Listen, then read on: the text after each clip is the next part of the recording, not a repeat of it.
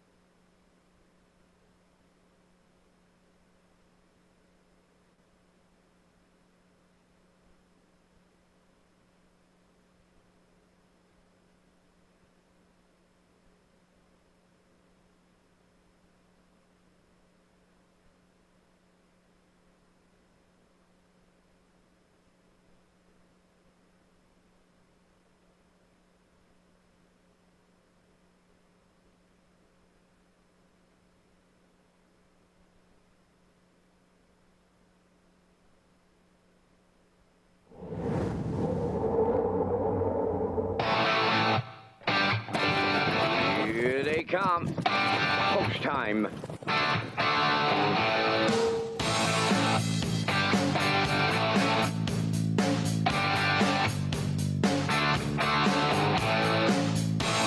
Deep stretch now. Set the camera up.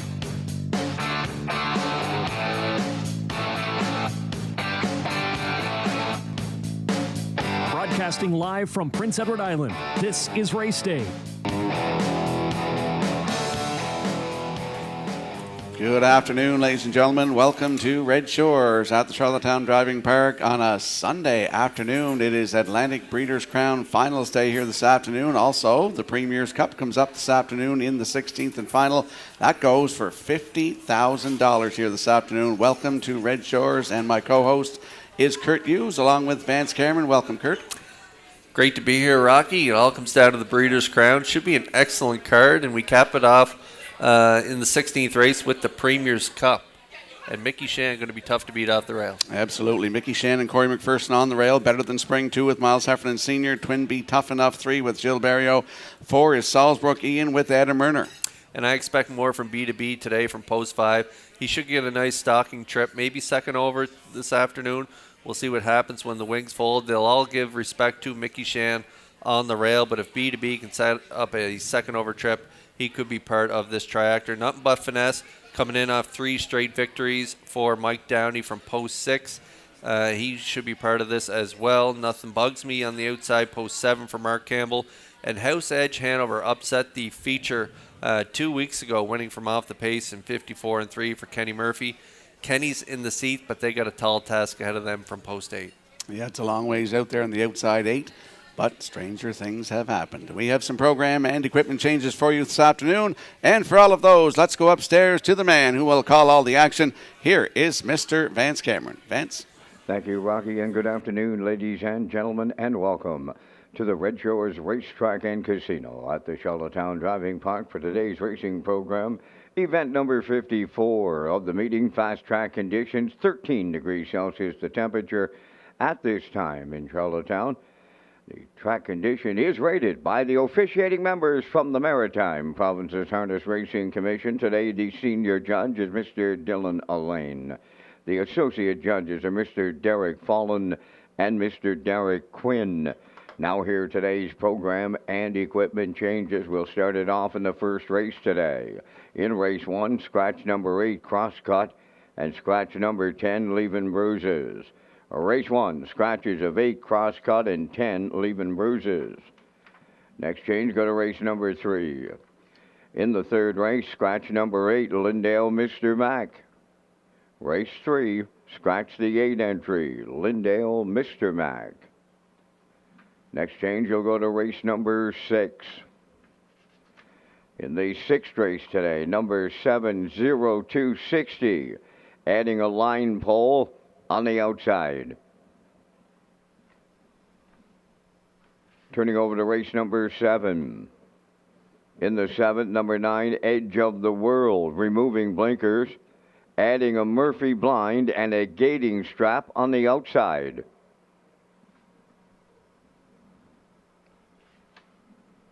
Next change, we'll go to race number 9. In the 9th race today, scratch number 1, Dusty Lane Levi. He will not go. Race 9, scratch the 1 entry, Dusty Lane Levi.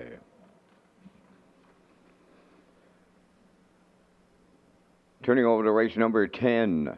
The 2 entry, Paul's Crown, will go from blind to blinkers. Blind to blinkers on Paul's Crown in the 10th. Final change on the card. You'll go to race number 13. The Breeders' Crown Final for 3-year-old facing fillies. In the 13th, scratch number 4, Lady Lamurai. Number 9, Woodmere Flojo will move into post 4, driven today by Brody McPhee. Race 13, scratch 4, Lady Lamurai. 9, Woodmere Flojo is moving in with Brody McPhee as the driver, and she has a chart line yesterday here in Charlottetown on the fast tracks, going on the rail and finished second, was race timed in 1:58.1, driven by Adam Murner. Also in the 13th race, number 7, Tobin's Dream, going from blind to a Swedish blind bridle. And that will wrap up the changes at this time on today's racing program. It's a 16-race presentation on this Super Sunday in Charlottetown. First race post time is set for 12:30. You have 23 minutes to make your race 1 selections.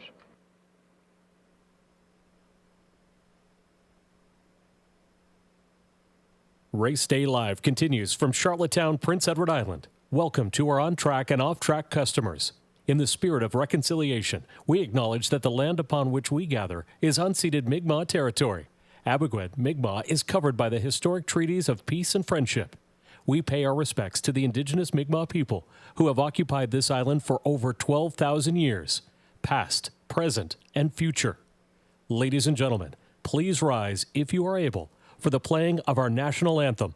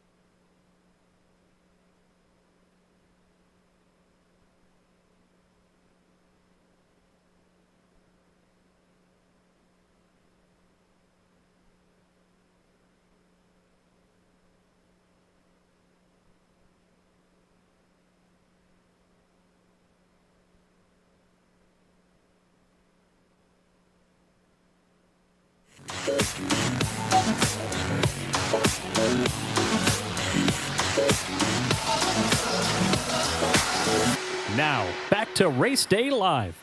Good afternoon and welcome back to Race Day Live. Kurt Hughes here with you. Rocky Skirman co-hosting for the day.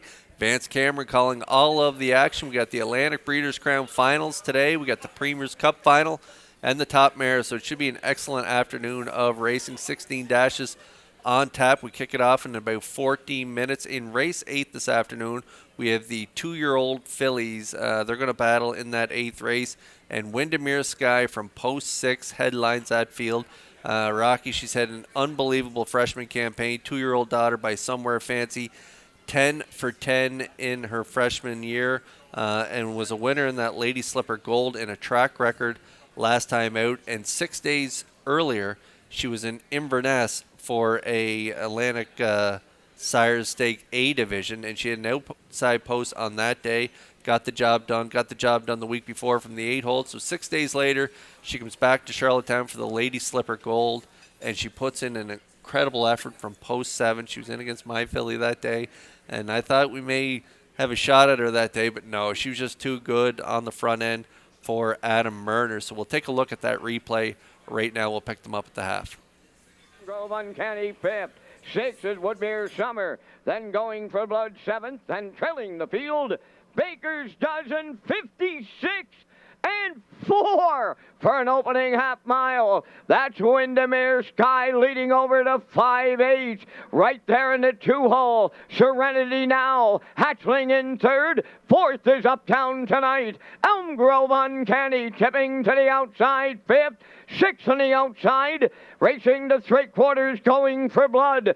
7th at the rail. Woodmere Summer. Then the trailer. Baker's Dozen, 3/4 in 1, 26 and 1. They round the top turn. Second and final time. 1/8 of a mile left to go. Windermere Sky turning for home. Maybe a shot at the track record.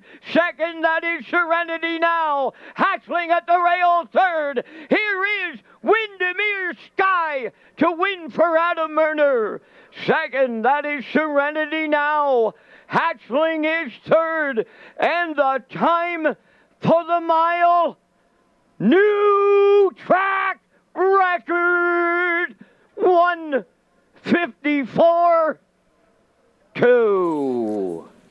And Rocky, you know, 2-year-olds, it's a tough schedule. You like to keep them around 10 starts, and this filly, that was her 10th win in a row. And like I said, she just raced 6 days earlier, trucked over to Inverness, 5 hours there, 5 hours there, 5 hours back home, and then 6 days later to put in a performance like that, just incredible. I'll tell you, kudos to your filly, Kurt. She raced fantastic. Yeah, she was a good really second in there, but no match for Windermere Sky. And Somewhere Fancy, his crop, first crop to get a look at them this year. They've been phenomenal on the track, and Earl Watts has done a great job managing this filly all year. And congrats to him and his connections, Matt Burke, also a co-owner on this filly. She's had a magical year and looks to go over 100,000, which to my recollection has never been done by a 2-year-old to go over 100,000 in earnings. She's sitting right now at a little over 90,000. The purse today is for 40, so that'll put her well over 100 if she gets the job done in that 8th race. Yep. Join us here this afternoon at Red Shore. It's going to be a great day. 16 races for you here this afternoon. It's Atlantic Breeders' Crown Championship Sunday here at Red Shores in Charlottetown.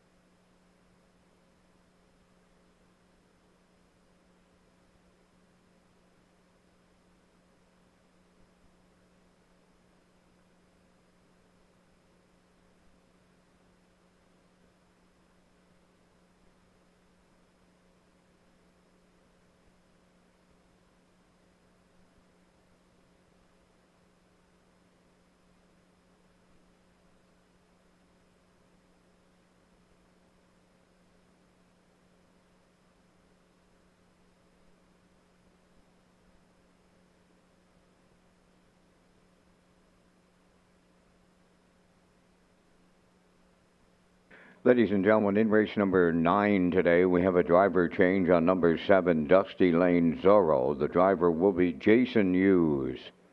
Race 9, number 7, Dusty Lane Zorro, will be driven by Jason Hughes.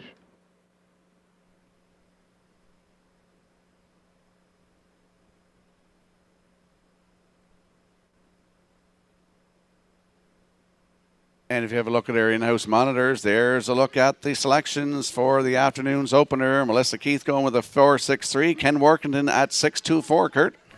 Yeah, great to have Melissa and Ken and Garnet with us today. Garnet's going with a 6.21.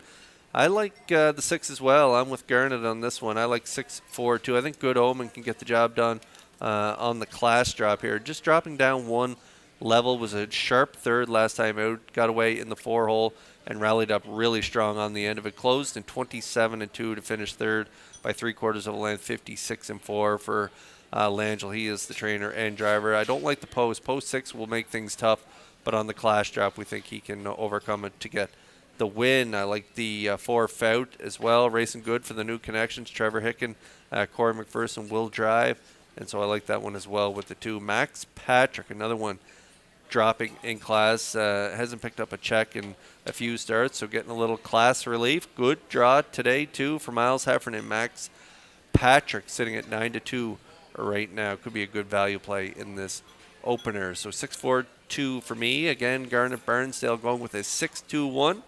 And we also got Ken Workington. He was the winner of the All-Star Handicapping Challenge. He ran away with it this summer, and he's at 6-2-4. And Melissa Keith, again, at 4-6-3 in the opener.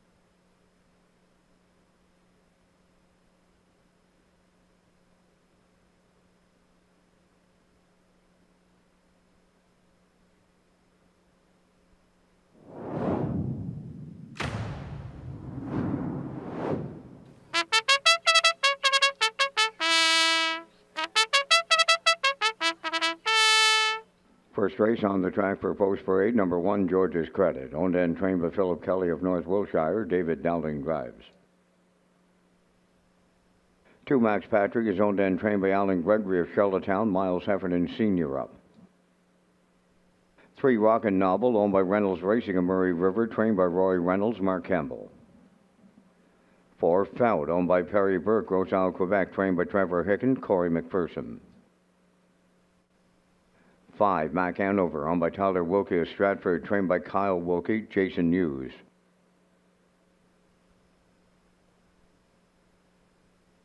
'Good Omen 6, owned by Roseanne Langell, Ellie Driscoll of Lower Onslow, Nova Scotia, trained and driven by Paul Langell.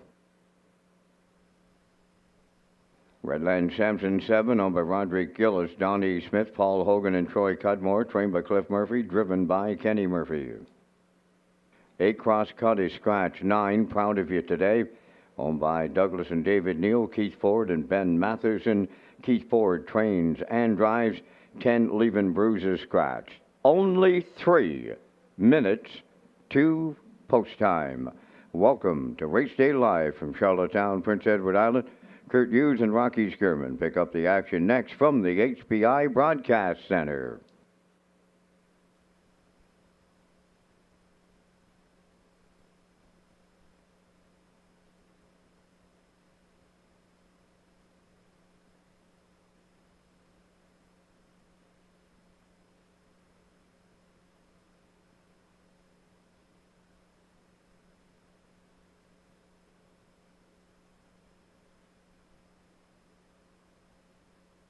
Let's head out to the track for the afternoon's opener on Atlantic Breeders' Crown Championship Sunday. The first half of the daily double, Exactor, 20-cent Superfecta, Triactor, Win, Place, and Show. Also, it's the start of the guaranteed 20-cent I'll Pick 5. Kurt landing on the 6, as well as I am. That's Good Omen. 4-year-old bay gelding by Better Than Cheddar for Roseanne Langell. Ellie Driscoll of Lower Onslow, Nova Scotia. Paul Angel is the trainer and the driver. Shows some nice miles. Got to work it from 6 today, Kurt, but I think he can get there. Yeah, hard to believe a horse of this caliber without a win this year. 0 for 15 this year, but putting up pretty good miles. Just missed last time out, as I mentioned, prior to Post Parade at the 13:01 level. Got away in the 4-hole, rallied to be third, just beating 3/4 of a length, 56-4. Closing quarter, 27-2. When you're closing in 27 and change every week and you don't have a win on the card, it's just tough racing luck. Was able to get to the lead prior to that in that start at the 16:51 level and ended up fading late, finishing 5th, 55-2. I think this guy likes a target to chase, so we'll see what kind of trip Langell works out here on the class drop from this outside job. But if he puts him in play, maybe second over, first over, we'll see what happens. But I think that's the type of trip he likes, and he likes to pass horses. So hopefully he's not on the front end down at this level, and he can come from off the pace to get the job done. That's the way I see it setting up for Good Omen. He is the favorite currently still at 8-5. And as you mentioned, quite a class drop too, Kurt. Racing the 1651s, 1301s, the last one. So, yep, I think he's the boy for this one.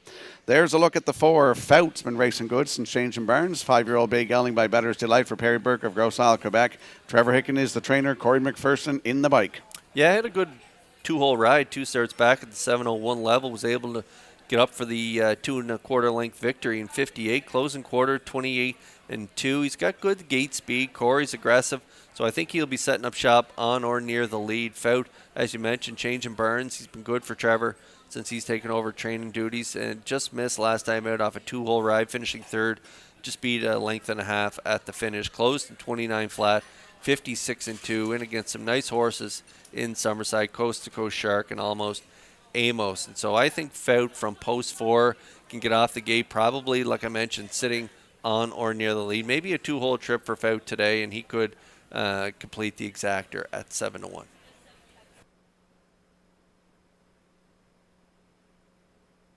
And there's a look at the 2. Max Patrick is a 4-year-old bay gelding by Sports Writer for Alan Gregory of Charlottetown, who's also the trainer. It's Miles Heffernan Jr. in the bike. Class drop for this fella too, Kurt. Yeah, this one racing at the 22:51 level in the last couple starts. 16:01's last time out.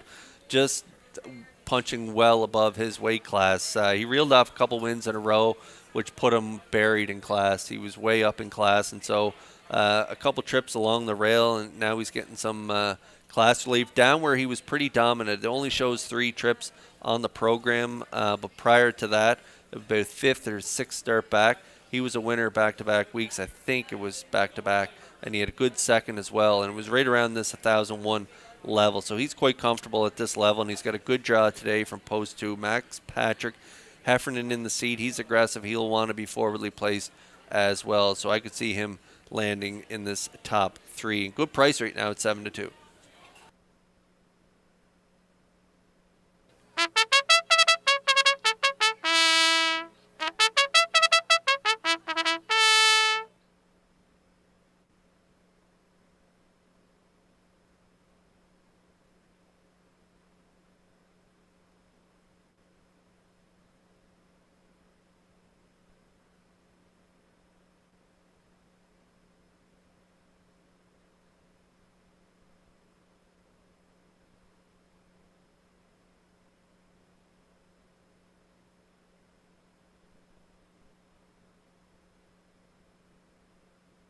The afternoon's first of 16 on Atlantic Breeders' Crown Championship Sunday. They're lining up in behind the Metro Home Building Center starting gate. Let's head upstairs to Vance Cameron.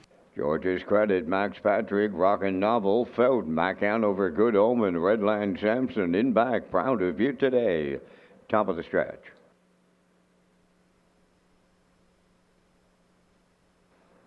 Now approaching a start.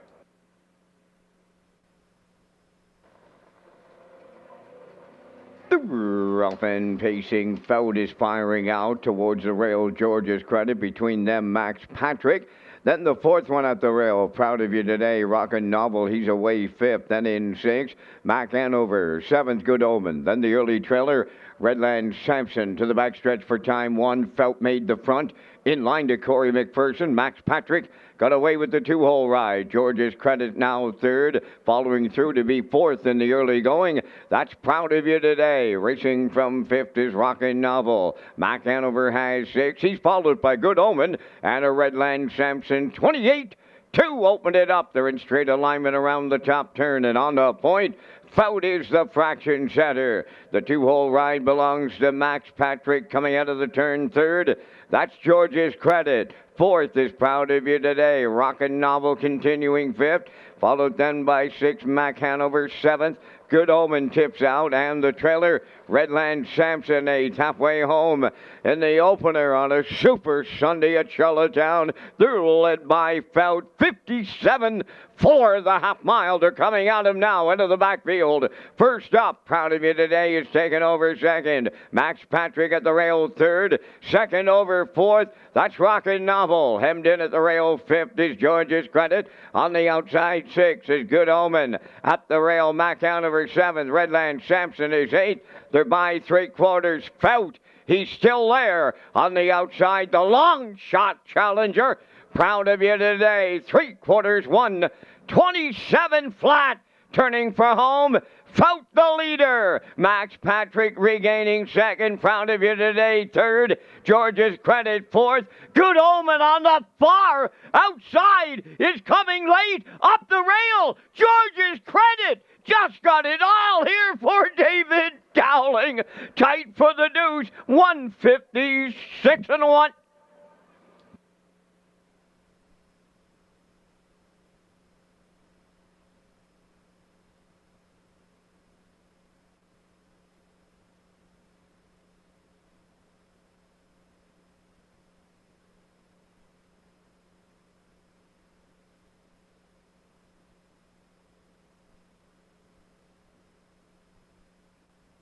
Here comes the slow-mo replay brought to you by Universal Media for the afternoon's opener.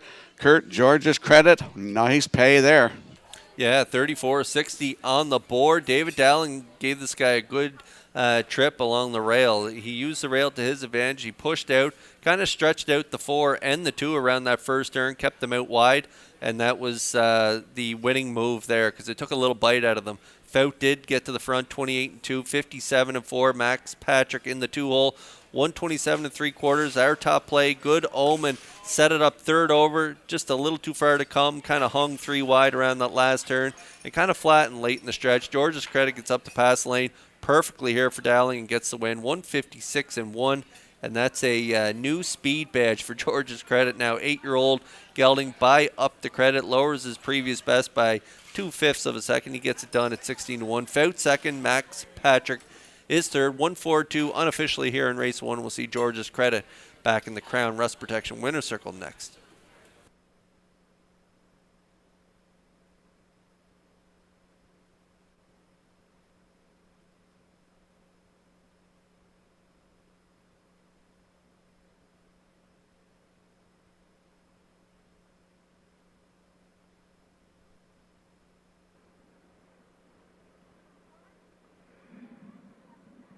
Now we're entering the Crown Rust Protection winner's circle in the first race. One George's Credit facing Black Gelding 8 by Up the Credit. Off the die, Laughing Dam is St. George Lady. Owned and trained by Philip Kelly of North Wiltshire. Bred by Casimir Stables of Ontario. David Dowling guides him to victory and a new record. 156-1. The horse gets his 10th lifetime victory. Race 1 sponsored by Red Shores. And a Red Shores General Manager, David McKenzie, joining us here in Super Sunday, has that cooler presentation. George's Credit for Dowling and Kelly. New record, 156-1.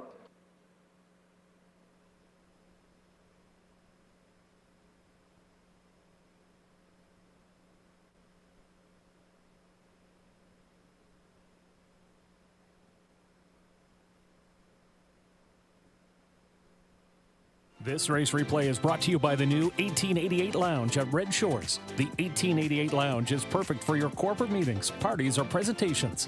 Contact Rebecca in our Sales and Events Division for more information on the new 1888 Lounge upper level at Red Shores.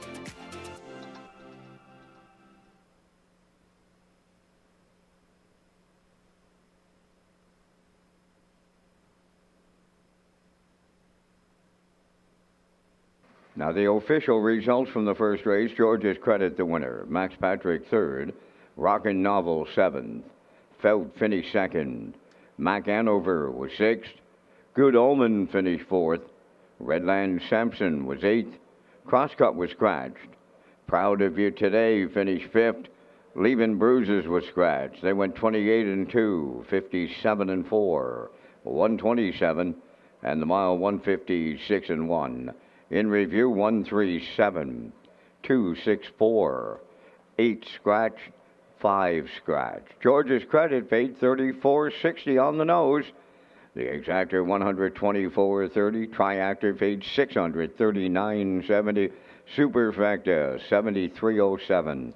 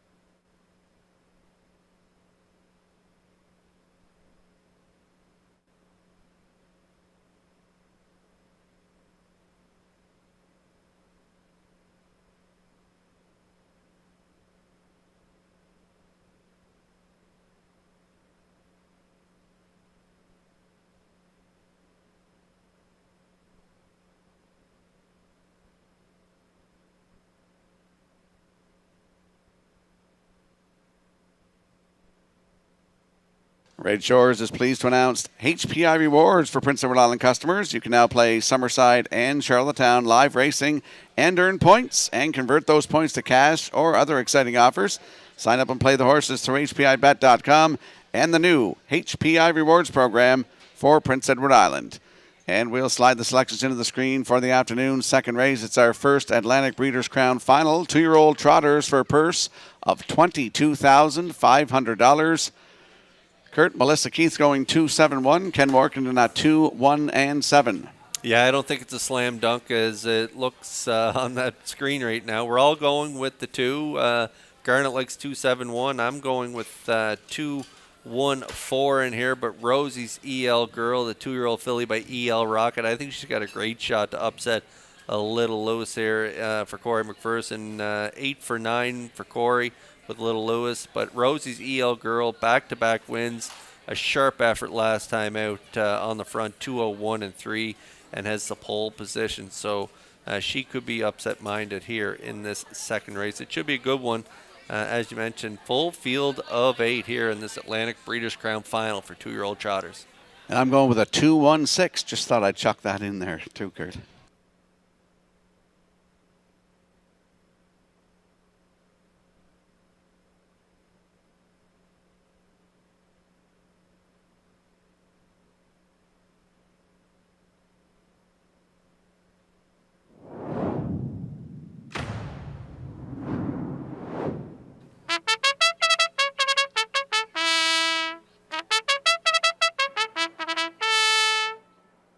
Second race is the PEI Harness Racing Industry Association Atlantic Breeders' Crown Final for 2-year-old trotters on parade. Rosie's EL Girl 1 is owned and trained by Bill Lanigan of Montague. Kenny Murphy drives.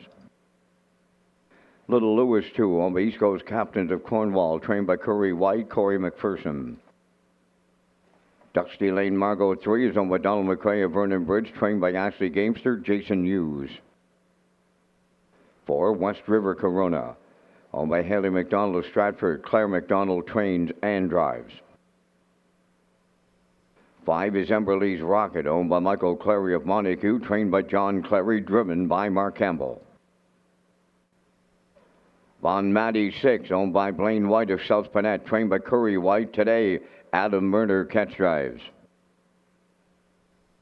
Hop on a Rocket number 7, owned by Valley Grove Farms of Kelvin Grove. Mike McGuigan trains and drives.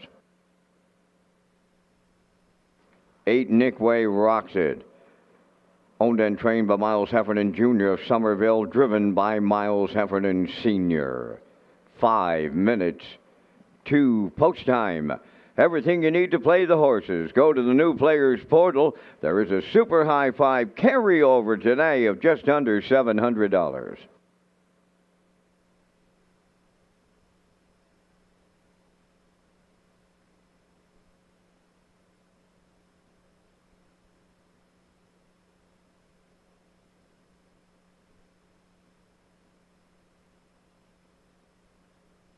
And just before we get out to the track for the afternoon second race, want to welcome Asta and Hass Lundmark from Sweden visiting Red Shores here. Hope your visiting experience is a great one here on Championship Sunday at Red Shores in Charlottetown. Let's head out to the track. Exactor, 20-cent superfecta, triactor, win, place, and show. Atlantic Sire Stakes, Prince Edward Island Harness Racing Industry Association, Atlantic Breeders' Crown Final, 2-year-old trotters, $22,500. Kurt landing on the 2, Little Lewis. 2-year-old bay gelding by E.L. Rocket for East Coast Captains of Cornwall. Curry White, the trainer. Corey McPherson in the bike. What an impressive record. Yeah, they had a lot of fun with the dam. Go with her. I remember her racing. They had a lot of fun with that race mare. And now look what she's throwing by E.L. Rocket. Little Lewis, 8 for 9, 8 wins, 1 second from 9 starts, over 62,000 in earnings. Another great starting spot here today. Post 2 last time out in a lady slipper. Front end all the way, winning by 2 3/4 and 2:02. Under wrap so far, so we'll see what happens here. I think Rosie's EL Girl might give Little Lewis a shot, but you always got to side with the Colts and Geldings over the fillies, but that filly on the rail coming in off back-to-back wins could give Little Lewis all he wants here today. He's got a record of 2:02 taken in his latest, and so he will be tough to beat from post 2 at even money. And speaking of the rail, there is Rosie's EL Girl, 2-year-old bay filly, also by EL Rocket, Bill Lanigan of Montague. He's the owner, the trainer, and the breeder, and congratulations on that Lifetime Achievement Award last night at the banquet. Kenny Murphy in the bike, and Kurt, this filly was parked out to the quarter in her latest and went all the way for the new record. Yeah, nice big filly too. Looks good on the track. Kenny Murphy's been doing a really good job with her. Like I said, coming in off back-to-back wins. A winner 2 back Atlantic Sire Stakes action in Summerside, 2:03 and 2, closing quarter 29 and 3, and then last time out a shutdown winner at the wire, 2:01 and 3 in a ladies slipper. And so Rosie's EL Girl probably sitting up in the top 2 for this race. If Kenny stretches out Little Lewis early in the mile, it's always tough leaving off the rail with a trotter, especially a 2-year-old filly trotter, but she's got the half hobbles on which usually steadies them pretty good. And so maybe he can be aggressive going into that first turn and maybe stretch out Little Lewis and McPherson. If he takes a bite out of that colt early, maybe she could pass him in the stretch. That's the way I see it setting up. I like a 2-1 in the exactor. 5-1 currently on Rosie's EL Girl.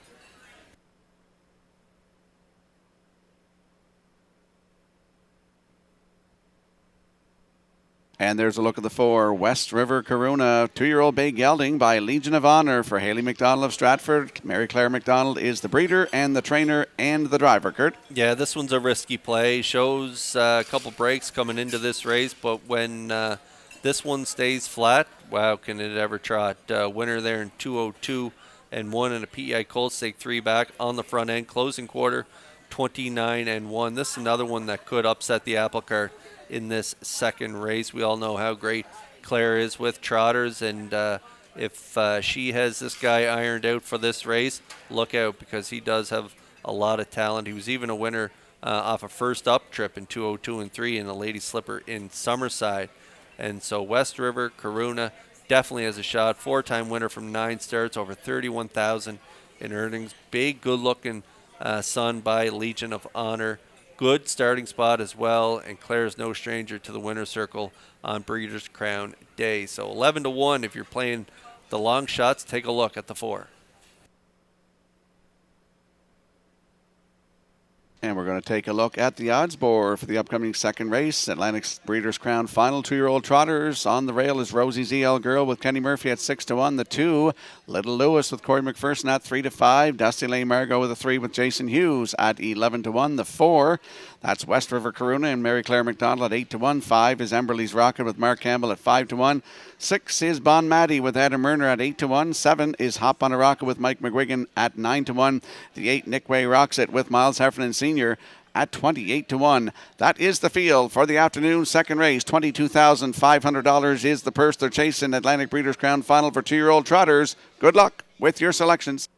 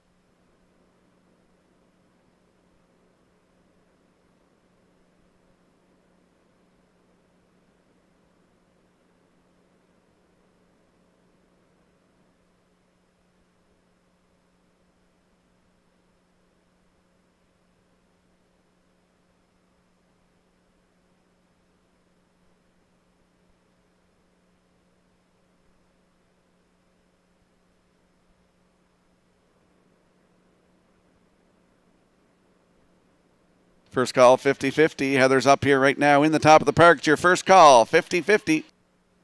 And speaking of 50-50, Rock, you can now pay with your debit card, something new that the PEI Standard Horse Owners Association starts today. Pay with your debit for the 50-50.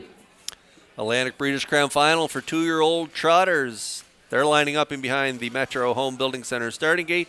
Let's go upstairs for the call to Vance Cameron. Rosie's EL Girl, Little Lewis, Dusty Lane, Margot, West River, Corona, Amberley's Rocket. Bon Matty, Hop on a Rocket, and Nick Wade rocks it. Top of the stretch.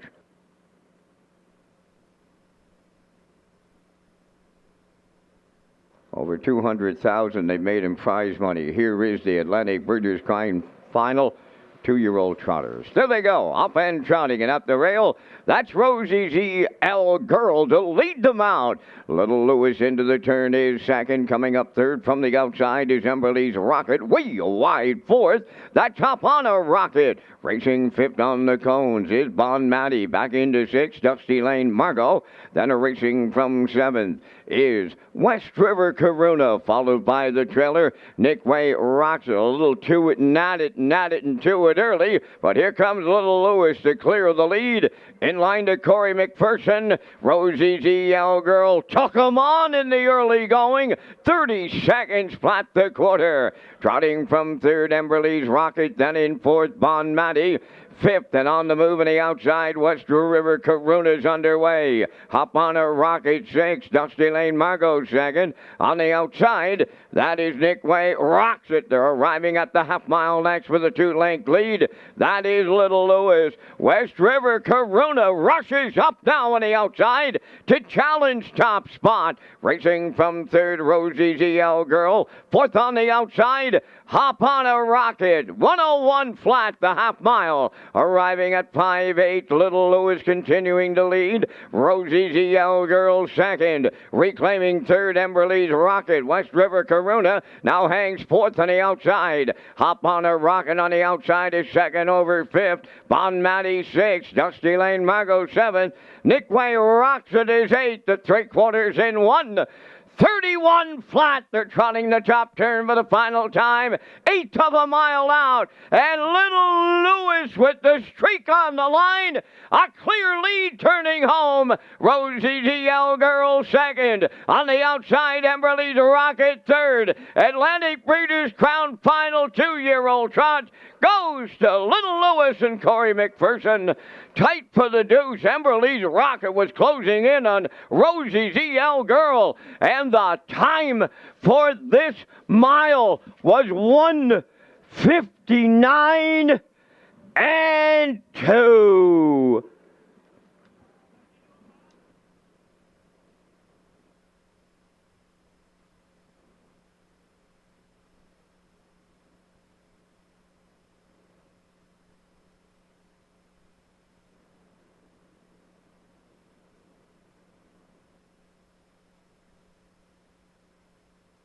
Here's a look at the slow-mo replay brought to you by Universal Media for the afternoon second race. Wow, Little Lewis, very impressive this afternoon, Kurt. Yeah, not to my recollection anyway. I think that could be a record for 2-year-old gelding trotters here in the Maritimes. On the front end here, little action early, getting away in the 2-hole as Rosie's EL Girl wanted to cut the mile for Kenny Murphy early, but then was quite content to take that 2-hole ride when Corey made the move up near the quarter. 30, half 101, 131 flat.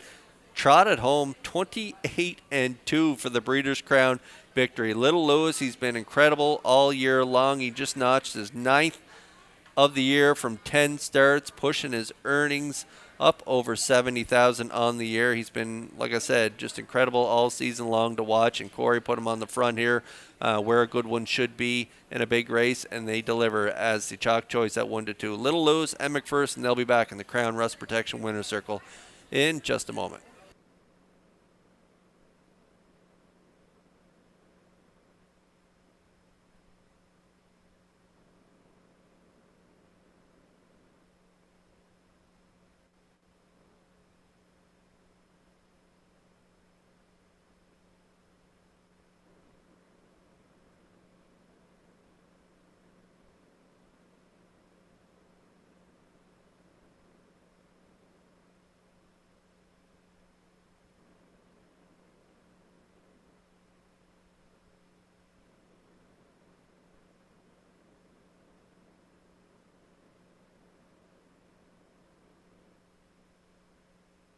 Here comes Little Lewis into the second race winner's circle. Trotting Bay Gelding, 2 years, the son of E.L. Rocket, is off the Armbro Barrister Dam. Go With Her. A homebred of the East Coast Captains of Cornwall, trained by Curry White. Corey McPherson has just guided the colt to his 9th consecutive victory, and he saved his best for Atlantic Breeders' Crown Day as he trots to a new record of 159 and 2 with that closing panel of 28 and 2. Little Lewis in the Atlantic Breeders' Crown Final for 2-year-old trotters.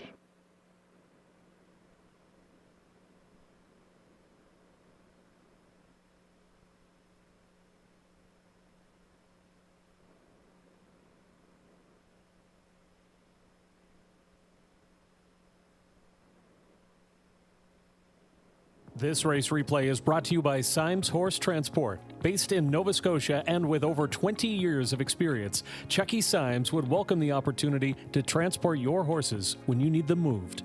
Operating 2 rigs, Symes Horse Transport offers safe, feasible, and timely trucking in Canada and the U.S. Symes Horse Transport is a commercially covered horse carrier.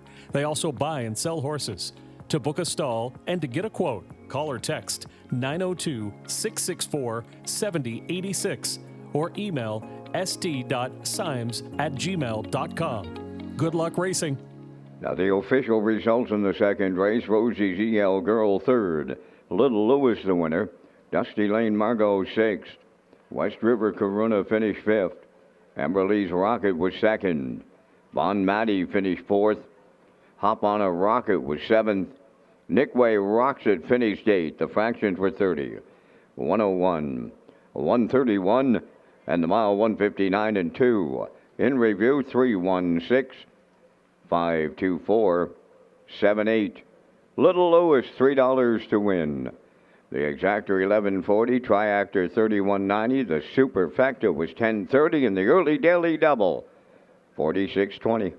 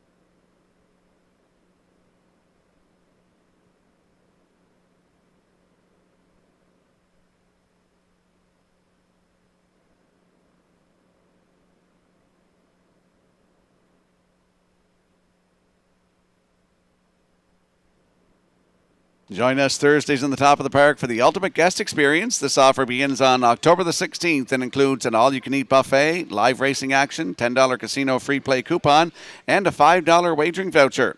One great package for one great price of $35.95 plus tax. For more information on the ultimate guest experience, visit Redshores.ca. And we'll slide the selections into the screen for the upcoming third race. David Corrigan, Century 21 Colonial Realty Incorporated pace. Melissa Keith at 136. Ken Workton going with a 416. Kurt? Yeah, Garnet Burnsdale going with a 4-6-1 in this race. I'm going with a 1-4-6. I like Blue Moose, the veteran, to get it done. Looking for his first win of the year, 32nd lifetime here, and he's got a good starting spot. You post 7 last time out. Now he's dropping down to our bottom level with the rail. I liked him from the rail 2 back at the non-winners 1001 last 4 because he was just so good off that qualifier in his first start from post 7. And so if I liked him at the 1001 level, I got to like him down at this 401 level. So Blue Moose on the rail for me. Again, on top, St. Charles Fireball for second. And West Coast Kid, I like that one as well for third. We got a scratch in here. We got Lindale, Mr. Max scratched out of this third race. I'm also going 146, Kurt. Just thought I'd throw that in there. Nice to get it documented, Rocky. And you're on board with me. I don't know if you looked over at my program and seen it or... Nope, I didn't. Okay. I can show you my phone. Okay.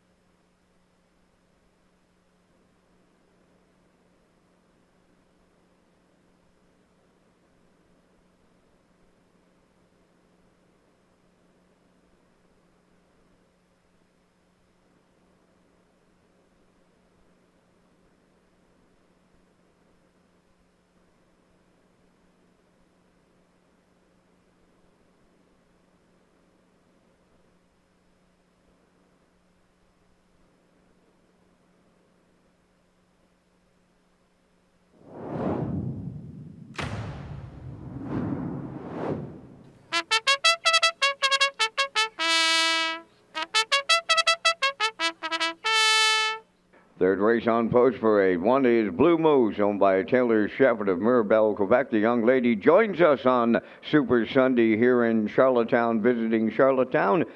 Trained by Harold Shepherd, Stephen Shepherd drives.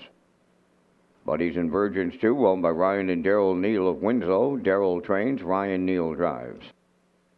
3 Moonrider, Keith Ford trains and drives for owner Debbie Element of Barraquois, Quebec. St. Charles Fireball 4 is owned by Darla J. of Charlottetown, trained by Vaughn Doyle, Adam Murner.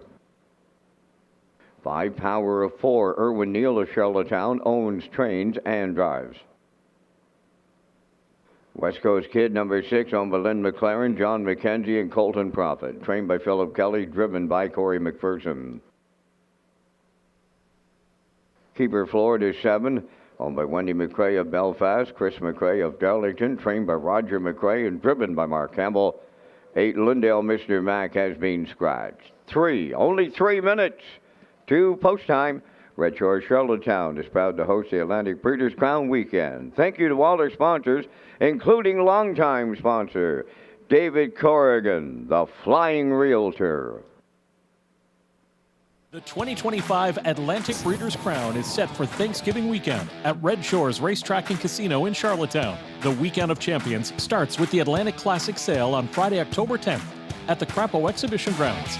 Saturday features a top-notch card of racing and the Atlantic Breeders' Crown Awards Banquet and Gala in the top of the park. Join us Sunday for a special presentation of the Joe Smallwood Memorial Award before the best colts and fillies compete for championship honors. It all comes down to the Breeders' Crown. For a complete list of events, accommodations, and sponsors, visit Redshores.ca.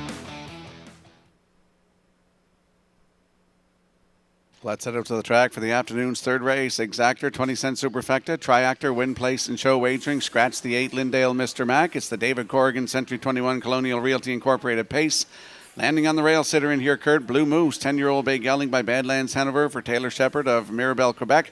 Harold Shepherd is the trainer with Stephen Shepherd in the bike. Yeah, I think he's got a really good shot at getting the job done. As I mentioned prior to post parade, at post 7 in his debut on PEI, he rallied to finish 4th, just beating 2 3/4 at the finish, 56-3. Pretty good first start off the bench, if you ask me. And then his second start back, he had the rail. I did like him on that day. He just got kind of shuffled back from the rail, ended up 7, beating 4.5 at the wire.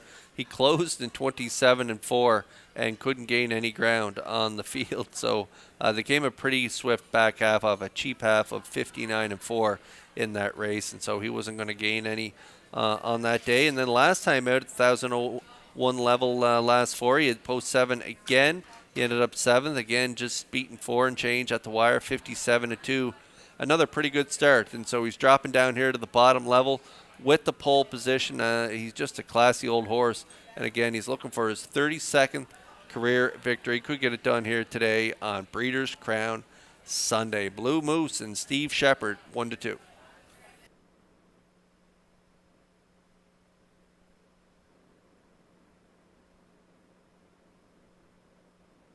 And there's a look at the 4, St. Charles Fireball. 6-year-old bay gelding by Tobago Case for Darla J of Charlottetown. Von Doyle, the trainer, with Adam Murner in the bike, Kurt. Yeah, I got a soft spot for those horses wearing that Shady Daisy shadow roll. You see those little twist ties there on the shadow roll of the 4, St. Charles Fireball. Just kind of keeps their attention. It keeps them, if you got one that's kind of rough gated, sometimes it's good to put those ties on the front, keep their attention instead of where they're crossfiring or where they're interfering. They'll keep their mind on their business and hopefully stay pacing. We had an old horse back in the day that wore those, that he was really good, and that seemed to really turn the table for him in his racing career. To Ashton Nukes Rocky back in That's the day. What I thought you were talking about. Yeah, an old veteran horse, and he liked that Shady Daisy shadow roll, and St. Charles Fireball likes it too. And Jason got along really well with him there. If you look, he drove him down at the bottom line, a winner in 58, one second 57, and now Murner hops up off a 4th place finish in 57 and 3 at the 701 level. They're dipping down here to the 401s. Good starting spot.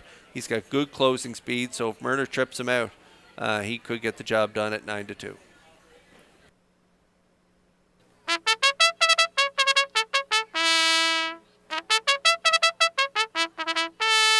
And there's a look at the 6, West Coast Kid, 7-year-old bay gelding by Better Than Cheddar for Lynn McLaren, John McKenzie, and Colton Profit. Philip Kelly, the trainer, with Corey McPherson in the bike, Kurt. Raced well up the 1001 level, dropped to the 401s the last 2 starts. Tough first over trip, 2 back for Corey, 58 and 2, and then had a nice ground saving trip last time out. Made a move late to finish 3rd, 56 and 3. Nice race time, 28 and 3 final panel. Maybe the trip will work out today at his 3rd kick at this 401 level for Corey McPherson. West Coast Kid, currently 9-2.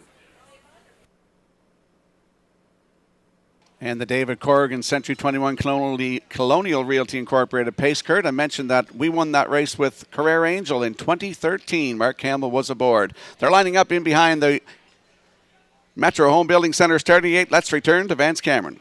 Blue Moose, Buddies and Virgins, Moonrider, St. Charles Fireball, Power of 4, West Coast Kid, Keeper Floored, top of the stretch. Here they come.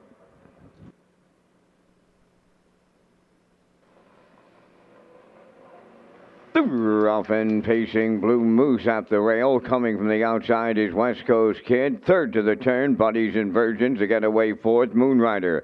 St. Charles Fireball got away 5th. Then in 6th as they round the turn. Power of 4 trailing the field. Keeper Floored, their quarter pole bound, guarding the cones. Blue Moose in line to Stephen Shepard will lead it as the post-time favorite. Dropped in 2nd is West Coast Kid, racing from 3rd. Buddies and Virgins. Then in 4th is Moonrider. St. Charles Fireball in 5th. Then it's Power of 4, 6. And Keeper Floored 7, 28. 4 was the quarter. Straight alignment at the 3/8 pole. Blue Moose will set it up here on the front end, and towards the half mile he comes. Racing from 2nd, that is West Coast Kid. 3rd at the rail, the longest shot on the board. That's Buddies and Virgins. Racing from 4th is Moonrider. St. Charles Fireball continues 5th, followed by Power of 4 and Keeper Floored, 58 seconds flat for a half mile. Next station, the 5/8 Blue Moose will get them there. On the rail, 2nd is West Coast Kid. 3rd, Buddies and Virgin. Now on the move, and the outside 4th, St. Charles Fireball is underway. Power of 4 is picked up 5th on the outside. Moonrider 6th, the trailer. Keeper Floored, the run by 3/4. Blue Moose still the leader. Textbook 2-hole ride. That belongs to West Coast Kid. 3/4 in 1.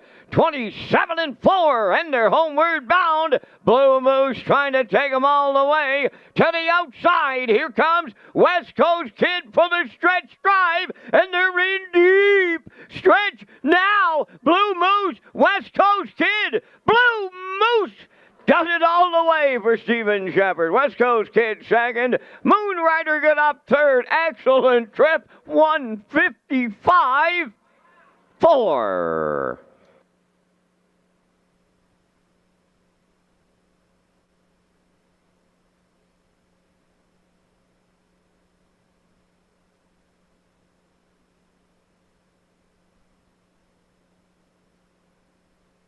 Here comes the slow-mo replay brought to you by Universal Media for the afternoon's third race. David Corrigan, Century 21 Colonial Realty Incorporated pace. This horse gets the monkey off his back in style, Kurt. Yeah, the Moose is loose here in race 3. Blue Moose on the front end for Steve Shepard, using the rail to his advantage. 28-4.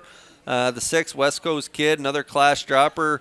He had 2 cracks at this 401 level, and today he raced much better from a much better trip. A good 2-hole ride by McPherson, half 58, 127 4 to 3/4, and the 2 of them at the top of the stretch. Blue Moose with 31 career victories, West Coast Kid with just 12. I was putting my money on Blue Moose hanging on for the victory. He gets it done, throwing the last quarter at them in 28 flat to fend off that late challenge from West Coast Kid. Getting the job done in 155 4. He gets the win here in his first of 2025, and he gets it done here in Charlottetown on Breeders' Crown Sunday. He delivers as the chalk choice, and we'll see Blue Moose and Steve Shepard back in the Crown Rust Protection Winner's Circle next.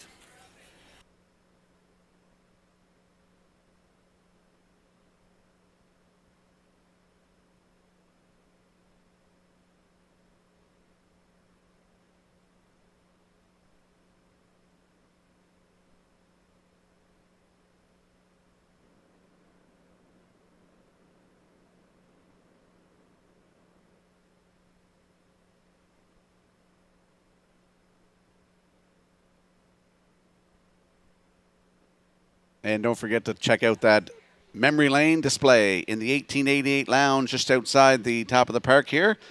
I was in there before the races this afternoon. Great display. Jerry McCabe, they always put on a great display in the memory lane lounge.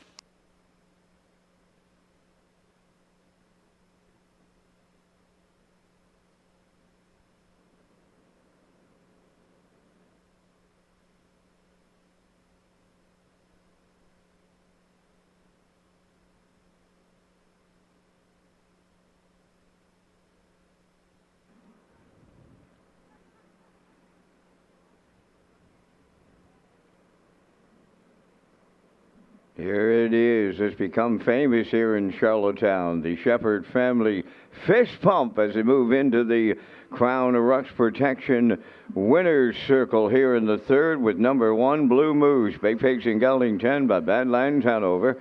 Off the Arch Place Dam, Wig Party. Owned by Taylor Shepard of Mirabel, Quebec. Trained by Harold Shepard. Driven to victory by Stephen Shepard. Bred by Doc's Farms of Far Hill, New Jersey. And owner Taylor Shepard picked a real good day to come to Charlottetown on Super Sunday as her horse goes wire to wire in 155 4. Blue Moose and Stephen Shepard. David Corrigan joining us from Century 21 Colonial Realty Incorporated has the Winner's Circle cooler presentation. Congratulations.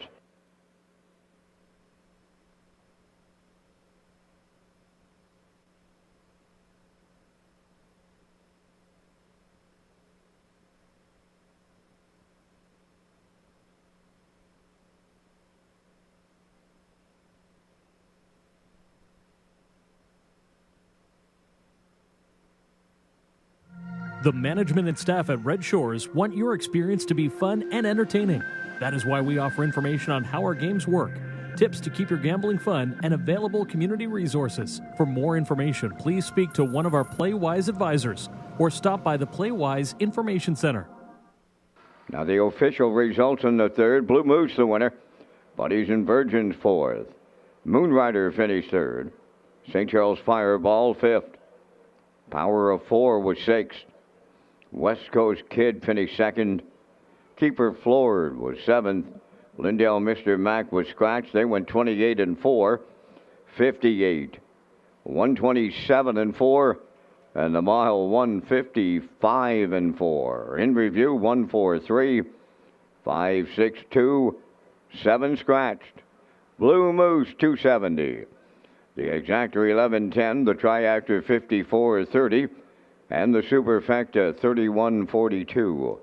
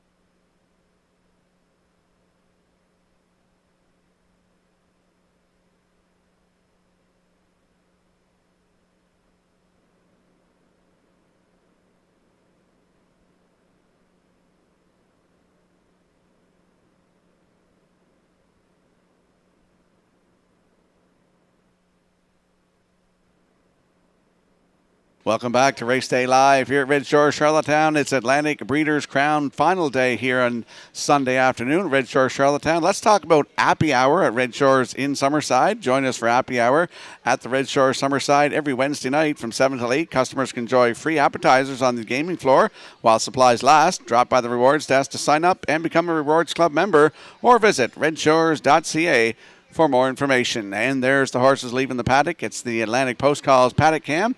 Kurt, Melissa Keith going 6-8-1. Ken working at 8-6-1. Yeah, Garnet Burnsdale going 8-6-4. I'm going 8-6-4 as well. 1-9 currently on West River Jet. Can he overcome post 8 to get it done here in the Breeders' Crown Final? We'll see in just a few moments. But Kenny's been doing a fantastic job driving him all year, and we like him on top. And again, currently 1-9 on the board. I'm going 8-4-6, just to let you know.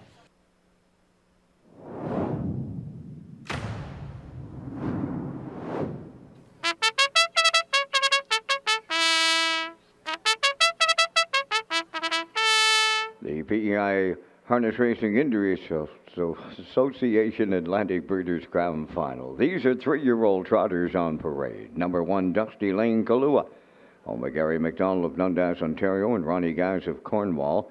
Trained by Lenny Myers. Corey McPherson catch drives. My Pocket Rocket is 2, owned by Jonathan McDonald of North Wiltshire. Trained by Paul McDonald, Kenny Murphy. Magian Mystery 3, Jim Ripley of Amherst, Nova Scotia. Owns, trains, and drives. 4, Dusty Lane Goss is owned by Alexis Goss of Cornwall. Trained by Lenny Myers to Adam Murner. Fire the Rocket wears number 5, owned by Donald McRae of Vernon Bridge. Trained by Ashley Gamester, Jason Hughes. Supreme Rocket is 6, Mike McGuigan, training and driving for owner Jamie Whalen, Vernon Bridge. 7 is Marcus Down Ridge, owned by Wade Silliker of Borden Carlton. Claire McDonald trains and drives. Number 8 is West River Jet, owned by Haley McDonald of Stratford. Trained by Claire McDonald, Kenny McDonald in the sulky. 4 minutes to post time. Kurt and Rocky will pick up the top contenders, but first, here's Lee Drake, our manager of racing, marketing, and sales, with reminders around our new fall racing campaign.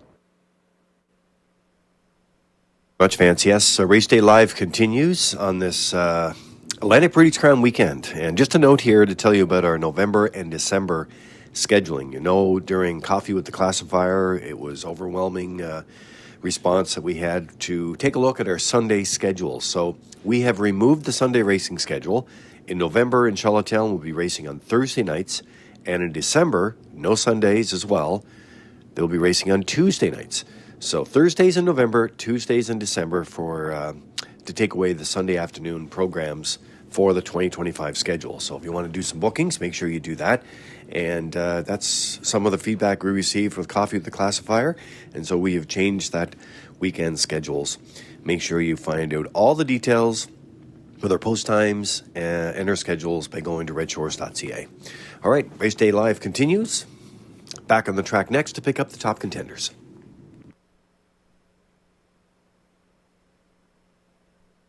Let's head out to the track for the afternoon's 4th race. Atlantic Sire Stakes, PI Harness Racing Industry Association, Atlantic Breeders' Crown Final, 3-year-old trotters for $22,500. Can he overcome post 8, Kurt? It's West River Jet, 3-year-old brown gelding by E.L. Rocket for Haley McDonald of Stratford. Mary Claire McDonald, her mother, is the trainer, and her father, Kenny McDonald, in the bike. Yeah, Kenny in the Jet could get this done here in race 8. When Bless Me Father is not in against this guy, he's almost a winner every time, and especially if he stays flat. He made a break there from post 7, 4 starts back. So, again, if he stays flat, he's going to be really tough to beat, even though he has post 8. He has a win there in 57, right on the front end from post 6, so he can get it done from the outside, and I'm sure Kenny will be aggressive off the wings and want to get him spotted up close to the lead. He's a 5-time winner from 9 starts. A real good-looking son by E.L. Rocket. He just puts the head down and away he goes trotting there. No half hobbles on this guy. Just he's pretty honest all day long. And so outside of that one break on the card, he's been great all year. And so West River Jet, I think he can do it. I think he can come over overcome post 8 and get it done. And currently, still the chalk at 1-2.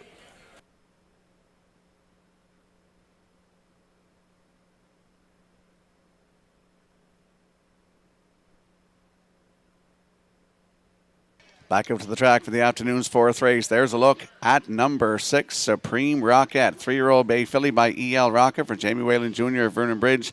Mike McGuigan trains and drives. Nice winner in her last one.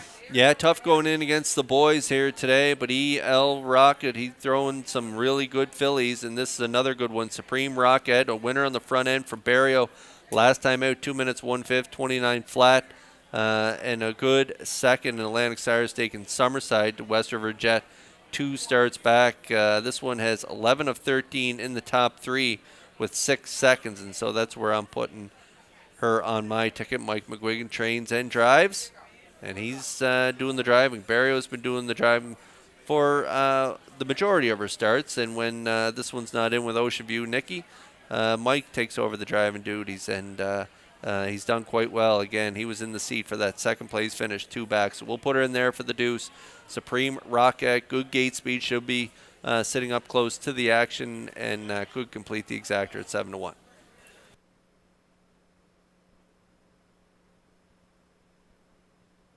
And there's a look at the 4, Dusty Lane Gus, 3-year-old Brown Gelding by E.L. Rocket for Alexis Gass of Cornwall, who's also the breeder. Lenny Myers trains. It's Adam Murner in the bike. Nice mile in her last start, his last start, Kurt. Yeah, this guy, he likes to finish third, and I'm going to play the same angle as I did with Supreme Rocket. Dusty Lane Gus, 5 thirds from 10 starts this year, so half of his starts have resulted in third place finishes. Coming in off back-to-back thirds, 3 thirds in his last 4 starts. A good one last time out, 58 flat, 29 flat, final panel in ladies slipper action. Head the rail on that day, post forward today. Pretty good gate speed early, so I'm looking for this one to be forwardly placed, probably sitting up in the top 4. And with that good closer last time out coming into this race, that tells me this one's ready to roll here. Dusty Lane Gus for Lenny Myers and Adam Murner, currently 9-2.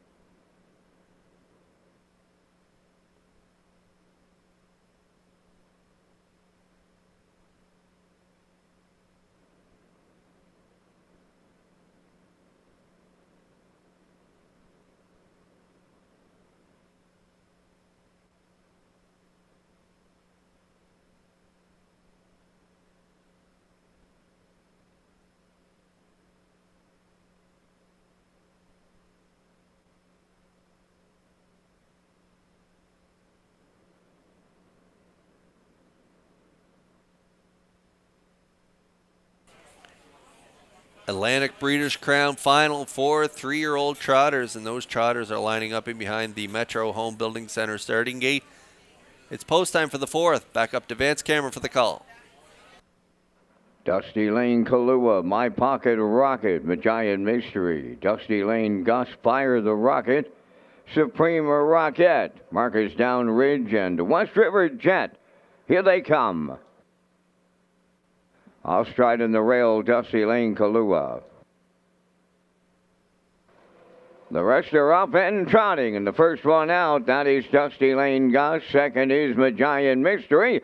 They're outside, Supreme Rocket third. To get away fourth, Fire the Rocket. West River Jet comes fifth on the outside, My Pocket Rocket sixth. Then on the outside, 7, Marcus Down Ridge, and the trailer, Dusty Lane Kahlua 3 wide on the backstretch and going to the quarter. Farthest one out, Supreme Rocket headed to the lead. In line to Mike McGuigan. Second now, Dusty Lane Gus. West River Jet will keep coming on the outside. Third, Magian Mystery now fourth. They opened it up in 28 and 4, arriving at 3-8. And here's West River Jet on to the front now for Kenny McDonald, racing from second. As they move towards half mile, Supreme Rocket third. That is Dusty Lane Gus. Magian Mystery fourth. Fire the Rocket fifth. Marcus Down Reed sixth. My Pocket Rocket on the outside seventh. And the trailer, Dusty Lane Kahlua 57 and 2. An incredible opening half mile. Arriving at 5-8, led by West River Jet. Racing from second, 2 lengths off the leader, Supreme Rocket. Going to the outside, third, Dusty Lane Gus. Fourth is Magian Mystery. Then in fifth, it's Fire the Rocket. My Pocket Rocket is sixth. Seventh is Marcus Downridge. Dusty Lane Kahlua eighth. The 3/4 in 1. 27 and 4. Eighth of a mile left to trot. West River Jet homeward bound. Second, that is Dusty Lane Gus. Magian Mystery is picked up third. On the wire in the Atlantic Breeders' Crown Championship final, Kenny and the Jet. Kurt, I had to use it. West River Jet in line to Kenny McDonald. They win it. Second, that'll go to Dusty Lane Gus. Magian Mystery third. 157 and a 1.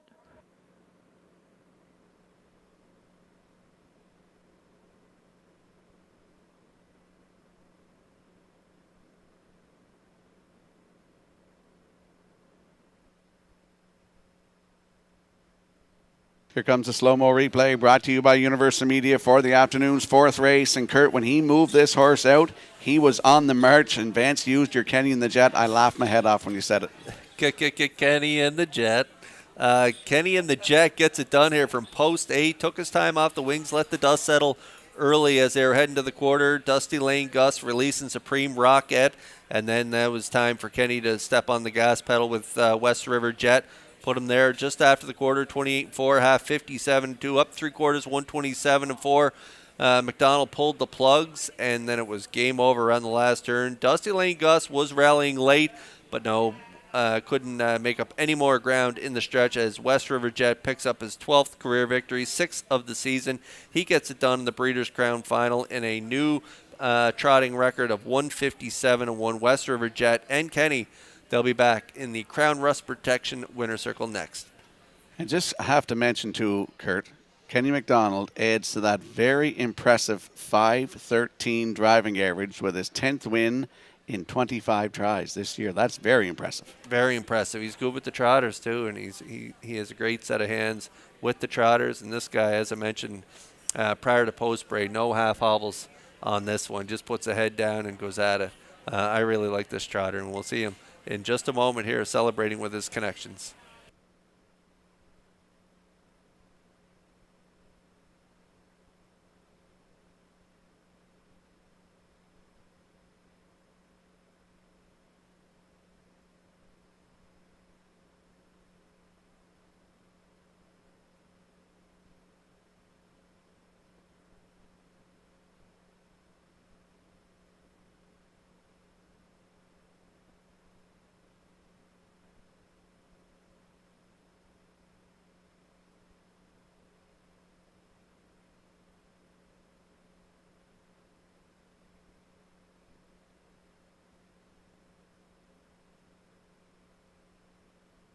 West River Jet arrives at the Crown Rust Protection Winner's Circle in the fourth race, trotting Brown Gelding 3 by E.L. Rocket off the Muscle Mass Dam.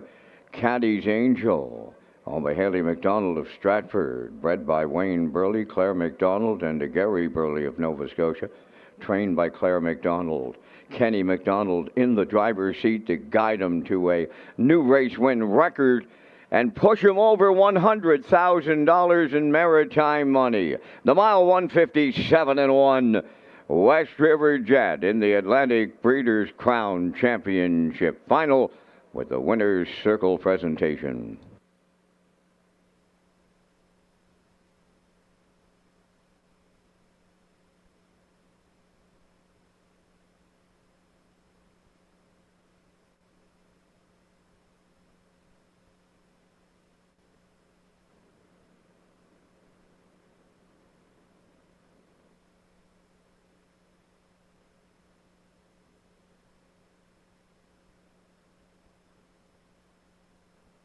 Windermere Farms is proud to announce shares are now available in our 2025 yearlings. From our Rising Star Stallion, Somewhere Fancy, to the champion sire, Malicious, this is your chance to get in on the action with some of the most exciting bloodlines in the Maritimes. Come on out to Windermere Farms and meet the future champions of the 2026 season. To book your viewing and for more details, contact Earl Watts today. Windermere Farms, where Atlantic Canada's champion stallions call home. Now the official results in the fourth, Dusty Lane Kahlua was 8th. My Pocket Rocket 7th. Majayan Mystery 3rd.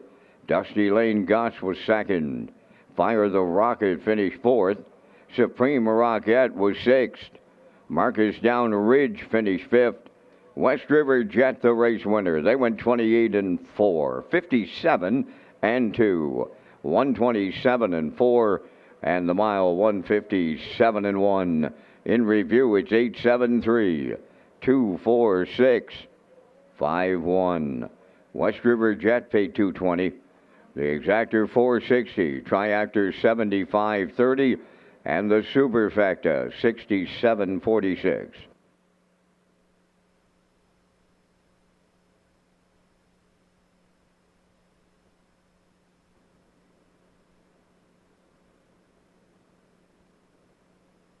Couple of birthday wishes here this afternoon before we get too busy. Sammy the Bull Janes turned 16 yesterday. Jogged horses all summer. He was home from Ontario. So happy birthday yesterday to Sammy Janes. And also to Shane Doyle, who celebrates this Friday. Happy birthday from all of us here at Red Shores.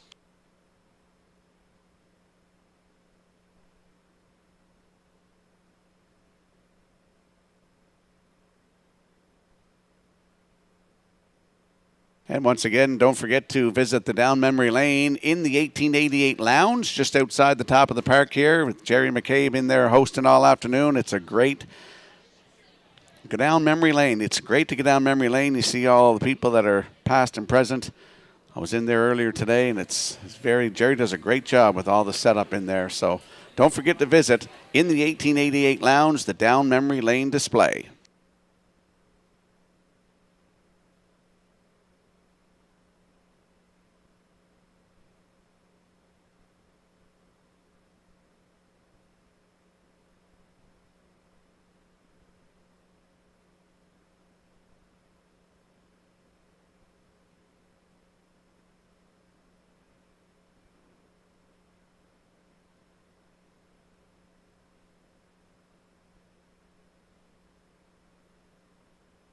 Great shot of the crowd here in the top of the park this afternoon at Red Shores in Charlottetown on Breeders' Crown Championship Sunday.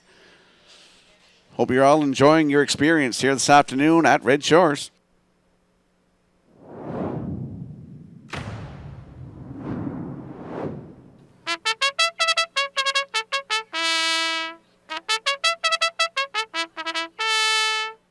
The fifth race is the Premier Mortgage Center Pace Mike May.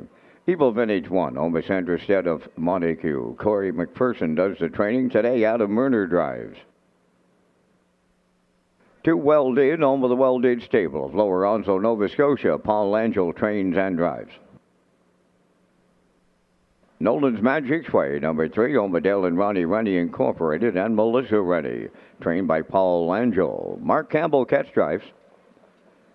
Katie's Bet, number 4, owned by Kyle Wilkie of Sherwood and Shelley Wilkie of Stratford. Kyle does the training, driven by Jason Hughes. All About the Cash, number 5, owned by Jeff Holmes, Trevor and David McDonald, and Leonard Doyle, trained by Jeff Holmes. Brady Sweet drives. Cowboy Logic 6, owned by Morris McCabe, Angus Bird, Eva McPherson, and George Burke, trained by Harold Shepard. Stephen Shepard up. V's Terrific 7, owned by Gina Breganolo and Yves Tessier of 12 Riviera, Quebec. Trained with Jennifer Doyle, David Dowling. 8 Cheeky Play, Corey McPherson of Cornwall, co-owns Trains and Drives, co-owner Aubrey Cameron, Glace Bay, Nova Scotia. 9 is Raising Sand, owned by Todd Walsh, Sean McAdam, Lance Jones, and Donnie McFadgen. Todd does the training today. Gilles Barrio. 4 minutes to post time. And gentlemen, we're coming up with our selections in race number 5, featuring our first Super High Five. And once again, we thank our friends at Results Marketing and Advertising and their continued presentation of the Vance Cam. I was going to play a bit of a long shot in here, gentlemen. I like the 9 Raising Sam with the Joe Barrio catch drive on this Super Sunday here in Charlottetown. He's race consistent since Todd Walsh picked him up. He's 55 and change, 56 and change every time you put him behind the gate. Right now at 11:30 on the board. I like the 5, all about the cash. He needs a trip to the winner's circle. He's been knocking at the door now for a long, long time. I'll use him for the dues. I'll go to 3, Nolan's Magic Way in the Campbell catch drive. I like the 1, Evil Vintage. Adam Murner picks up the drive there. I close it out with the 4, Katie's Bet. 9, 5, 3, 1, 4 from the booth. Gentlemen, your choices. We're pretty close, Vance. I like a 9, 3, 5, 1, 4. I just went a little different with second and third horse. I like the 9 Raising Sand. Should get a good trip from the trailing spot. There's inside speed.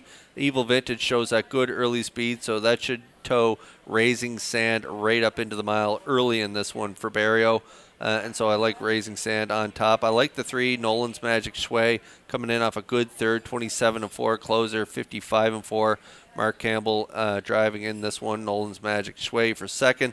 The 5, I like All About the Cash, as Vance mentioned, turning into a bit of seconditis for this one. 7 seconds this year, just 2 wins from 22 starts. And so I'm going to put this one in for third. I like the 1, Evil Vintage. Hopefully get a trip here today, not on the front end. Hopefully maybe in the 2-hole, because when this one does the heavy lift and can't go all the way, especially up at this 13:01 level. Murner on the rail with Evil Vintage. Going to put that one in for fourth. And then for fifth, I like Katie's Bet and Hughes. Jason gets along great with this horse. A winner in his latest, 56-2. Good closer, 28-4 down at the 1001 last 4 level. So again, Rocky, 9, 3, 5. 1-4 for me. Who do you like? Well, we agree with the 9-3-5. I'm on board. And then I put a couple of long shots in. Cowboy Logic's been a great old horse, got 29 lifetime wins. I look for him to be in there for fourth.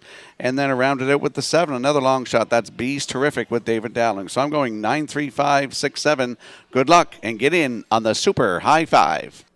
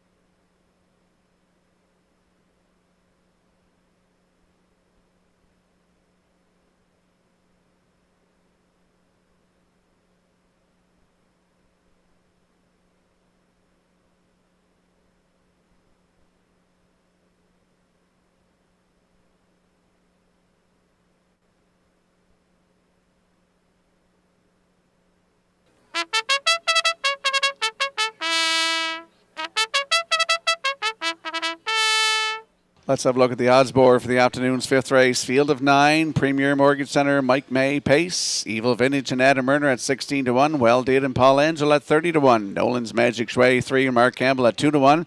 The 4, Katie's Bet on your screen right now with Jason Hughes at 7 to 1. All About the Cash is 5 with Brady Sweet at 8 to 1.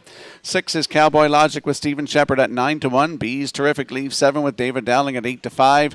There's a look at the 8 on your screen. Cheeky Play and Corey McPherson at 55 to 1. Raising Sand from post 9 in the back tier. Jill Berrio aboard at 4 to 1. That's a look at the field for the afternoon's fifth race. Get into the action. Don't get shut out at the windows. Good luck with your selections.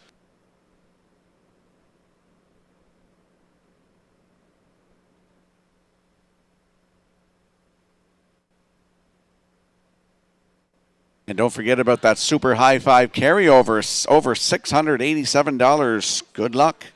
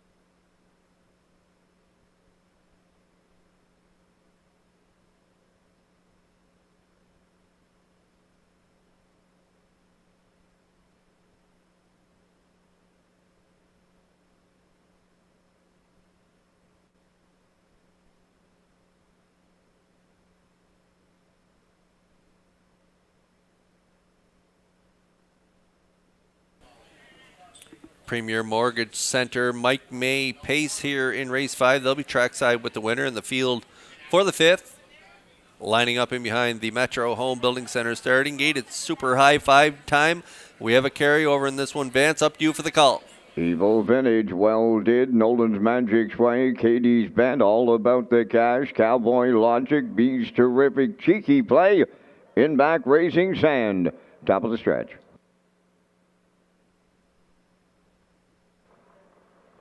Here they come. The rough and pacing up the rail. Evil Vintage will lead them out. Coming from the outside, All About the Cash is second. The third one as they make the turn is Nolan's Magic Sway. To get away fourth, Well Did. Fifth on the outside is Cowboy Logic. Then sixth is Katie's Bet. Raising Sand got away seventh.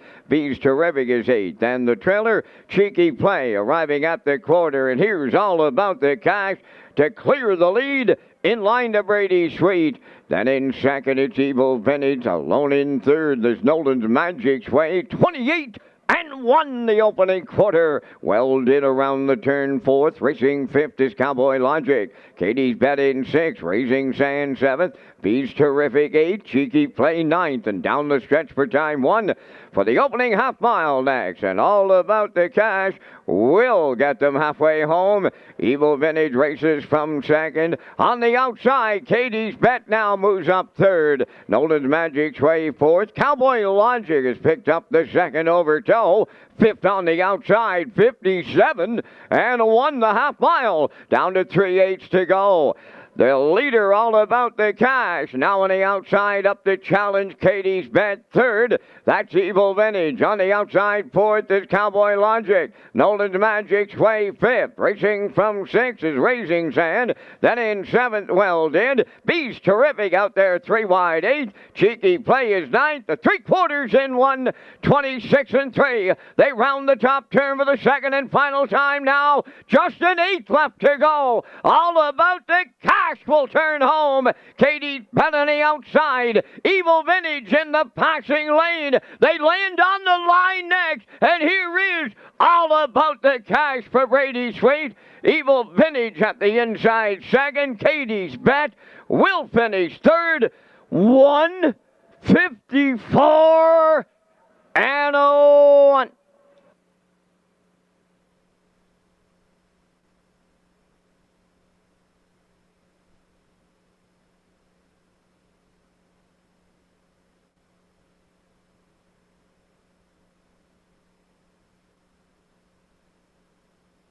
Here comes the slow-mo replay, brought to you by Universal Media for the afternoon's fifth race. Premier Mortgage Center, Mike May pace. They're going to the winner's circle. That's the 5. All about the cash, Kurt. Always a risk when you're playing that horse in the trailing spot. Sometimes they know how to do it, and they know how to trail out behind the gate, and other times they just throw in the towel.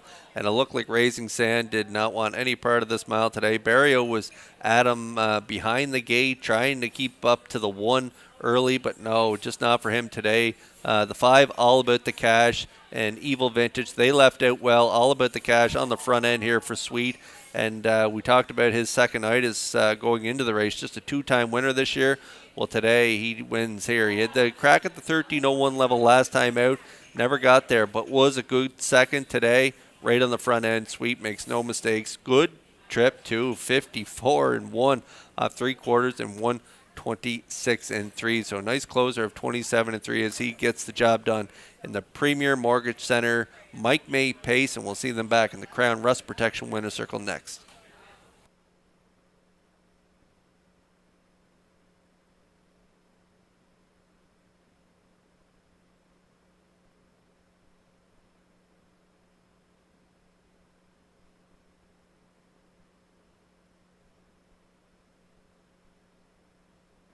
All About the Cash arriving at the Crown Rust Protection Winner's Circle here in the 5th. Bay facing Gelding, he's 4 by all bets off.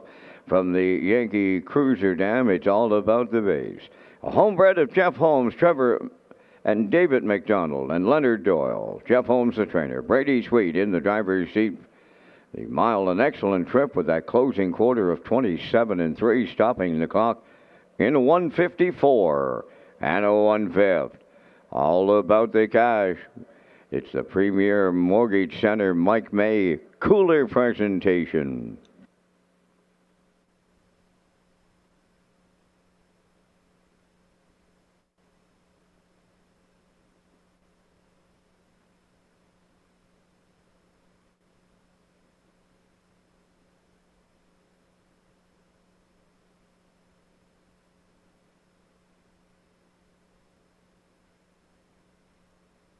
This race replay is brought to you by All Star Cresting, specializing in embroidery, screen print, promotional products, and on-site cresting featuring the newest technology, and one of the largest embroidery and screen printing departments in Atlantic Canada. For all your clothing and merchandise needs, email sales@allstarcresting.ca.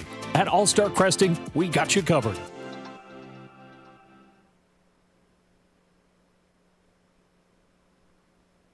Now the official results in race 5. Evil Vintage was second. Well Did 5th. Nolan's Magic Sway was 6th. Katie's Bet 3rd.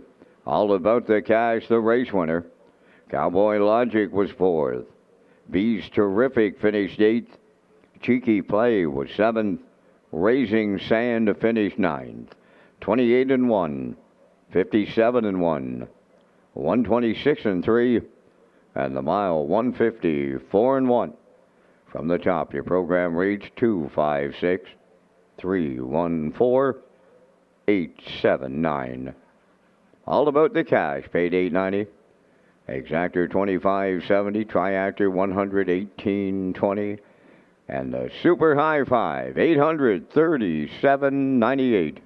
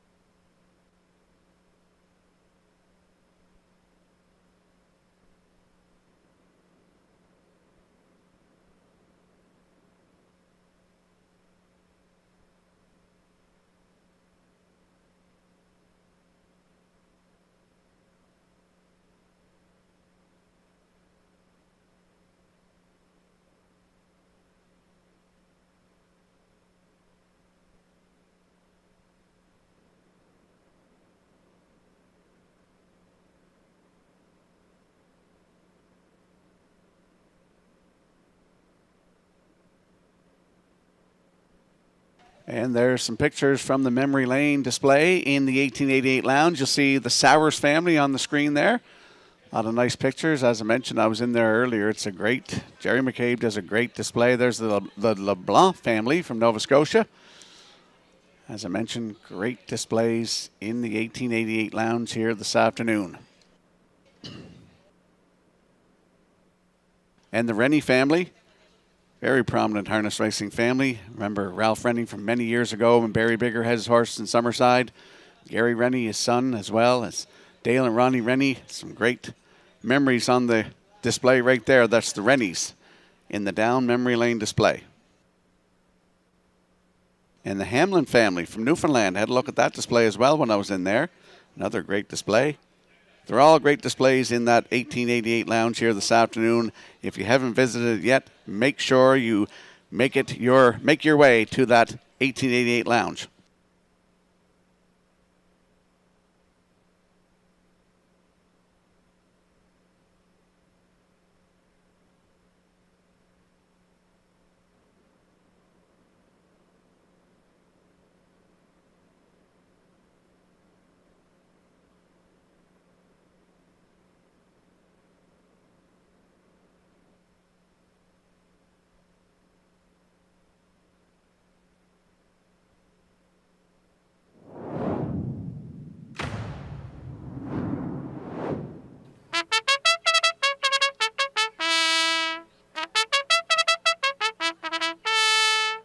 McRae's Backhoe and Trucking Atlantic Breeders' Crown Final for 2-year-old Colt Pacers. 6th race parade. Roll with the Warden, number 1, owned by Elmer Fallen and Tara Baird. Corey McPherson trains and drives. Sporty Anthony 2, owned by Jason Bigger of Muscush, and Jason Williams of McNeil's Mills, trained by Jason Bigger. Kenny Murphy drives. Louis the Lip 3, owned by David Kennedy of Charlottetown, and Ian Smith of Stratford, trained by Tom Weatherby. Brody McPhee up. 4 is Ocean View Lou, owned by Ian Smith of Stratford, Tom Weatherby of Charlottetown. Tom does the training today. Mark Campbell catch drives. Woodmere Covey, number 5, owned by Peter Smith of Stratford and Gerald Morsey of Charlottetown, trained and driven by Kenny Arsenault. Tiziano, number 6, owned by Claire McDonald, Kevin McFadden, and Ian Tate of Nova Scotia. Claire is the trainer-driver. Number 7, 0260, owned by the Ultimate Stable at Greater Lakeburn, New Brunswick, trained by Sifoy Melanson, is Gilles Barriol. Number 8 is Darby's Fancy, owned by Rebecca McKenzie of Dominion and Sandra O'Donnell of Scottstown, Nova Scotia, trained by Pooker McCollum. Adam Erner aboard at 4 minutes to post time. This is Championship Sunday at Redshores, Charlottetown. And don't forget to get your 50-50 draw tickets over $1,000 to the winner. It's presented by the Prince Edward Island Standardbred Horse Owners Association. Equipment change on the 7 in this race. That's 0260. Adds a line pole on the outside.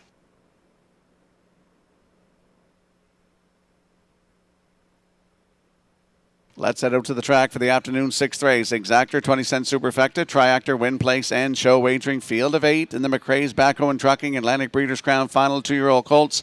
$40,000 on the line. Kurt, you and I both going with the 2. Sporty Anthony, 2-year-old Big Yelling by Somewhere Fancy for Jason Bigger of Muscush and Jason Williams of McNeil Mills. Jason Bigger is the trainer. Kenny Murphy in the bike. Nice trip in his last one. Yeah, that was a real nice trip. He got out to the lead and got that good 2-hole ride. He's been on the front end a couple times, doing the heavy lifting in his last few starts, and maybe the year he's starting to get a little tired, and maybe a good covered-up trip is what he needed, and Kenny gave it to him last week, and he responded. He was really close at the line, second by a neck, 28-3, 55-2, a real good trip. If you look at his lines prior to that on the front end, he gave it up late both times on the front, and so I think from this inside draw, if Kenny covers him up, maybe getting a 2-hole ride again here today, I think he will do good things for Kenny in the stretch, and I think he can get up for the victory. He was really close to Disco Bay in that last outing. So Sporty Anthony, a real good season. He got off to a fantastic start in his freshman campaign, but it's a long season. And so he was a winner early in the last few starts. He's finished on the board, but I think today he can put another one in the win column. He is 7 for 7 in the top 3 with 2 victories, a little over 36,000 made in earnings, and I think he'll add a lot to that total today. Sporty Anthony, currently the slight choice at 3-2. And there's a look at the 70260. It's a line pole to the outside. Today's a Bay Gelding 2 by Tobago Caves for the Ultimate Stable of Greater Lake, New Brunswick. Sifuwa Melanson is the trainer. Gilles Barrio in the bike. Nice season for this horse too, Kurt. Yeah, and I think Tobago K is kind of underrated. I really like him as a sire. He throws a really nice horse. He's good with the Colts and fillies. He's not really one or the other. He can throw a nice filly and a nice colt, and this is a really nice colt. 2-year-old gelding by Tobago K's. Jamie McKinley, the breeder, shout out to him. He's done great things over the years in the breeding operation. He brought Tobago K's here to the Maritimes, and he's been a fantastic sire. Barrio has been getting along really well with this guy since he's taken over the training duties, reeling off 4 in a row in his last 4 starts, 57-1 on the front end in a Joe Bryant Gold last time out. They got their work cut out for them from post 7 here today, but he got the job done from post 5 with a sharp closer of 27-4, just 3 starts back, and so I think he can overcome post 7 here today to finish in the top 2. He looked really good scoring out there for Barrio. 0-260 for Sifuwa Melanson, currently 9-5. And there's a look at the 5. I put him in there for second, the 5. Woodmere Kobe, 2-year-old Bay Gelding, also by Tobago Caves for Peter Smith and Gerald Morrissey. Kenny Arsenault is the trainer and the driver. Nice season as well for this colt, Kurt. Yeah, another good looker by Tobago Caves, and yeah, a real good season. 5 for 6 in the top 3. He's got 2 victories, a little over 31,000 made. He's got great closing speed, close to win an A-stake in Summerside 2 back, 27-4 to get the job done. And that was a nice 3-wide blast last time out, just too far to come. He was back 9 lengths at the half last time out, and he reeled them in. Was only beat 2 1/4 in the at the finish, finishing 3rd, grabbing the Shodo there in 57-3.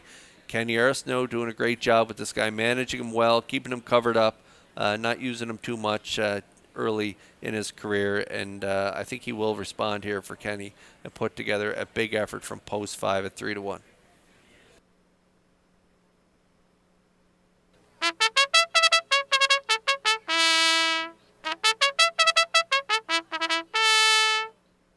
Now we'll have a look at the odds board for the afternoon 6th race. 2-year-old Breeders' Crown Final, Atlantic Breeders' Crown Final, $40,000 on the line. Roll with the Warden, Corey McPherson at 16-1. Sporty Anthony 2, Kenny Murphy, your current choice at 6-5. Louis the Lip 3 and Brody McPhee at 6-1.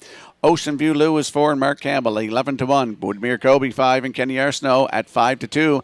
Tiziano leaves 6 and Claire McDonald at 29-1. The 70260 and Jill Barrio at 5-2. Rounding out the field on the outside 8 is Adam Erner with Derby's Fancy at 58-1. That's the field for the afternoon 6th race. Get into the action and good luck with your selections.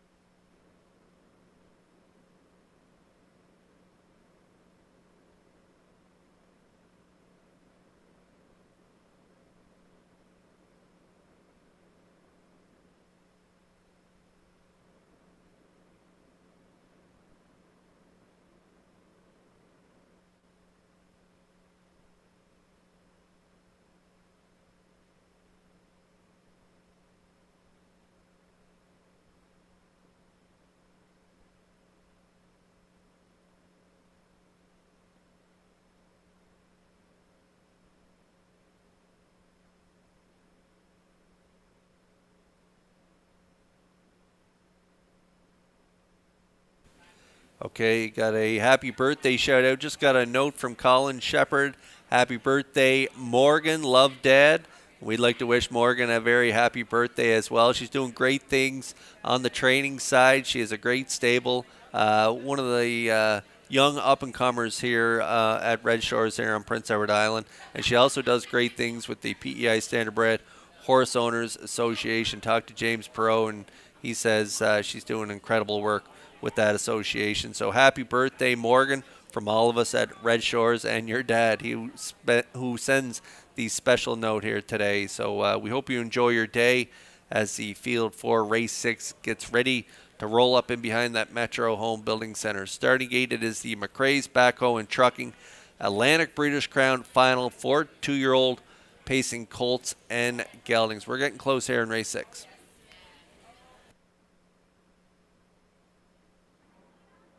$40,000 on the line here as they line up. Roll with the Warden, Sporty Anthony, Louis the Lip, Ocean View Lou, Woodmere Kobe, Tiziano, 0-260. Darby's Fancy on the grandstand side. In the hands of the starter, Jeff McDonald. 6th race, top of the stretch. They're ready for a start. Up and pacing 0-260 and Sporty Anthony are leaving out on the rail 3rd. That's Roll with the Warden. Coming up 4th on the outside is Ocean Blue Lou. Away 5th is Louis the Lip. Then racing from 6th is Woodmere Kobe, Tiziano 7th, and the trailer, Darby's Fancy. Along the backstretch for time 1 to the quarter, and here is 0-260 for Gilberto to take over the lead. Sporty Anthony did not take him on. He settled up for a 2-hole ride, racing 3rd.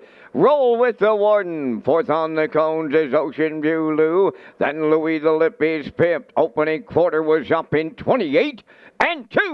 Racing from 6 is Woodmere Kobe, Tiziano 7th. And the trailer is Darby's Fancy. Down the stretch they come, and the backfield's in motion now. On the lead, 0-260. Second is Sporty Anthony. On the outside, first up, Ocean View Lou is underway. Roll with the Warden at the rail 4th. On the outside, Woodmere Kobe has moved up 5th. Louis the Lip is 6th. Tiziano 7th. Darby's Fancy 8th. 57 and 4 was the half mile. They swing by 5/8 and straighten to the backstretch. 0-260 the leader. Ocean View Lou on the outside. Now with his head in front. Woodmere Kobe is right there 3rd. Sporty Anthony on the cones 4th. Then in 5th it's Roll with the Warden. Louis the Lip is 6th. Darby's Fancy 7th. Tiziano is 8th. The 3/4 in 1. 27 flat. Just an 1/8 of a mile out. Ocean View Lou the leader in the middle. 0-260 along the rail. Woodmere Kobe looms the danger on the far outside. On the line in the Atlantic Breeders' Crown. Up the inside, Sporty Anthony was coming through late. Picture time in here. Sporty Anthony might have got there. That's Woodmere Kobe in the photo. 1:55.4.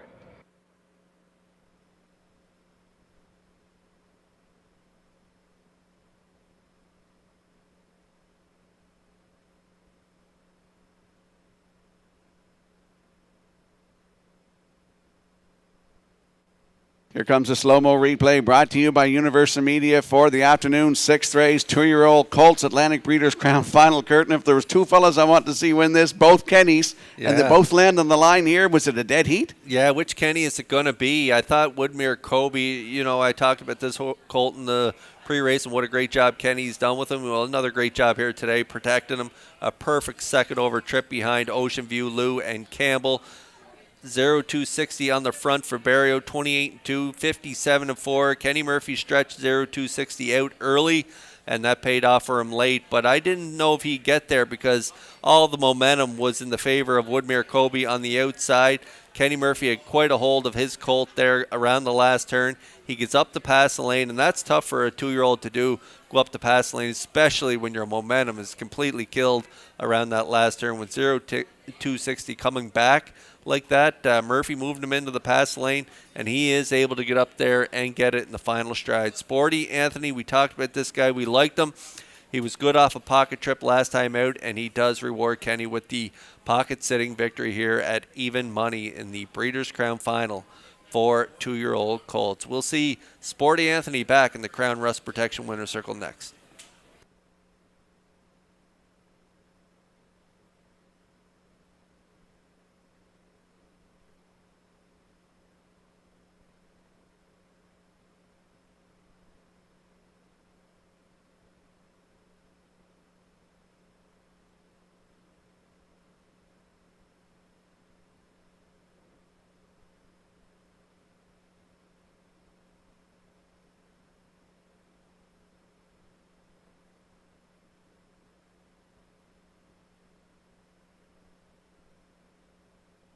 The Bigger family raced a horse by the name of Sporty Anthony back in the 70s.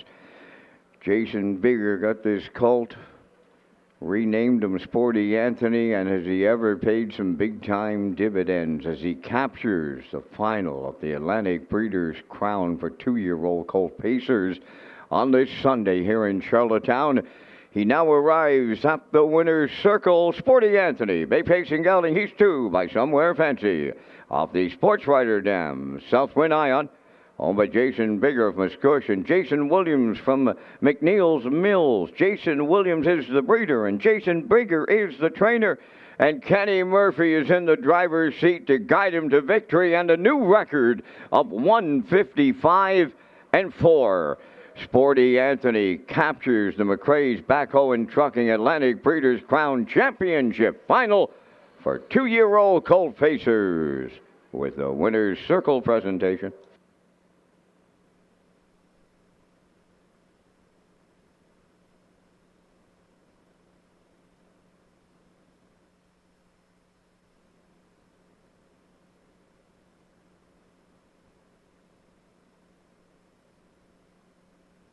This race replay is brought to you by Racetrack Print and Graphic. Here they come, and it's Racetrack for the win with exceptional print products, exceptional graphic design services, and exceptional value. Racetrack Print and Graphics, 902-892-7719.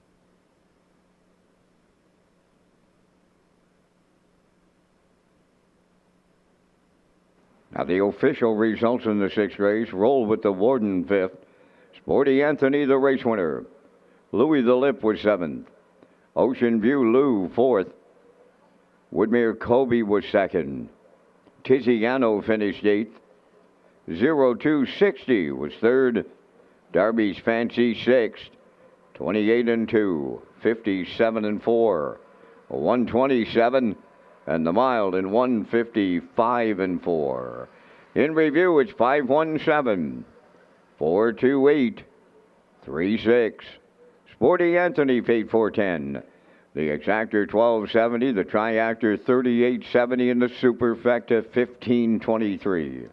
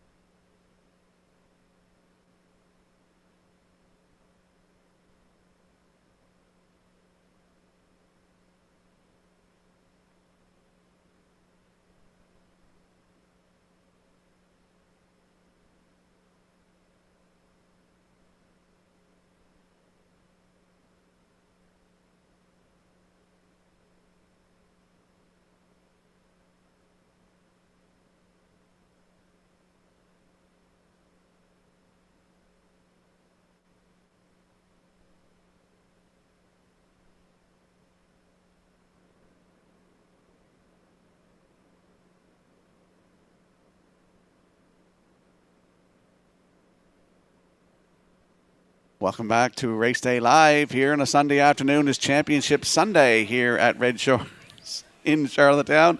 I'm Rocky Skirman along with Kurt Hughes and Vance Cameron bringing you all the action here this afternoon. And we got the Premier's Cup final coming up in race number 16 today, Kurt. That's right. Mickey Shan is on the rail. Going to be tough to beat, better than Spring 2. Twinbee tough enough post 3, and Salzbrook E in post 4.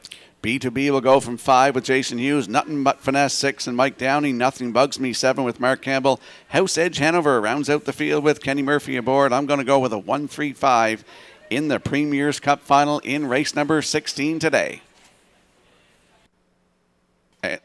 There's a shot of the Atlantic Post Calls paddock cam. And we'll see the selections for the upcoming 7th race. Melissa Keith is going to go with 7-2-5. Ken Morgan at 3, 5, and 4. Kurt?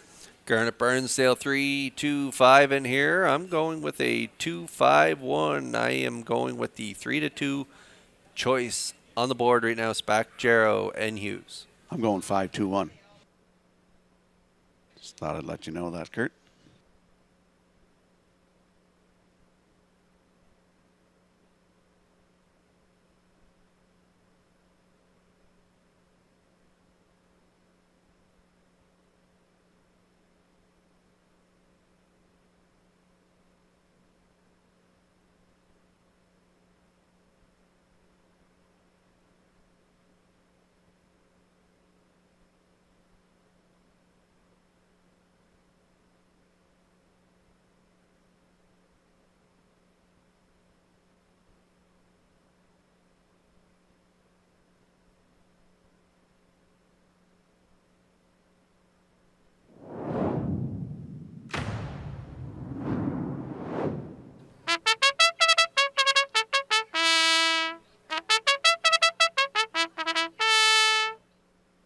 On the 7th race post parade, here comes Emmett, number 1, owned and trained by Melvin Gamester of Hunter River. Jill Barrio drives.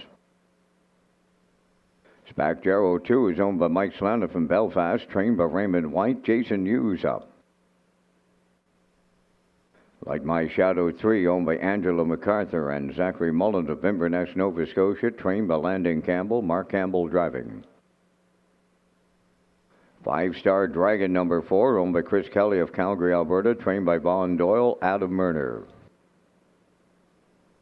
Red Eye to Shanghai number 5, owned, trained, and driven by Wade Myers of Charlottetown. I'm Hungry 6, owned by Chantel Langell of Montague, and Schooner 2 Stable of Truro, Nova Scotia. Paul Langell is the trainer driver.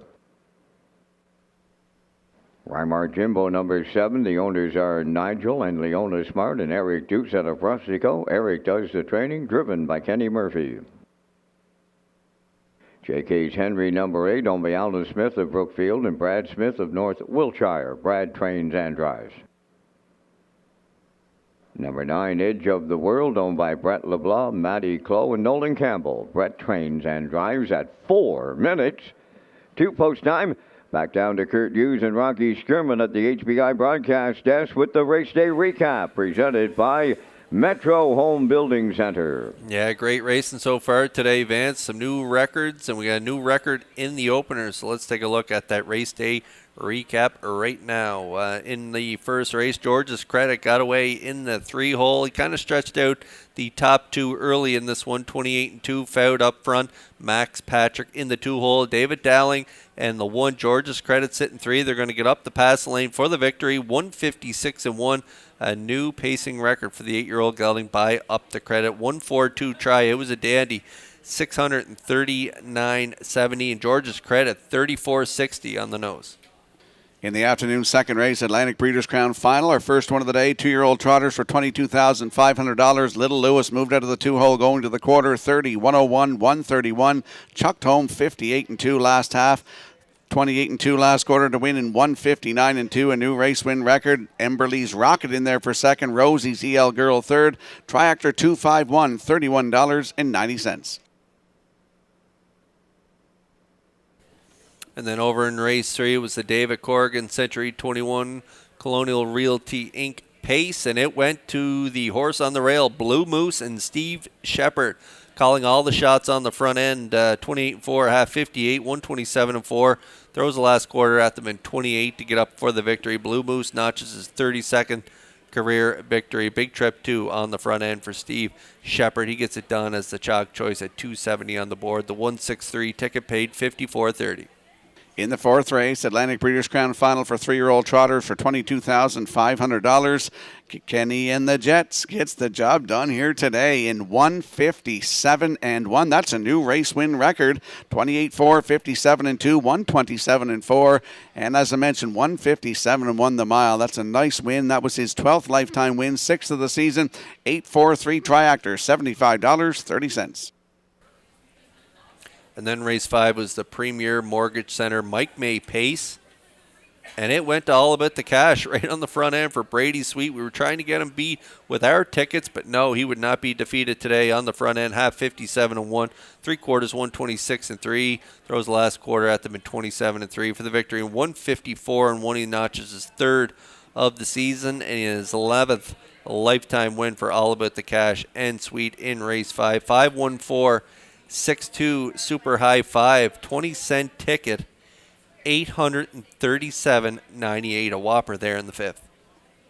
In the afternoon, 6th race just finished. McRae's Backhoe and Trucking Atlantic Breeders' Crown Final for 2-year-old colts for $40,000. I had picked 257, wasn't on the screen. And here's the stretch drive. Kenny Arsenault, as Kurt's mentioned, had all the momentum. But look in the passing lane. He's getting down there, folks, and he gets up to win. Sporty Anthony for Kenny at Murphy in 155-4. New race win record with Woodmere Kobe second. Up for third is the 70260. It's 257 ice cold for me. $38.70. And that's a look at the race day recap presented by Metro Home Building Center. And there is a look at the close photo from the afternoon 6th race. You'll see on the line, the nose is there. That's Sporty Anthony getting the job done over Woodmere Kobe. It's not as close as I thought, though. Kurt, I thought they were a little bit closer than that. Still close. And the win goes to Sporty Anthony. Congratulations to the Connections.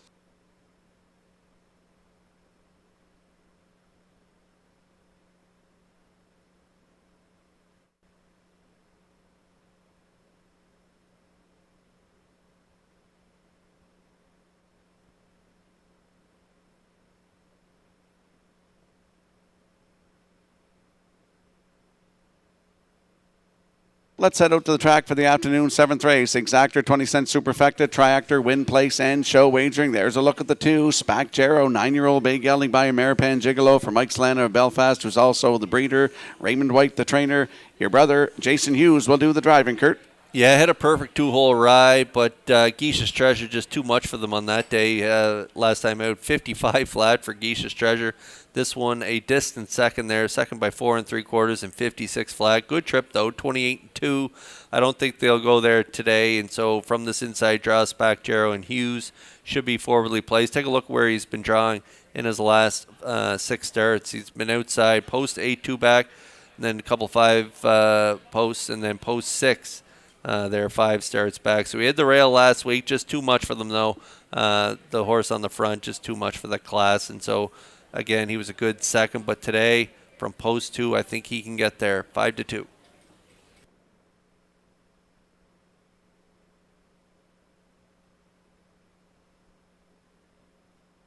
And there's a look at the 5. Red Eye to Shanghai. 3-year-old bay gelding by Shanghai Phil for Wade Myers of Charlottetown. He does it all. The owner, the trainer, the driver, and the breeder. Getting at a stakes competition today, Kurt, and a nice win in his last one. Yeah, going up against some age horses, that's a tall task for a 3-year-old to do. He was a big winner there in the grass through for Campbell last time out, 56-1.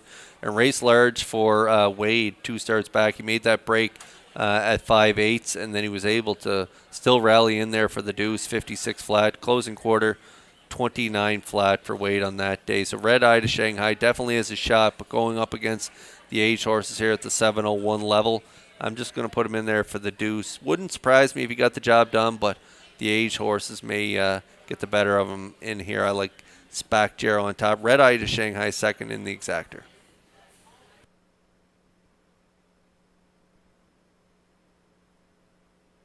And there's a look at your third selection, mine as well. That is Here Comes Emmett, Jill Barrio aboard for Melvin Gamester of Hunter River. Yeah, it has great gate speed. Shows trips in 57. Should be forwardly placed. I'm looking for Barrio to push out from the rail and secure a spot up close to the lead. He could be on the front end in here. I could see Spack Jarrow getting the 2-hole and then overtaking him in the stretch. That's the way I see it setting up here in race 7 as the horses line up in behind the Metro Home Building Center starting gate. Let's go back upstairs for the call to Vance Cameron. Here comes Emmett, Spack Jarrow, Light My Shadow, 5-star Dragon, Red Eye to Shanghai.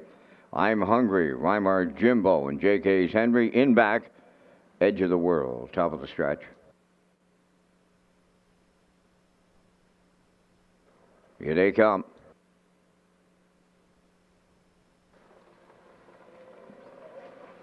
Rough and pacing. Here comes Emmett and Spack Jarrow leaving to their outside. I'm Hungry is coming.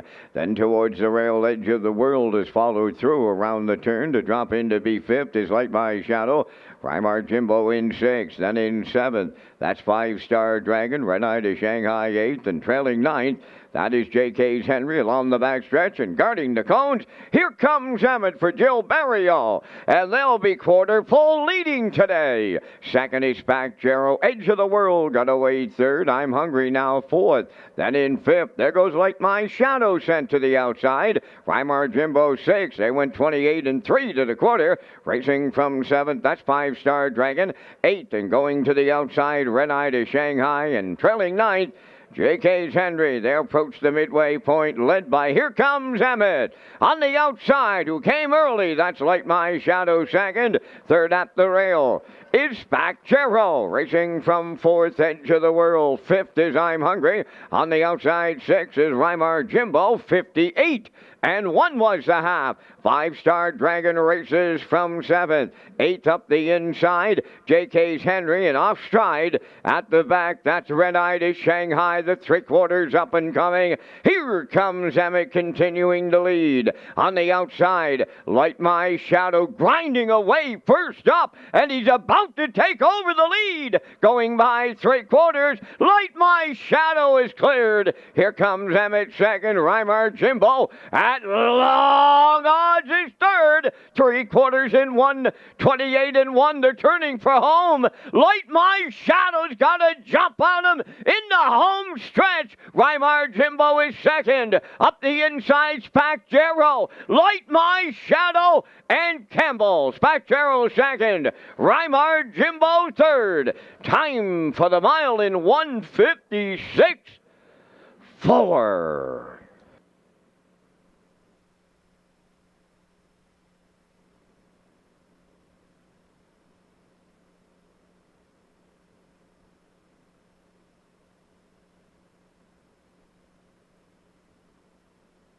Here comes a slow-mo replay brought to you by Universal Media for the afternoon. Seventh race, Prince Edward Island Standardbred Horse Owners Association pace. Light My Shadow, Kurt. He came early and hung around late. Yeah, first up in his last two races. Third time's the charm. He comes first up again here. Mark commits early, and he comes first up on Here Comes Emmett. But this time he was able to clear up to the lead and drive right on by and opens up and has enough daylight on the field. Spack Jarrow got shuffled there in behind Here Comes Emmett. Didn't take him to the head of the stretch on top. He kind of lost some momentum there, and so Spack Jarrow up the inside for the deuce for Hughes, but just ran out of Racetrack and couldn't reel in Light My Shadow and Campbell as they do get there for the job done in this seventh race. It was a PEI Standardbred Horse Owners Association pace, and we'll see Campbell and Light My Shadow back in the Crown Rust Protection Winner Circle next.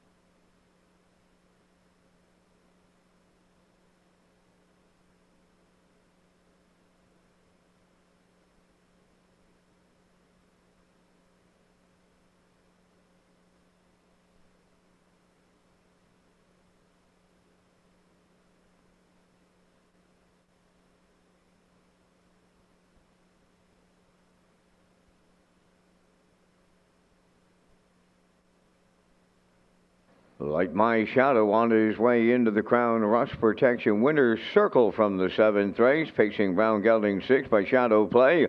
Off the American Ideal Dam, Carlotta Blue Chip, owned by Angela MacArthur and Zach Mullins of Inverness, Nova Scotia, bred by A Piece of the Action of California. Trained by Landon Campbell. Mark Campbell drives him to victory in 1:56.4. Light My Shadow in the seventh. Down at trackside, the PEI Standardbred Horse Owners Association has the cooler presentation.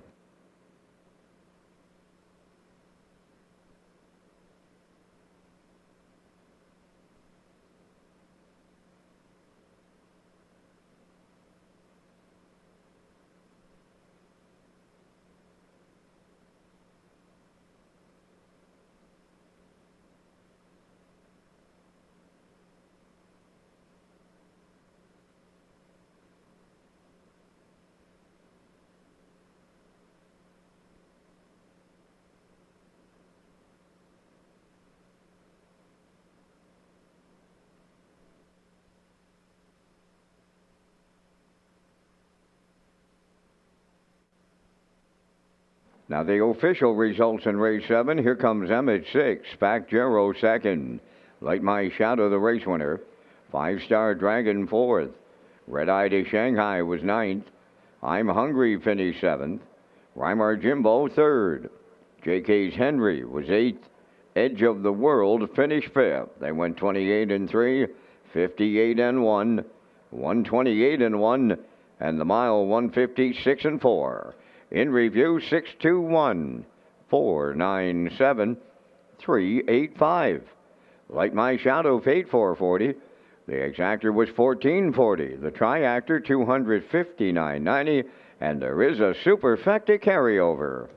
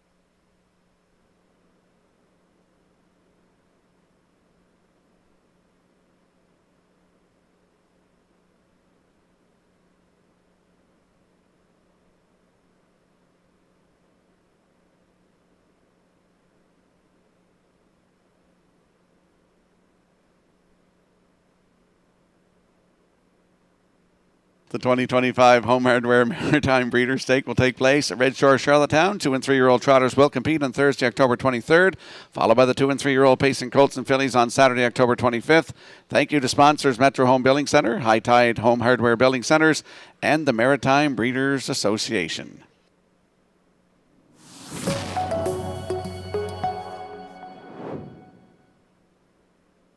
And there is a shot of the Atlantic Post Calls paddock cam. You'll see the selections come onto the screen for the upcoming 8th race, McRae's Backhoe and Trucking Atlantic Breeders' Crown Final for 2-year-old pacing fillies for a purse of $40,000. Melissa Keith at 164, Ken Workman at 614. Kurt?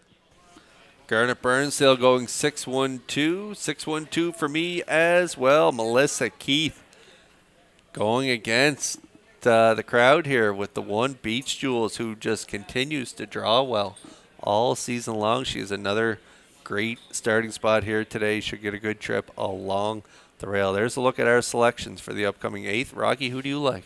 Oh, I was just going to say I'm going 612 as well. I'm with the crowd.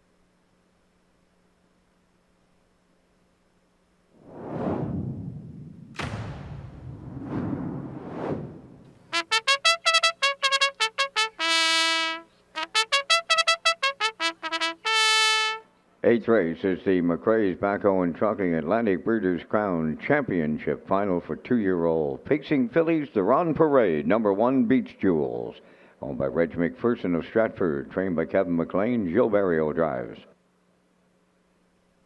Baker's Dozen 2, owned by Michael Clary of Montague, trained by John Clary, Corey McPherson.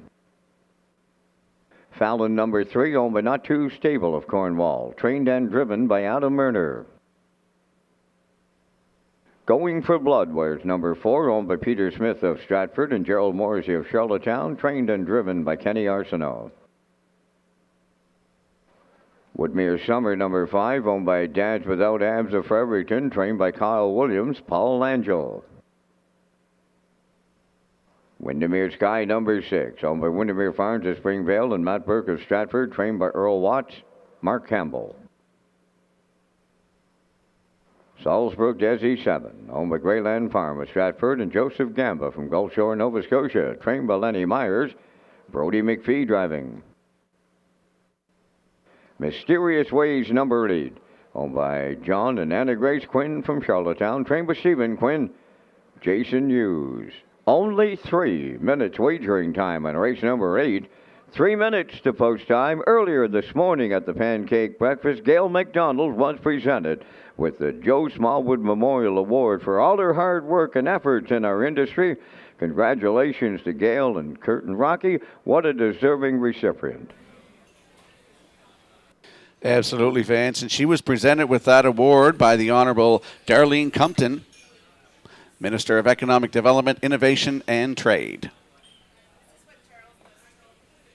And very deserving, Rocky, all the work she does here with the photos and all the work she does with the Horse Owners Association as well. And we know she's part of the Atlantic Post Calls, making Freddie look good as editor for every edition of the Post Calls. So she does a lot of work behind the scenes for a lot of different groups, and very deserving of this award this morning. Yes, congratulations, Gail. Very well deserved.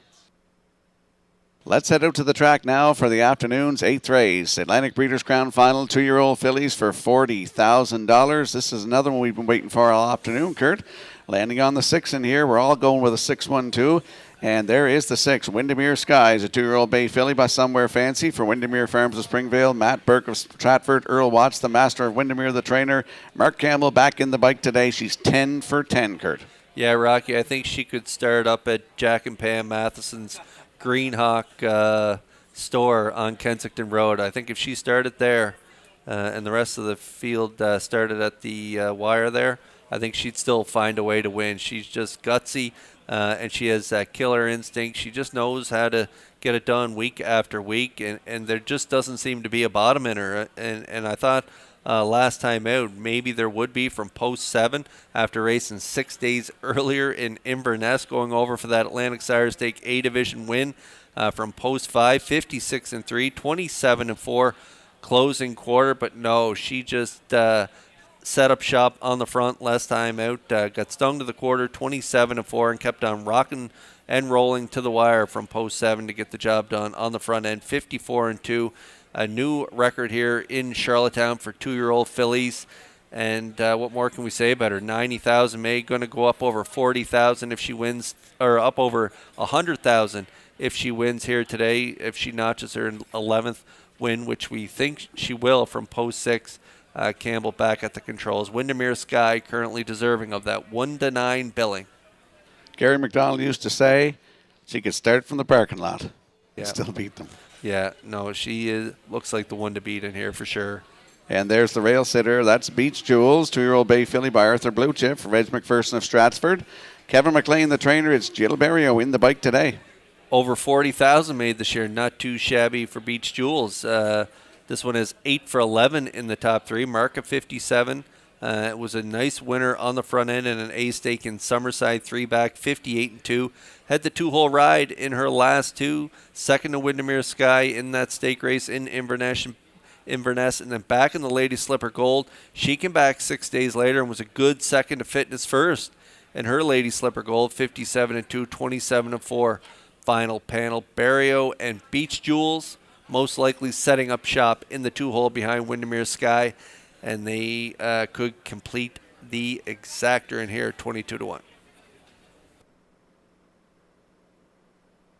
And there's a look at the 2, Baker's Dozen. 2-year-old bay filly by Bet the Moon for Michael Clary of Montague, who's also the breeder. John Clary, the trainer.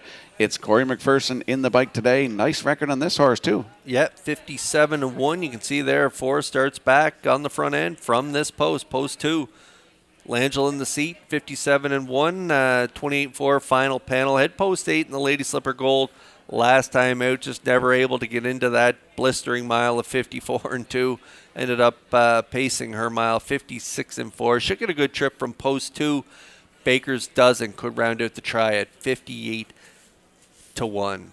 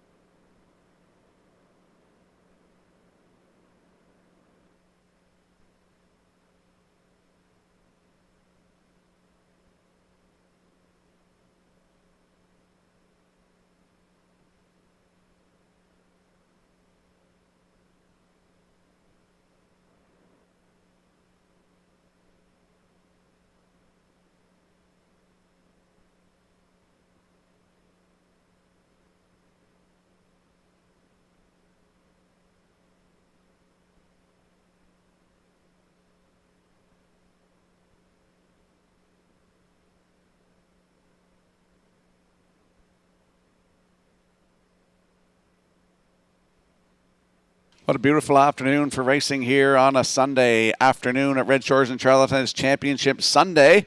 McRae's Backhoe and Trucking Atlantic Breeders' Crown Final for 2-year-old fillies for $40,000. Field of 8. They're lining up in behind the Metro Home Building Center starting gate. Vance Cameron, take it away. Beach Jewels, Baker's Dozen, Fallon, Going for Blood, Woodmere Summer, Windermere Sky, Salzburg Desi, Mysterious Ways are at the top of the stretch.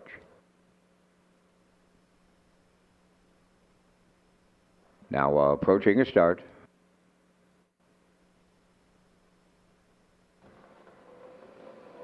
Rough and pacing on the rail. That's Beach Jewels, the first one out. Second is Baker's Dozen. Between horses, third Going for Blood. On the far outside, that is Windermere Sky, fourth. Then in fifth up the rail, Fallon, sixth. On the way to the backstretch, Woodmere Summer. 3 wide in the early going. Here comes the undefeated and the track record holder here in Charlottetown. Windermere Sky has cleared the lead for Mark Campbell. Second, that's Beach Jewels. Now in third, Baker's Dozen. Fourth is Going for Blood. And they opened it up big time. Boom! Just like that, 27-4 on the point. That's Windermere Sky by 2. Racing from second, Beach Jewels. Then in third, that's Baker's Dozen. Back into fourth is Going for Blood. Now in fifth, Fallon. Sixth is Woodmere Summer. Seventh is Salzburg Desi on the outside. Eighth, Mysterious Ways goes underway. They're halfway home in 56 and 1. Windermere Sky, the leader, and she's rolling now with 3/8 to go. Second is Beach Jewels. Baker's Dozen in third. Going for Blood fourth. On the outside, fifth, that is Woodmere Summer. Now in sixth, Fallon from the outside. Mysterious Ways seventh. And trailing the field, Salzburg Desi. They arrived at 3/4. Windermere Sky was there. 1:25 and 3, and she's opened up by 2.5. 1/8 of a mile to go. Make it 3 now. Windermere Sky and Campbell headed on home. Second, that is Beach Jewels. Baker's Dozen third. On the wire next, Windermere Sky. Over $100,000 in her 2-year-old campaign. A going-away winner. Perfect 11 for 11. Beach Jewels second, Baker's Dozen third. It's another new track record, an incredible performance. 1:53.3. Wow!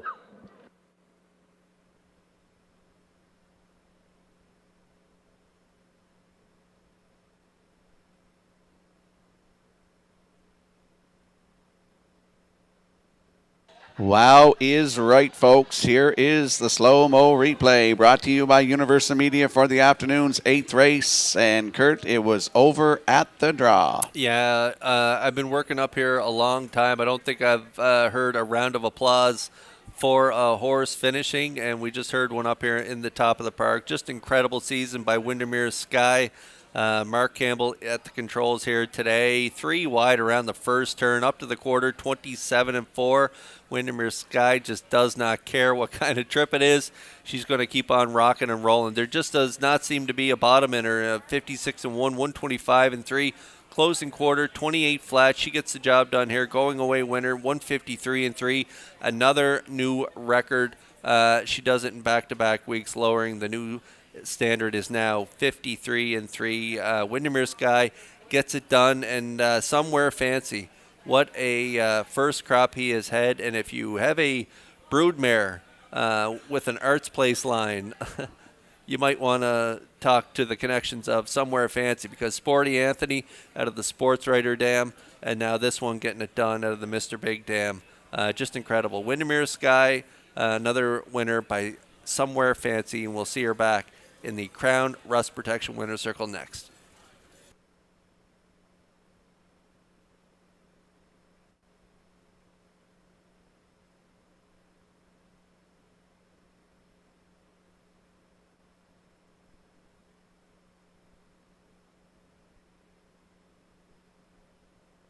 Last call, 50-50. Over $1,300 to the winner. It's the last call, 50-50.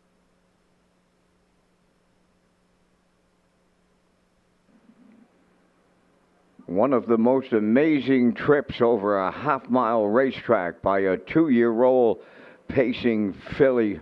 Folks, that I mean of all time. She's absolutely incredible as she arrives at the winner's circle, and she is Windermere Sky. Pacing filly 2 by Somewhere Fancy off the Mr. Big Dam Howmack Missy, owned by Windermere Farms of Springvale and Matt Burke of Stratford.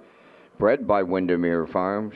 Conditioned by Earl Watts and Mark Campbell, back in the driver's seat to guide her to yet a still perfect season, 11 for 11, and she rewrites the Charlottetown Driving Park track record history books today off an awesome performance of 153-3. Windermere Sky in the McRae's Backhoe and Trucking Atlantic Breeders' Crown Championship final with the Winner's Circle presentation.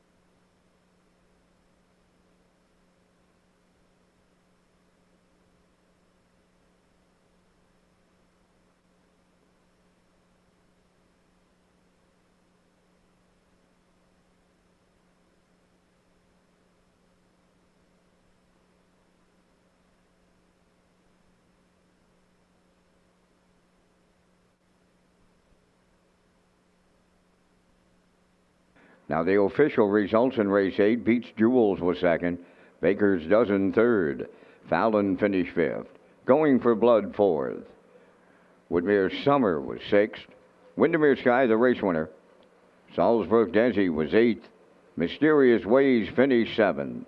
The track record fractions went 27-4, 56-1, 125-3, and the mile is that new track record for 2-year-old facing fillies of 153-3. In review, 235-461-87. Windermere Sky paid $210, the Exactor $290, Triactor $670, and the Superfecta $201.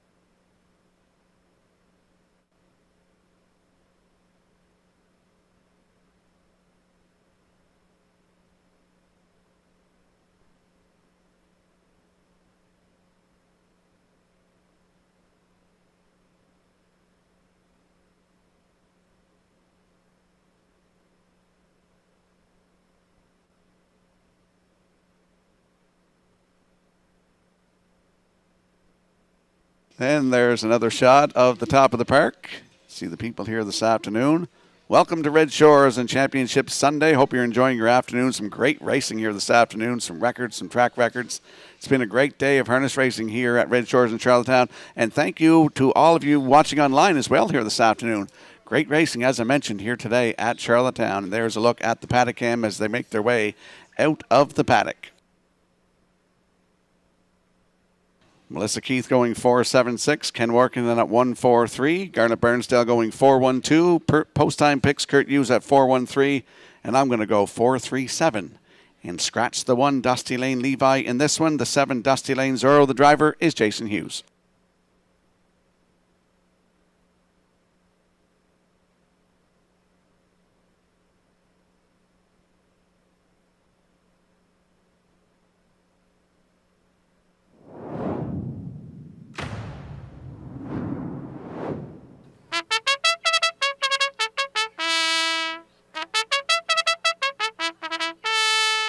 On the 9th race post parade, 1 Dusty Lane Levi is scratched. 2 Watchmaker, owned by Dr. Mitch Downey of St. John, New Brunswick, trained by Ellen Stevenson. Mike Downey driving.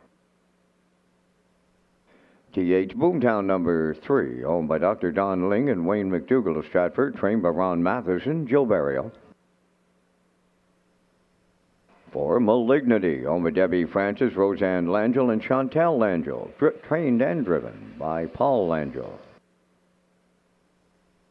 Freight Air number 5, owned by Alex McPhee of Clyde River, trained by Neil Bambrick, Brody McPhee up. ABC wears number 6, owned by Dewar Burhall, Charlottetown, trained by Cliff Murphy, Kenny Murphy driving. 7 is Dusty Lane Zorro, owned by Alexis Gass of Cornwall, trained by Ronnie Gass, and note the driver change to Jason Hughes. 4 minutes to post time.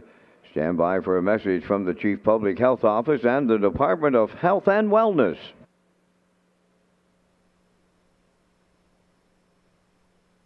Life is filled with moments worth celebrating. During the festivities, it's important to remember that all alcohol use comes with risks. You have the right to know that drinking less alcohol reduces your health and social risks. I have a lot to be healthy for. I have the right to know, I don't need alcohol to celebrate. and that's why I choose to drink less. That's why I choose to drink less. That's why I choose to drink less. Join us in helping others be aware of the risks. Choose to drink less, because less is best.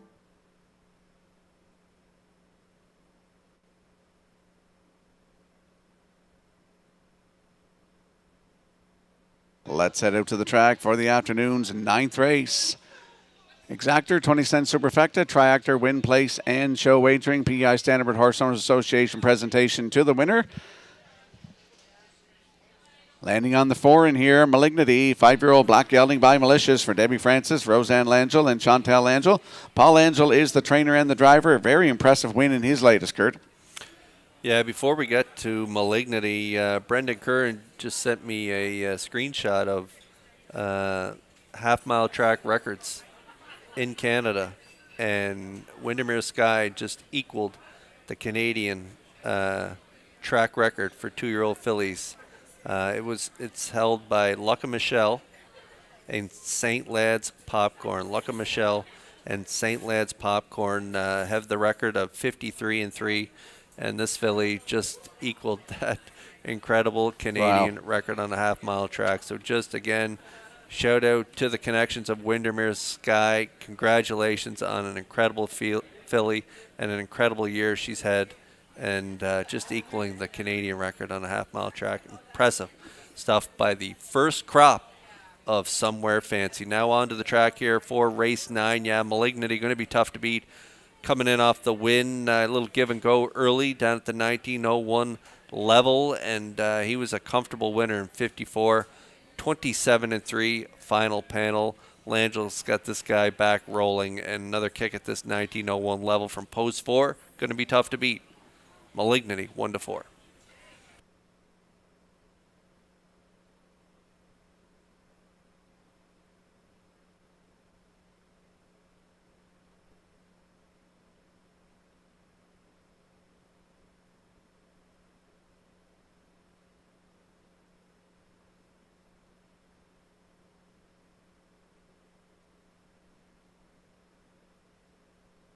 There's a look at the 3 TH Boomtowns, a 4-year-old bay gelding by Captain Crunch for Dr. Don Ling, Wayne McDougall of Stratford, Ronnie Matheson trains. It's Jill Berry who win the bike. Look at that start, second last start, nice mile, Kurt. Yeah, sharp third, 52-4 for Kenny Murphy, then post 7 last time out at this 1901 level, rallying for third, 55 in behind Malignity and Dusty Lane Zorro. And so this guy from this inside post here today with Barrio in the seat, he could grab the deuce. TH Boomtown currently right now at 2-1.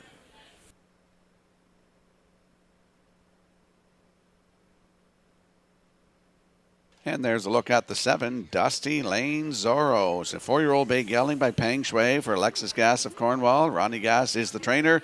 Note the driver change to Jason Hughes this afternoon. 7 wins and an impressive record. 2 back, Kurt. Yeah, I like Dusty Lane Levi to be a part of this ticket for Hughes, but unfortunately scratched out of this one. So Hughes picks up another live mount with Dusty Lane Zorro. Same farm, different horse. Coming from the same farm. And Dusty Lane Zorro, 4-year-old gelding by Peng Shui. This guy has been on fire in his last 4 starts. Reeled off 3 wins, 54-2. 2 starts back, and then a nice pocket sitting second to Malignity last time out, 54-3. Closing quarter, 27-4. So Dusty Lane Zorro from the outside could rally in late for a piece of this try with Jason Hughes in the seat. 11-1 currently.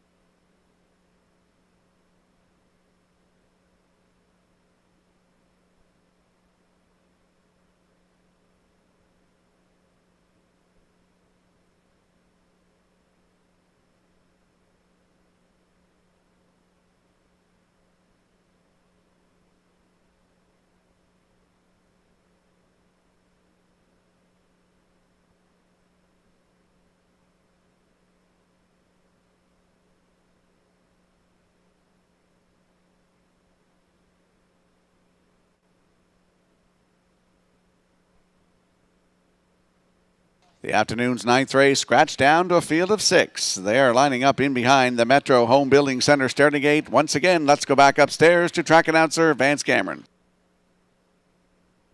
Watchmaker, TH Boomtown, Malignity. Freight Air, ABC, Dusty Lane Zorro. There's a half a dozen noses moving up to the gate here in the 9th. Top of the stretch. Now approaching a start. Off and pacing. Host of levers in here. Watchmaker at the rail, the first one out. TH Boomtown is second. Malignity will round the turn third. Coming up fourth on the outside. That's Freight Air. To get away fifth is ABC. And the trailer, that is Dusty Lane Zorro. They're rolling along in the early going. And here's TH Boomtown to clear the lead for Barrio. Racing from second is Watchmaker. On the outside third is Freight Air. Racing from fourth, Malignity. Then in fifth, ABC. Followed by the trailer. Dusty Lane Zorro, 27-2. Opened it up in here. And TH Boomtown and Barrio, they're serious on the point. Watchmaker is second. Freight Air did not want to take the rail. He's going to be out all the way from third. Fourth is Malignity, ABC. Fifth and Dusty Lane Zorro. He's edged to the outside from six. Halfway home, led by TH Boomtown. 2-hole ride to Watchmaker. 55 and 2 was the half mile. 28 seconds flat in the second panel by the 5H. TH Boomtown by 2. Watchmaker is second. Malignity third. ABC fourth. Dusty Lane Zorro on the outside fifth. Freight Air back through them to trail. They arrive at 3/4. TH Boomtown has got to jump on them late. Here comes Malignity now. Closing in on the leader. 3/4 up. 124 and 1. And they turn down the home stretch now. Malignity takes over. TH Boomtown is second. Dusty Lane Zorro coming on late. On the wire next. Malignity for Paul Angel. TH Boomtown held second.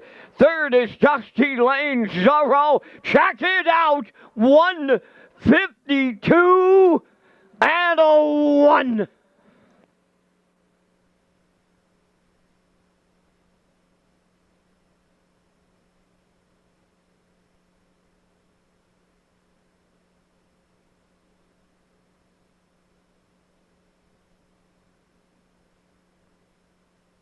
Here comes the slow-mo replay brought to you by Universal Media for the afternoon's fourth race. Malignity gets his 31st lifetime win. Kurt, new race win record. The track is fast today. Yeah, lightning fast for October, I'll tell you that. Nice weather, though, today. Pretty nice fall day.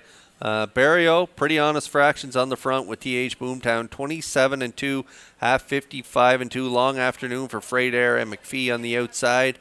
They had enough at the half. TH Boomtown up 3/4, 124 and 1. Nice patient steer by Langell aboard Malignity. Pulled the trigger at the 3/4 pole, and Malignity responded, getting the job done in 52 and 1. Last quarter, 27 and change for Malignity as he lowers his personal best by 2/5 of a second. Now a new mark for him in 52 and 1. He gets it done as the chalk choice here in race 9. TH Boomtown second, Dusty Lane Zorro third for our ice cold try here, Rocky, in race number 9. We'll see Malignity back in the Crown Rust Protection winner circle next.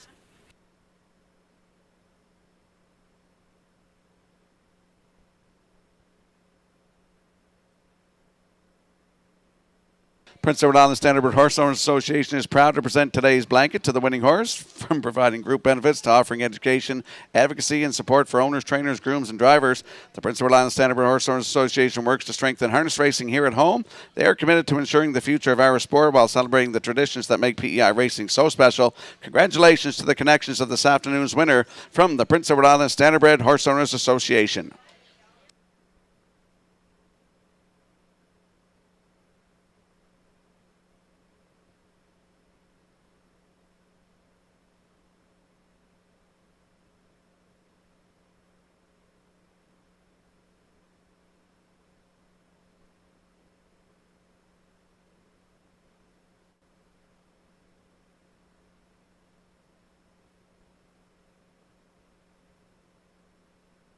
Here comes Malignity to the Crown Rust Protection winner's circle from the 9th race.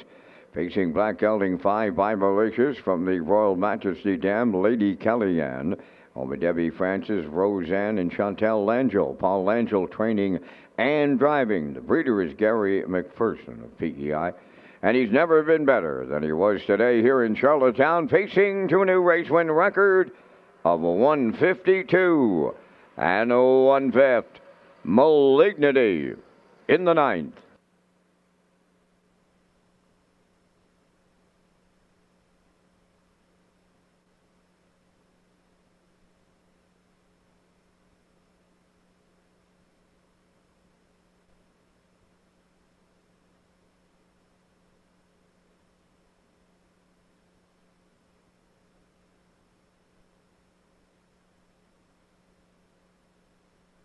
Now the official results from the 9th race.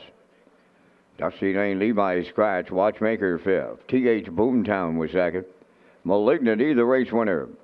Freight Air was 6th. ABC finished fourth.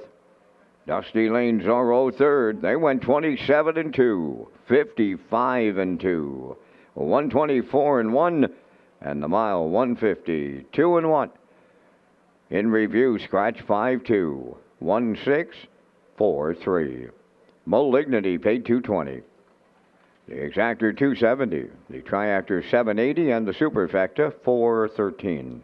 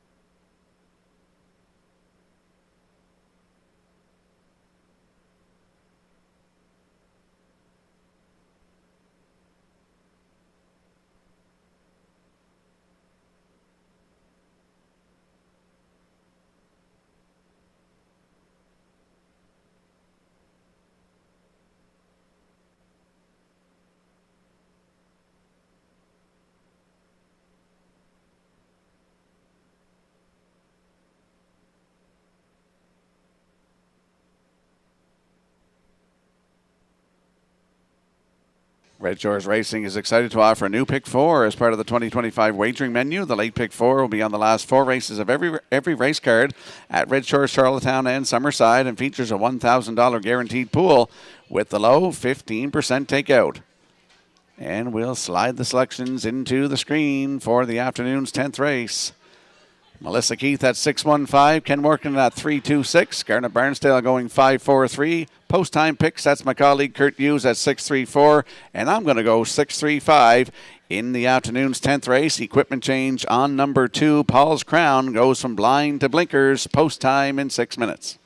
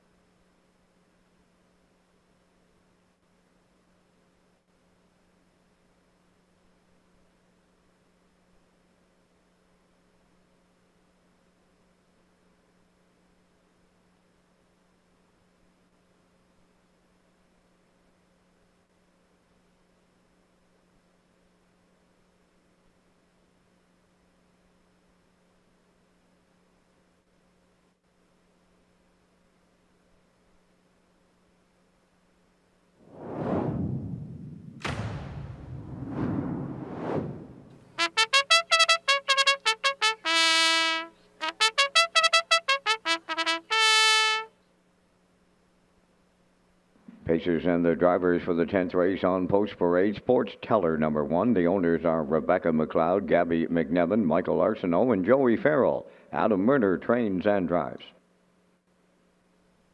Paul's Crown number 2 on by Tara Harper and Ryan Wilkie of Stratford, trained by Stanley Harper, Mark Campbell. Impeccable Shadow 3 on by Dale and Ronnie Rennie Incorporated and Melissa Rennie, trained and driven by Paul Langell. 4 is Rose Run X-Con, owned by JD Racing Incorporated of Cornwall, trained by Nick Oakes, driven by Jill Barrio. 1 Wicked Man, number 5, owned by James Perot of Stratford, Kenny Arsenault, trains and drives. Windblown is 6, owned by Douglas and Doug Pauley of Amherst, Nova Scotia, trained by Phil Sizer, Corey McPherson. 3 minutes to post time. Red Shores is proud to partner with RCS, a trusted general contractor in Atlantic Canada.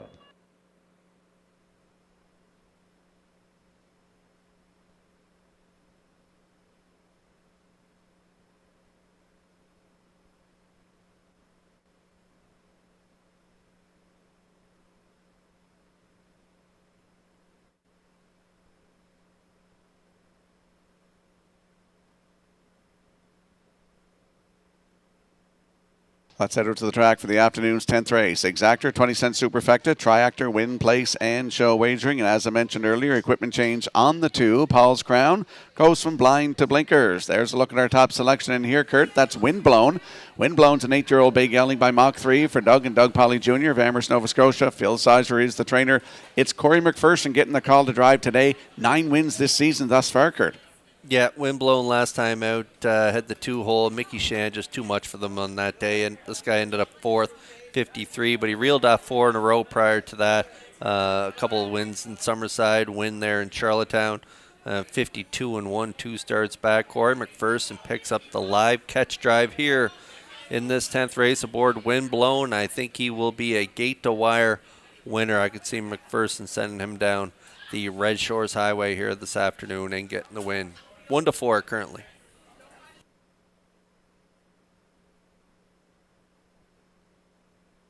And there's a look at the 3 Impeccable Shadow, 5-year-old black gelding by Shadow Play for Dale and Ronnie Rennie Incorporated and Melissa Rennie. Paul Angel is the trainer and the driver, Kurt. He's got 2 deuces in his last 3 starts, and that was a good deuce last time out to Salzbrook Ian. Paces mile in 53-4. Close and quarter, 28 flat. Should get another good trip up close to the lead from post 3 here this afternoon. So I'm going to throw Impeccable Shadow in there for the deuce. Don't think he can beat Windblown, but he could be second best in here, 3-1.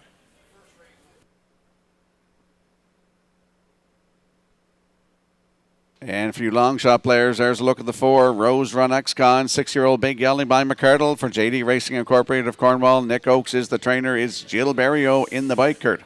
Yeah, you go a lot of different ways if you're playing the Triad. Sports Teller, Paul's Crown, 1 Wicked Man, an impressive 3-year-old owned by James Perot. Kenny Arsenault trains and drives. He's got 4 in a row. He could be part of it as well. But I just playing a hunch here with Barrio doing the driving on a board. Rose Run X-Con. He won 2 in a row. He was a winner for Barrio, 4 back, 55-4 from off the pace. And he was a good 4th last time out, 54-3, 28 flat. It even shows mile 53 flat, finishing 4th, and behind Windblown, Nothing Bugs Me, and TH Boomtown. So Rose Run X-Con from post 4 could slide in there for a long shot 7-1 to complete the try. Now time to check your 50-50 draw ticket.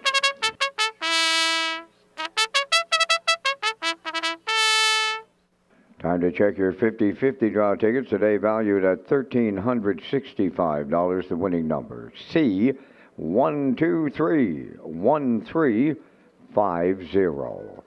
Today's 50-50 winning number for $1,365,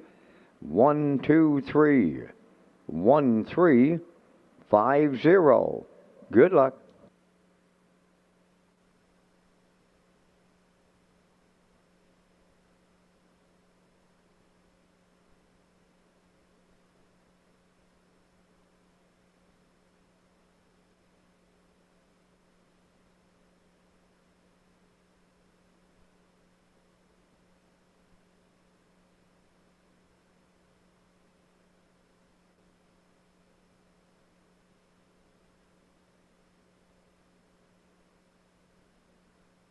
Let's have a look at the odds board for the upcoming 10th race. Field of 6, Exactor, 20-cent Superfecta, Triactor, Win Place, and Show Wagering. Equipment change on the 2. Paul's Crown goes from blind to blinkers in here. Sports Teller, Adam Murner on the rail at 30-1. 2, Paul's Crown and Mark Campbell at 7-1. The 3, Impeccable Shadow with Paul Angel at 4-1. Rose Run X-Con leads 4 with Jill Berrio at 6-1. The 5 is One Wicked Man with Kenny Arsenault 7-2. Your 1-2 choice is the 6, Windblown with Corey McPherson. That's a look at the field for the afternoon's 10th race. Good luck with your selections.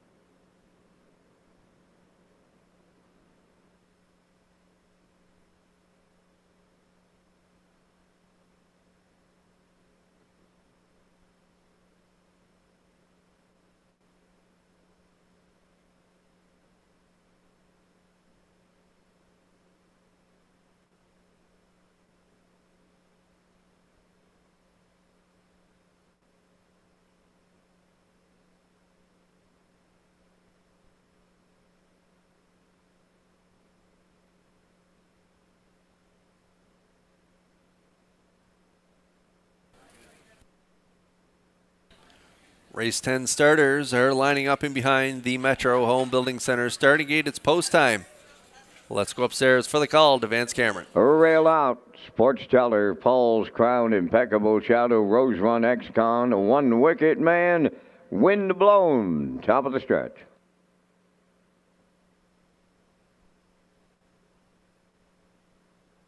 10th race, ready for a start.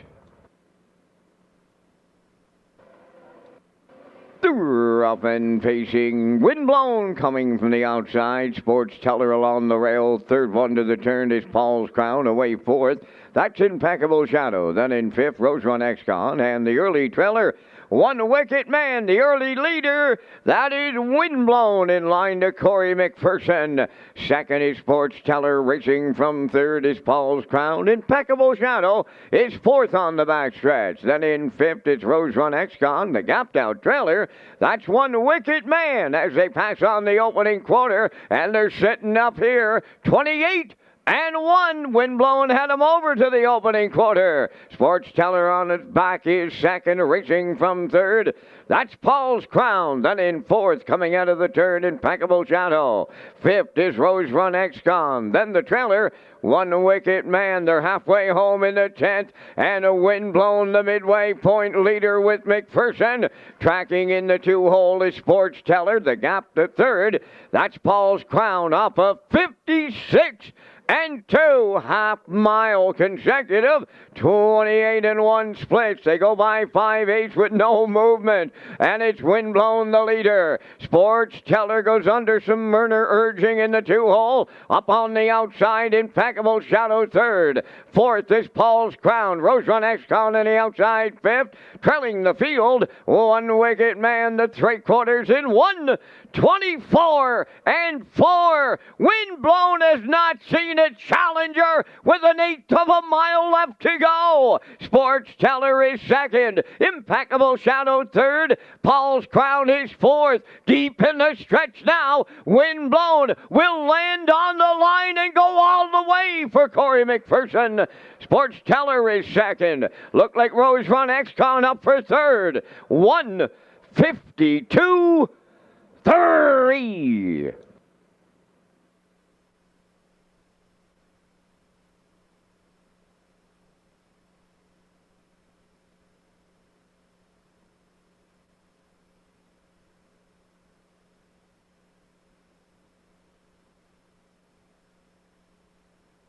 Here comes the slow-mo replay brought to you by Universal Media for the afternoon's 10th race. For a free-legged horse, can he ever bust the gate, Kurt? Right down the road today. Good trip. Yeah, he was another good winner on the front. He reeled off 4 in a row when he came back to the island, and he gets back on his winning ways here with Corey McPherson in the seat. That's Windblown from post 6, getting to the front, 28-1. Another 28-1 second quarter, half 56-2. 3/4, 1:24-4. Stops the clock here today, 1:52-3. 27-4 closer. He was good today. Sports Teller getting the dues from that 2-hole ride. And rallying up for third is Rose Run X-Con and Berrio at 8-1. 6-1-4 unofficially in race 10. You may want to mark that 3-year-old One Wicked Man on your card for next week, as he was running over them in the stretch. Just nowhere to go for Kenny Arsenault and one wicked man in this race. We'll see the 6 Windblown back in the Crown Rust Protection winner's circle next.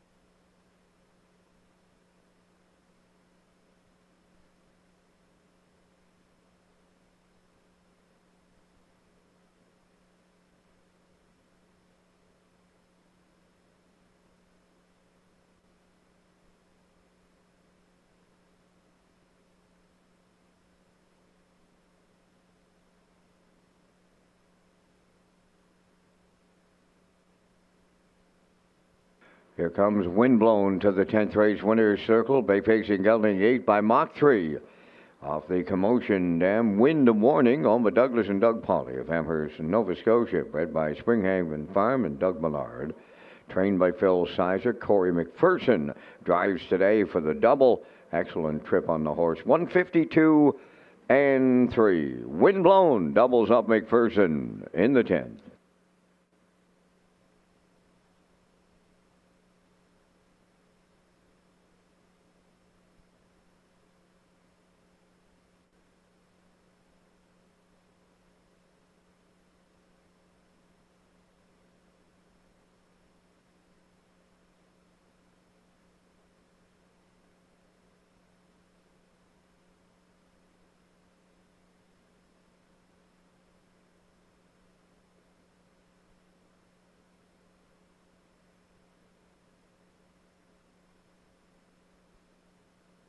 Now the official results in the 10th. Sports Teller was second. Paul's Crown fifth.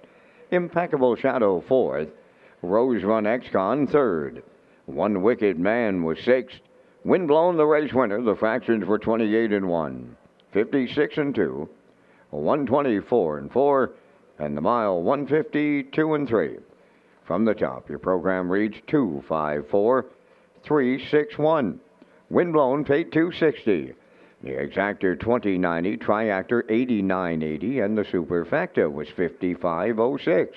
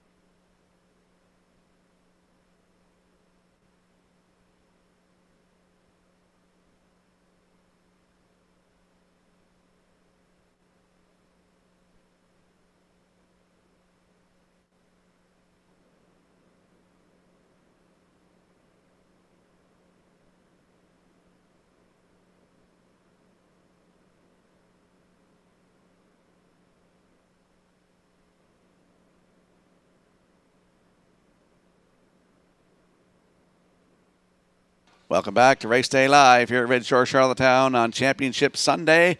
10 races in the books here this afternoon. Some great racing here this afternoon. Let's talk about HPI Bet to get points on all Woodbine racing.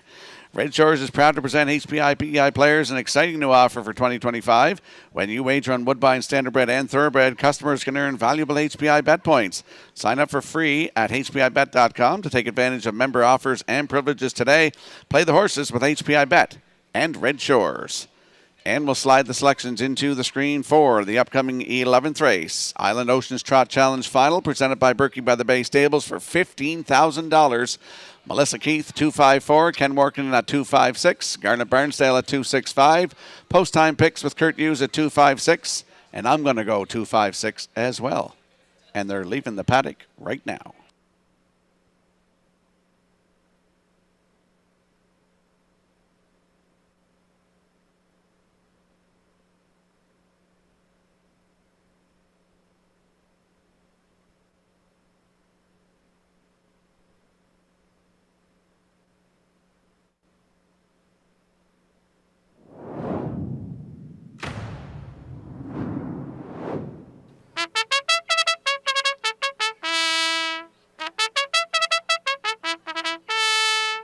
Trotters and the drivers for the 11th race is the Island Oceans Trot Challenge Final, presented by Berkey by the Bay Stables. Ripton Ready 1 on Medina Clove, New Haven, and Dr. Ruth Irving of Russell, Ontario. Dina does the training, driven by Brett Clough.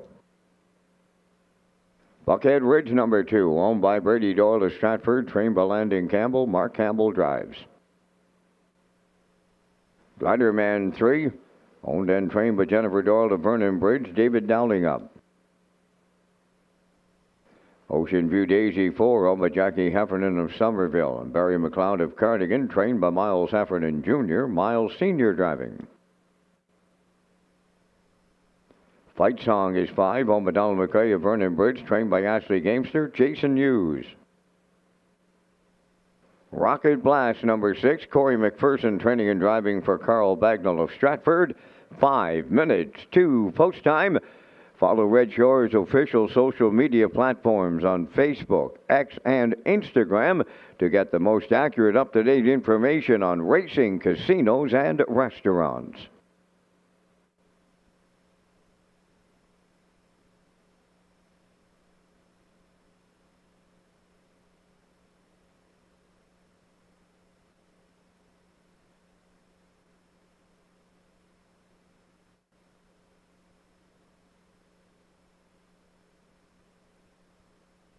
Let's head over to the track for the afternoon's 11th race. Exactor, 20-cent superfecta, Triactor, win, place, and show wagering. Don't forget to tag your ticket for a chance at that Wild Horses jackpot of $25. It is the Island Oceans Trot Challenge Final, presented by Berkey by the Bay Stables.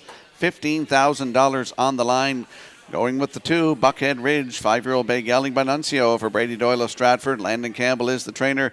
It's Mark Campbell in the bike. 15 wins, Kurt. Yeah, 15 wins, having his way with the top trot here on PEI. His only defeats either came if he made a break or a Fight Song drew inside. But with this guy with the inside advantage, he's going to be tough to beat again. He was on the front end from post 6 and 7 in his last 2, and he'll be on the front end from post 2 here this afternoon. So I bet he goes 3 in a row, and he leads gate to wire in this one. Buckhead Ridge and Campbell chalk at 1-9.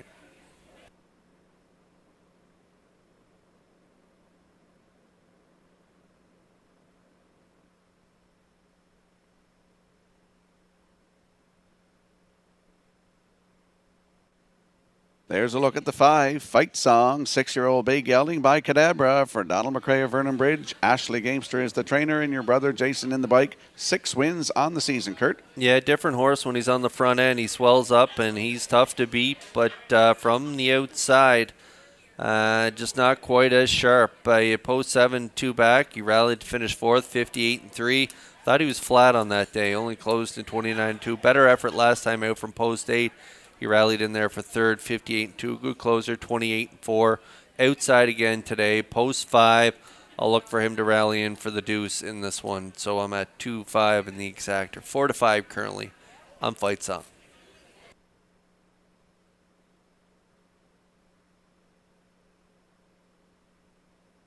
And there's a look at the 6, Rocket Blast, 4-year-old bay gelding by E.L. Rocket for Carl Bagnall of Stratford. Corey McPherson is the trainer and the driver. Does have a win this season, Kurt.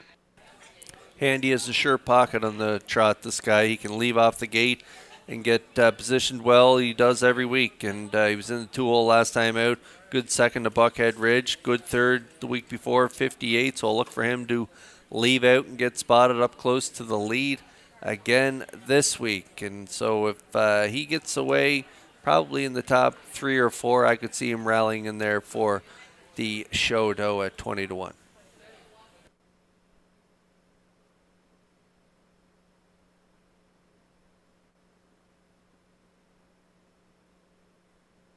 Let's have a look at the odds board before they go to the gate for the afternoon's 11th race. Island Oceans Trot Challenge Final, presented by Berkey by the Bay Stables. On the rail, Ripped and Ready and Brett Clough at 53-1. Buckhead Ridge 2 and Mark Campbell at 2-5. Gliderman is 3 with David Dowling at 76-1. The 4, Ocean View Daisy and Miles Heffernan Sr.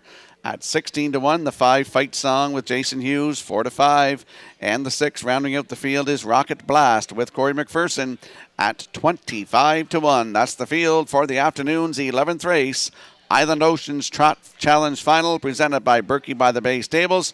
They're going for $15,000 this afternoon. Good luck with your selections.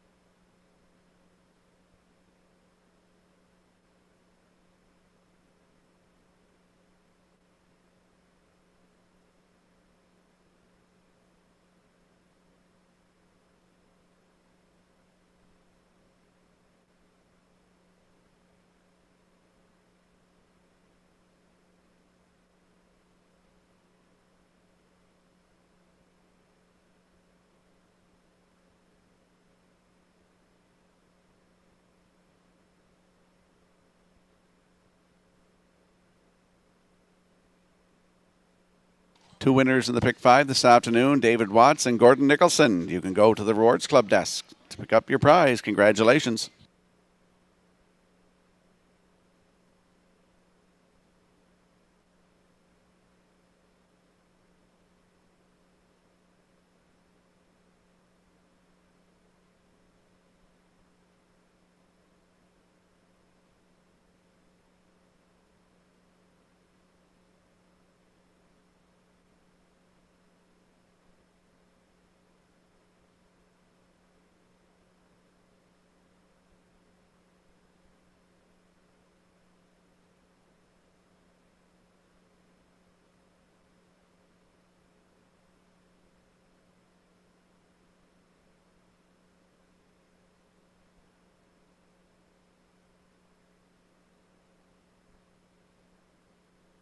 The afternoon's 11th race, Island Oceans Trot Challenge Final, presented by Berkey by the Bay Stables for $15,000. 6 trotters lining up in behind the Metro Home Building Center starting gate. Let's go back to Vance Cameron.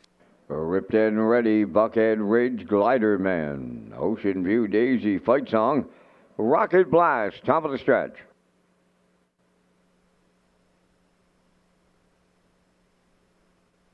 Off stride is the 2, Buckhead Ridge. Here they come.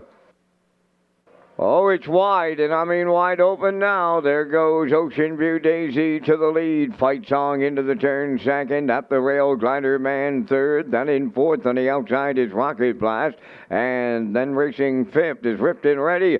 Buckhead Ridge is the trailer. Here comes Fight Song in line to the Blue Knight, Jason Hughes, and they'll take over the lead. Second is Ocean View Daisy, now in third. That's Glider Man. Fourth at the rail, Rocket Blast. Racing from fifth, Ripped and Ready. And the trailer, that is Buckhead Ridge. They're by the quarter in 28 and 4. Fight Song is the fraction center and leading by 2. Ocean View Daisy around the turn second. Glider Man third. That's Rocket Blast fourth. Ripped and Ready fifth. And Buckhead Ridge is in the backfield, the trailer. Fight Song is opening it up at the midway point, leading here by 5. Second, that's Ocean View Daisy. Glider Man continuing third. Fourth is Rocket Blast. Ripped and Ready fifth. Buckhead Ridge 6, 57 seconds flat for the half mile. Fight Song, he's loose on the lead now, going to 3/4. Ocean View Daisy jumped it off. Now moving into second is Glider Man. On the third, that is Rocket Blast. Ripped and Ready fourth. Ocean View Daisy is fifth. And the trailer, Buckhead Ridge, the Blue Knight, and Fight Song are long gone in here. 3/4 in 1:26. He might even take a shot at the track record down the stretch to come. And it's all Fight Song strictly up against the clock. They're coming to the wire. Fight Song has absolutely destroyed them in the Island Ocean Trot Challenge. And the time, yes it is, new track record. What an amazing trip. 1:54.3.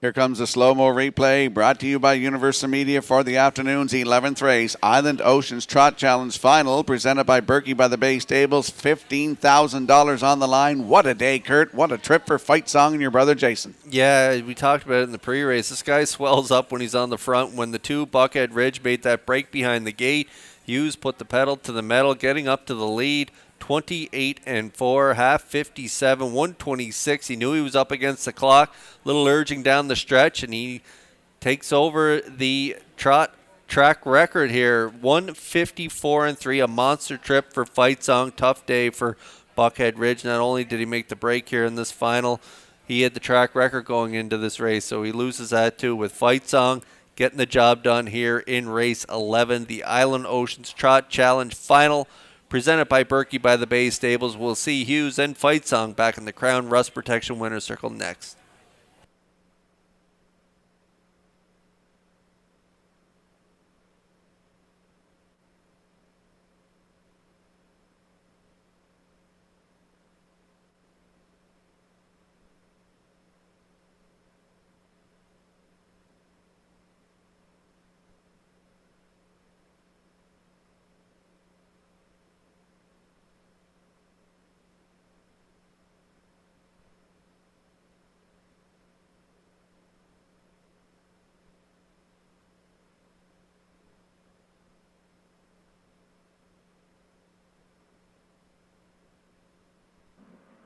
The miles at Charlottetown are simply incredible on this day. We got a pretty good wind going on, cool temperatures, and they continue to amaze with the trips that they stop the clock here on the Championship Sunday. And here is the latest track record holder in Charlottetown, and he is Fight Song. Trotting Bay Gelding 6 by Cadabra from the Muscle Hill Dam, Fortunes of Fables, owned by Donald McCray of Vernon Bridge, trained by Ashley Gamester. The Blue Knight, Jason Hughes, in the driver's seat, guiding him to the age trotting record in Charlottetown. It's now an amazing mile of 1:54.3. Fight Song does it in the Island Oceans Trot Challenge, presented by Berkey by the Bay Stables, with the Winner's Circle presentation. Congratulations.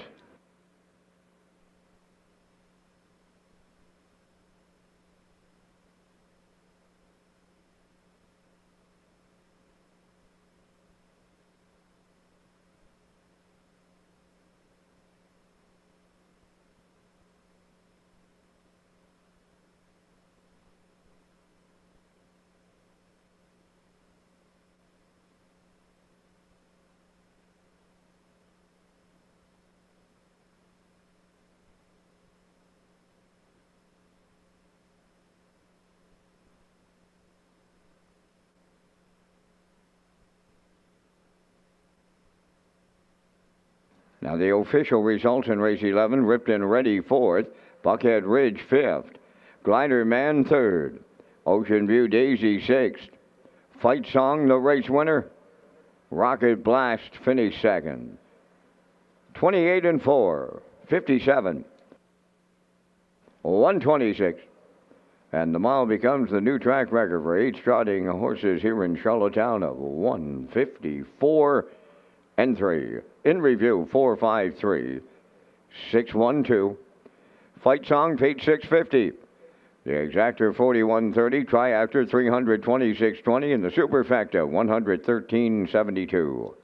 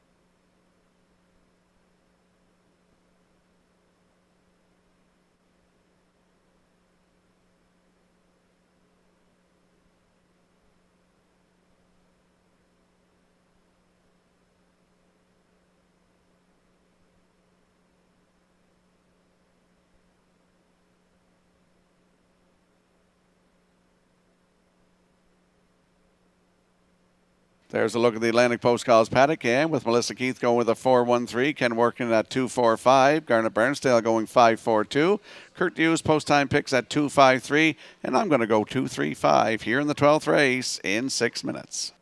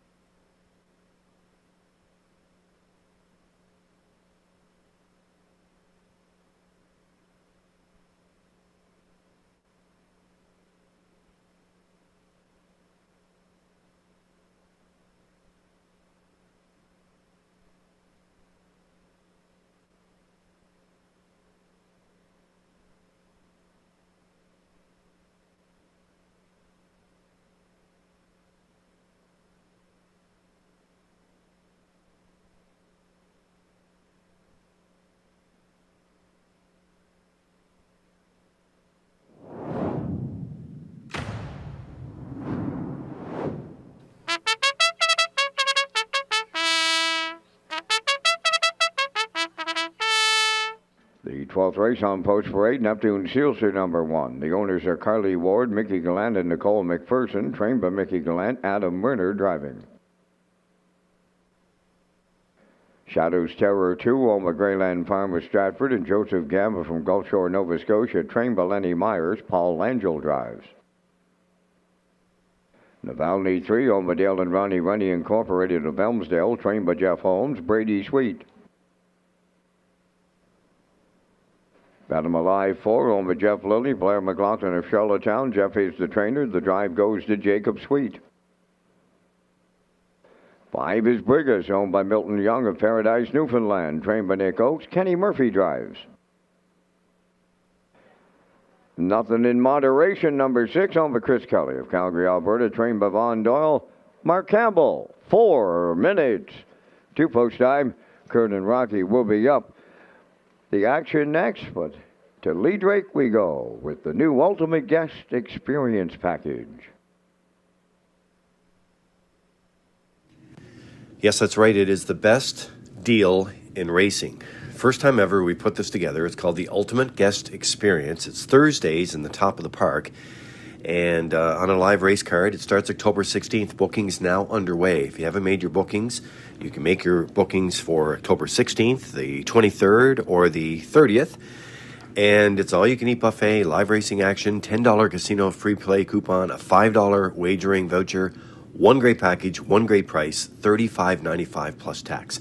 For more information on the Ultimate Guest Experience, go to Redshores.ca, and you can book that package now. It's for a limited time. Race Day Live continues from Charlottetown, wherever you're tuning in today. Maybe you're at the track, maybe you're off track. We appreciate your business. Rocky picks up the action next.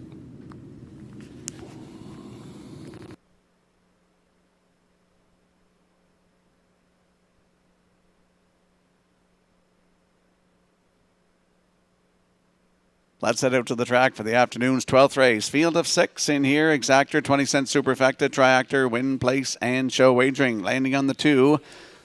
That is Shadow's Terror. 5-year-old brown gelding by Shadow Play for Greyland Farm of Stratford. Joseph Gamba of Gulf Shore, Nova Scotia. Lenny Myers trains. It's Paul Angel in the bike. 7 wins on the season, Kurt. 7 wins on the season, but he's got a lot of lines on his card and no wins on his card. So he's overdue. That's the angle I'm playing in here. He shows 3 on the board, finishes in his last 3. Kicked home in 27-3 to finish 3rd last time out in a mile and 55. He's a good post here today. He doesn't have overly really hot speed off the wings, but he can get himself spotted up close to the lead. And with this great closing kick, I think Langell can get him to the winner's circle from this inside draw. I'm going to put him on top here in this one at the 16:01 level. Shadow's Terror, 3-5.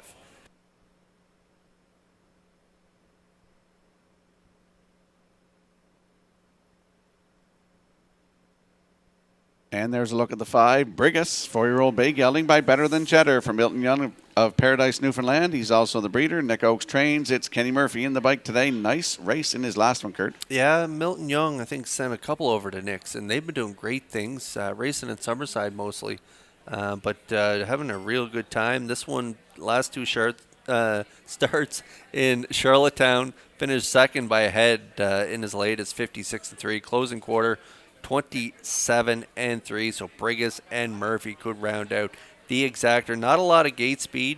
Post 7, 2 back. Post 4 last time out. So we'll see how Brigus does here. A long shot play at 17-1.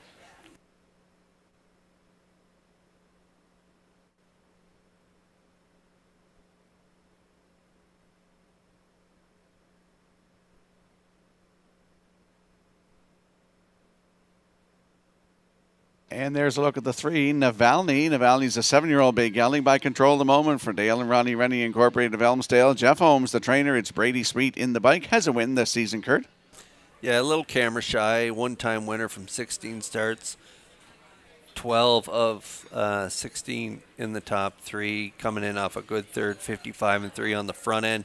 Last time out at the 19:01 level, dropping 1 level here for this try from post 3. Should be forwardly placed, so we'll throw them in for 3rd at 5-1.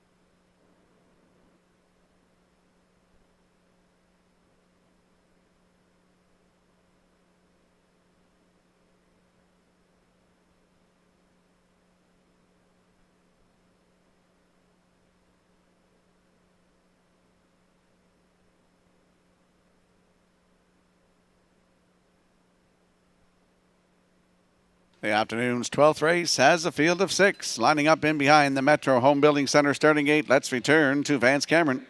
Neptune, Sealster, Shadows, Terror, Navalny, Venom Alive, Brigas.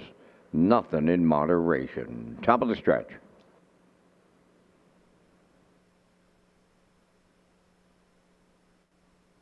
They're approaching a start.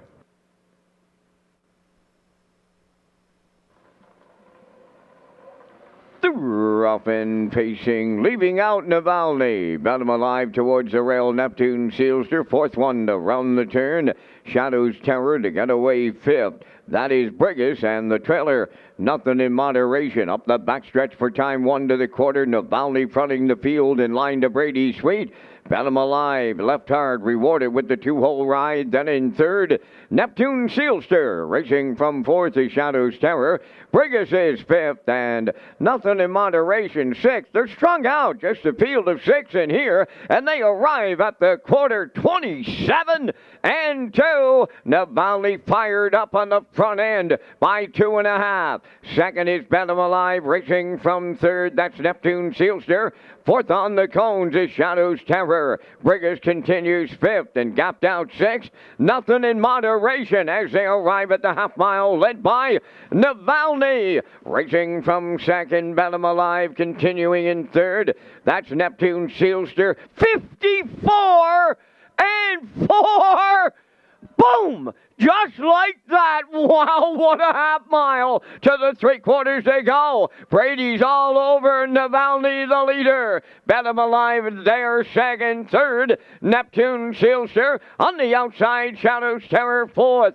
Brigham's on the outside fifth. Trailing the field, Nothing in Moderation. The 3/4 in 1:24 and 1. 3 wide as they round the top turn for the final time. Navalny trying to bottom them out. Venom Alive between horses. Shadows Terror. 4 wide comes Brigas on the far outside. Deep stretch now. Set the camera up in here. Brigas, Navalny, Neptune Sealster. The 3 of them land on the line together. Picture time 1:54.2.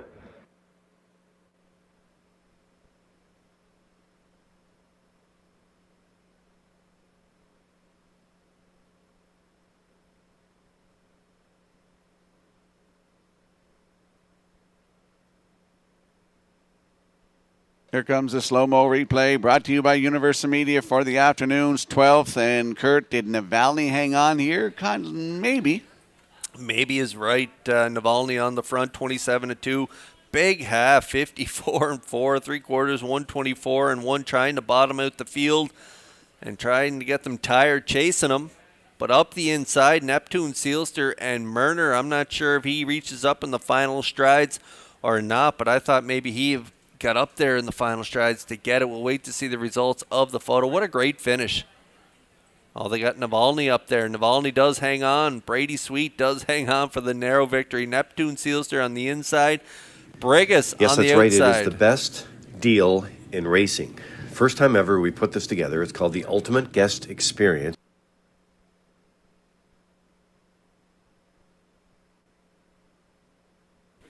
Okay, so Navalny and Brady Sweet will be back in the Crown Rust Protection Winner Circle next. Big trip, 154 and 2 for Navalny and Sweet.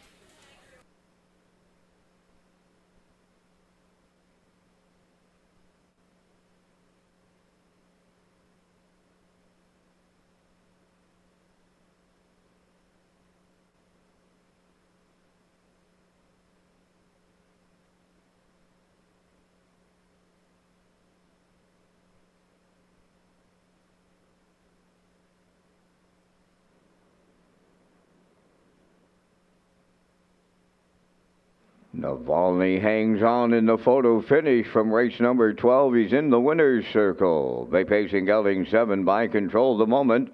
Off the Christian Cullen Dam, Wonderful Charm. Omadale and Ronnie Incorporated of Elmsdale. Bred by Letwin Racing of Quebec. Trainer Jeff Holmes doubles up. Driver Brady Sweet, he doubles up. The horse goes all the way in 1:54 and 2. Navalny and the Sweden Holmes double in the 12th.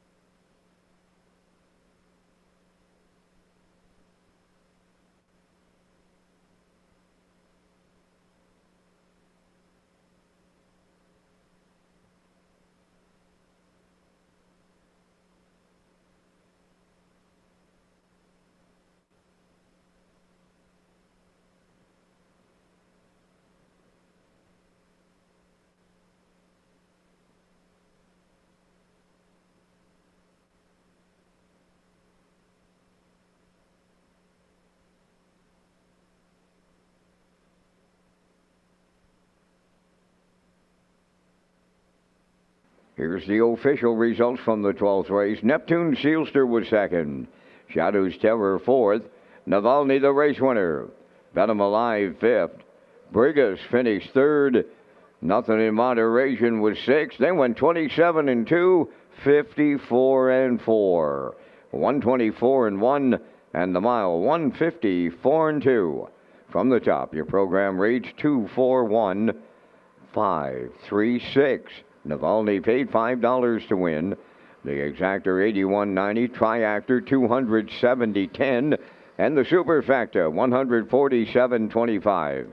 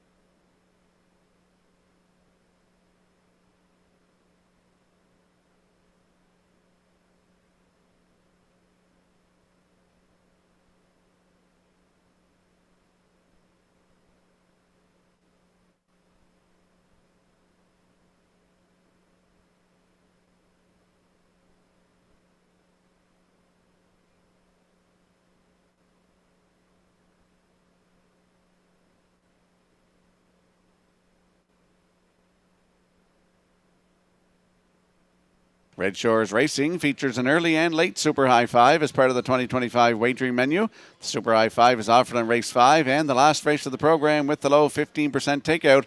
Customers can play the Super High Five at both Red Shore, Charlottetown, and Summerside. And we'll slide the selections into the screen for the upcoming 13th race, McRae's Backhoe and Trucking Atlantic Breeders' Crown Final for 3-year-old fillies. $40,000 on the line. Equipment change on number 7, Tobin's Dream, from blind to Swedish blinds. The 4, Lady Lamurai, is scratched. So Melissa Keith likes 5-2-7. Ken Workinen at 2-5 and 7. Garnet Barnsdale going 2-5 and 1. Post time picks with Kurt Hughes at 5-2 and 3. And I'm also at 5-2 and 3 in the 13th race coming up in 7 minutes.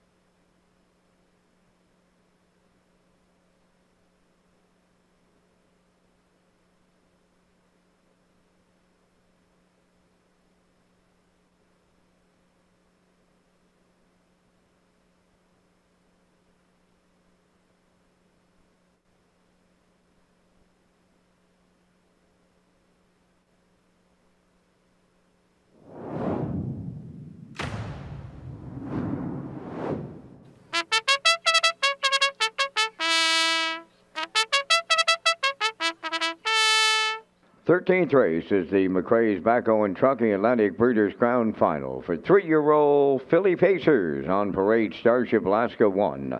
Owned by Windermere Farms of Springvale and Kyle Williams of Coleman. Trained by Earl Watts. Mark Campbell drives. 2 was Elm Grove Talia, owned by Kingsley Walsh, the estate of Sam Walsh, Frank Balcom, and Shane Baglow. David Dowling trains and drives. 3 is Woodmere Betcha, owned by the stable Woodmere Betcha of Guelph, Ontario, trained by Jamie Smith, Corey McPherson. 4, Lady Lemurai is scratch. Number 5, Bad Girl Bridget, owned and trained by Bill Lanigan of Montague. Jason Hughes. Woodmere Honeymoon, number 6, owned by Herman McQuaid, Mike May, and Krista Dunsford. Adam Murner trains and drives. Tobin's Dream wears number 7, owned by Reg McPherson of Stratford, trained by Kevin McLean. Gilles Barrio.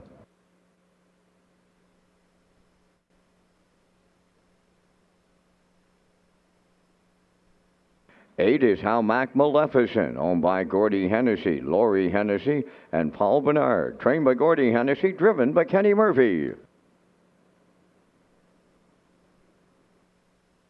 9, Woodmere Flojo, moving into post position 4, owned by Go With The Flow Racing of Charlottetown, trained by Jamie Smith. Brody McPhee does the driving at 4 minutes to post time.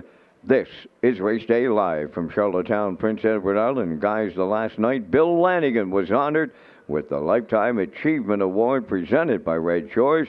I think we have a shot of that. 93 years young and still going strong. And gentlemen, that was my highlight of the Breeders' Crown Banquet, meeting Bill Lanigan. Great guy, Bill Lanigan. He was here earlier this afternoon, and he had a couple of horses going today. Rosie's EL Girl, the trotter, raced this afternoon, finished third, I believe, and he's got Bad Girl Bridget in this one going for $40,000. Great to see. And once again, congratulations to Bill Lanigan on your award last night.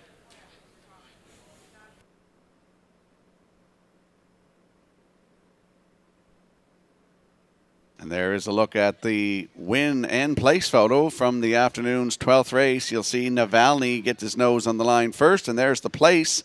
You're seeing the 1, Neptune Sealster, just nipping Brigus on the line. That's a very close photo for the 3 of them right across the track there, Kurt. That's very, very close to it. That's a great photo by the Maritime Provinces Harness Racing Commission. Out to the track we go for the afternoon's 13th race. It is the McRae's Backhoe and Trucking Atlantic Breeders' Crown Final for 3-year-old fillies for $40,000. And we're landing on the 5, all of us in here. That's Bad Girl Bridget, 3-year-old bay filly by Stonebridge Terror for Bill Lanigan of Montague, who's also the trainer. And Jason Hughes, your brother, looking for a driving double, I believe it is this afternoon. He's in the bike, Kurt. Yeah, we had the sale on Friday. This filly went through the sale. She was a bargain. $7,000 yearling purchase, and look what she's just amassed over the last 2 years. She's now over $100,000 in earnings. So great job by Bill Lanigan here with Bad Girl Bridget. This filly has been unreal, and Jason Hughes on board for a lot of those wins. And she was a winner in her last 2 gold events, and she even gave the top mares a go, finishing second. DQ to 4th there, 2 starts back, and then 3rd from off the pace. She had post 7 in against the top mares 4 back, and she was a good 3rd, 55-2. But against her counterparts there in the 3-year-old filly class, she has been dominant, wiring the field in her last 2 events. And so I think off that last trip, 57-2, a much better post 5 for Bad Girl Bridget. I think with the scratch of the 4, moves her in 1 spot. So I think she can get the job done here in this 13th race, Atlantic Breeders' Crown Final for 3-year-old fillies. Bad Girl Bridget and Hughes at the chalk, 1-9. Going to be very interesting to see her come back as a 4-year-old, because I was talking to Bill in Summerside when she raced that last start in that stake race. I was talking to him up there, and they're going to keep her. So that's great. That's fantastic. Fantastic to see her come back as a 4-year-old. So yeah, looking to race forward the top to it. mares. Absolutely. Yeah. And there's a look at the 2, Elm Grove Talia. She's a 3-year-old bay filly by Stonebridge Terror for Kingsley Walsh, the estate of Sam Walsh, Frank Balcom, and Shane Baglow. David Elling is the trainer and the driver. Comes into this one 2 in a row, Kurt. Yeah, Elm Grove Talia coming in off 2 in a row, 56-3, both times out. Was on the front 3 back and finished 3rd, 55-3. That was a real good race time on that day, and her last 2 golds have resulted in a first and a third, the last one coming from off the pace. So a good starting spot for Elm Grove, Talia, and Dowling. They got good early speed, and so look for this one to be up close to the action, and she could complete the exactor. Long odds right now, 20-1.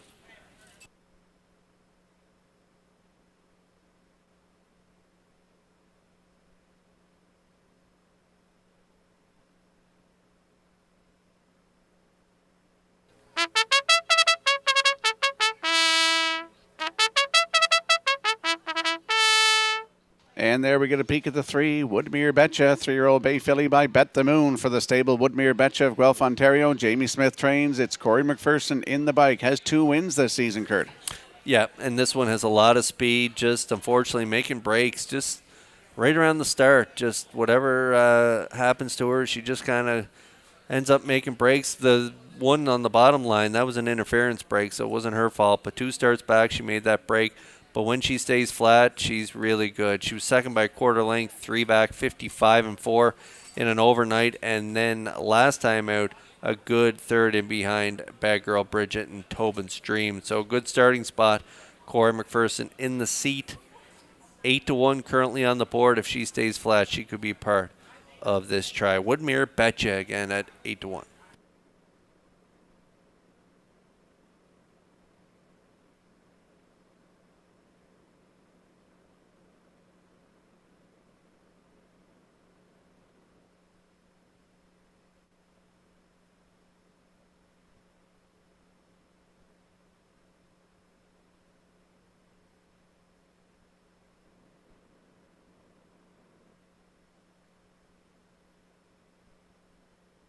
And just to note that Lady Lamurai is scratched from post 4. Move in Woodmere Flojo. So Woodmere Flojo will start from post 4 in this race.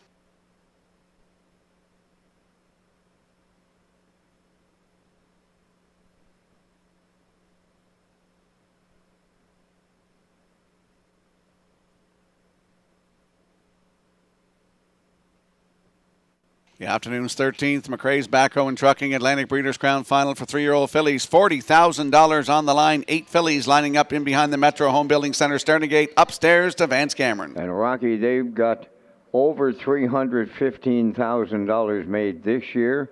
If you add up their 2- and 3-year-old campaigns, they've amassed over $500,000. How we doing on the East Coast for the stakes? We're doing real fine. Here comes the 3-year-old filly Pacers Atlantic Breeders' Crown Championship. The rough and pacing Starship Alaska, the first one out. Elm Grove Talia second, third to the turn. That's Bad Girl Bridget. Between horses in fourth is Woodmere Flojo. Towards the rail fifth is Woodmere Betcha. Coming up sixth on the outside is Tobin's Dream. Away seventh, Woodmere Honeymoon. And the trailer, Hamac Maleficent. Freewheeling on the lead, Starship Alaska with Campbell. Closing up on the outside, Bad Girl Bridget coming to call now. Third up the rail is Elm Grove Talia racing from fourth.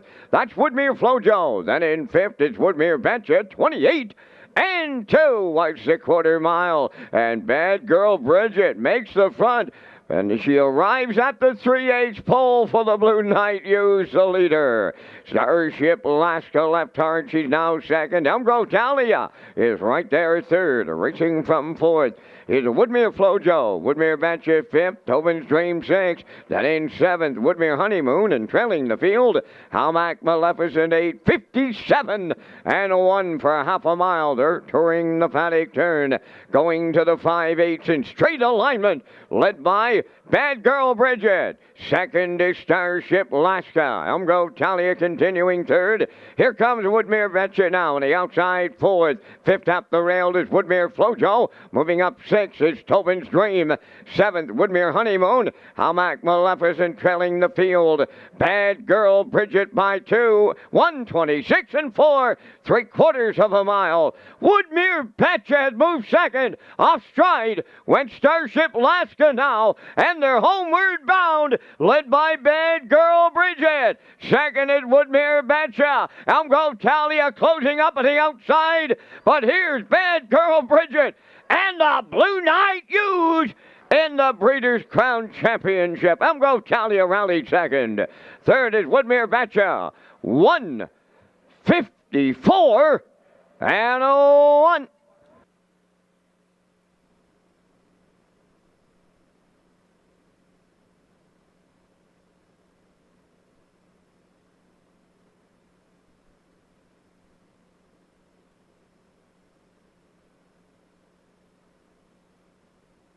Here comes the slow-mo replay brought to you by Universal Media for the afternoon's 13th McRae's Backhoe and Trucking Atlantic Breeders' Crown Final 3-year-old fillies for $40,000. Kurt, no surprise here. Yeah, she adds to her impressive resume. Now she was well over 100,000 in earnings, and that puts her up even higher. What an incredible stakes career she's had, and this year in her sophomore campaign, just incredible. 9 for 12 going into it, now 10 for 13. Hughes put her on the front. From post 5, 28-2, half, 57-1, 126-4 to the 3/4. She stops the clock in a new record of 154-1 for the 5. Bad Girl Bridget and Hughes, the 2 in there for second, shook loose late when the 1 made that break around the last turn. Dallin gets her up there for the deuce, and Woodmere Betcha raced good here today. She stayed flat. She made a little bobble there going past 5/8. She wants to go too fast too quickly, and Corey did a great job keeping her together, and she came first up and had to settle for the Shoto, but a great effort from her as well. 5-2-3 unofficially here in race 13. Bad Girl Bridget and Hughes back in the Crown Rust Protection winner's circle next.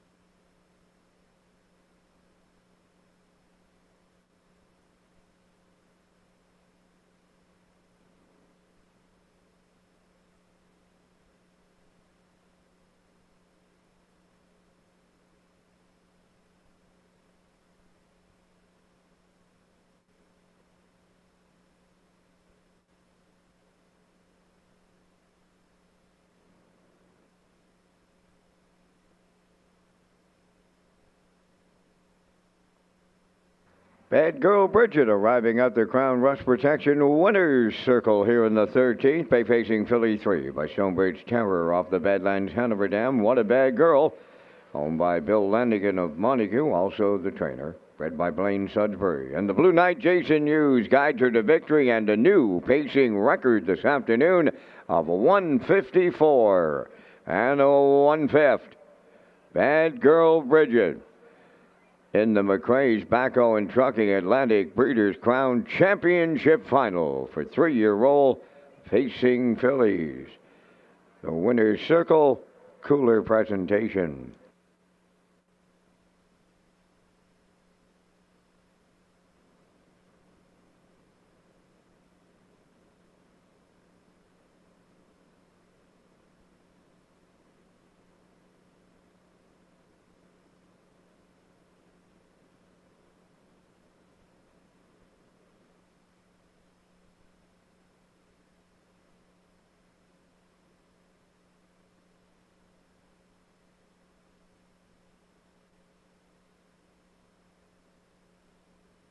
Now the official results in the 13th, Starship Alaska was 8th. Elmgrove Talia 2nd. Woodmere Betcha 3rd. Lady Lamurai was scratched. Bad Girl Bridget the race winner. Woodmere Honeymoon 5th. Tobin's Dream 4th. Hamac Maleficent finished 7th. Woodmere Flojo was 6th. The fractions went 28-2. 57-1. 126-4. And the mile, 154-1. In review, it's 8-2-3. Scratch 1-5. 4-7-6. Bad Girl Bridget 210. The Exactor 380. Dry After 1260. And the Superfecta 595.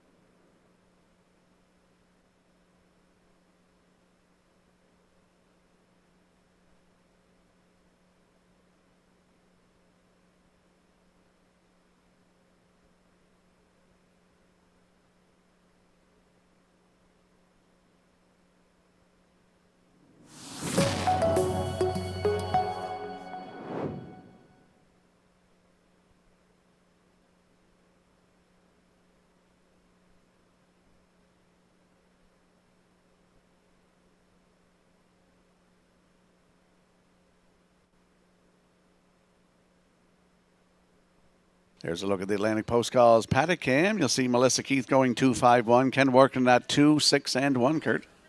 Yeah, Garnet Barnsdale, he's going to the rail. He likes Sugar Bowl on the rail, the 2, Aviana, and the 5, Ace 44 Dome. I'm going 2-1-6 in here. I like Aviana out of the Bow Ford stable to get the win in the McRae's Backhoe and Trucking Stephen and Joe McRae Memorial Open Mares Final. It should be a dandy. And I'm going to go 2-6-1, just to let you know.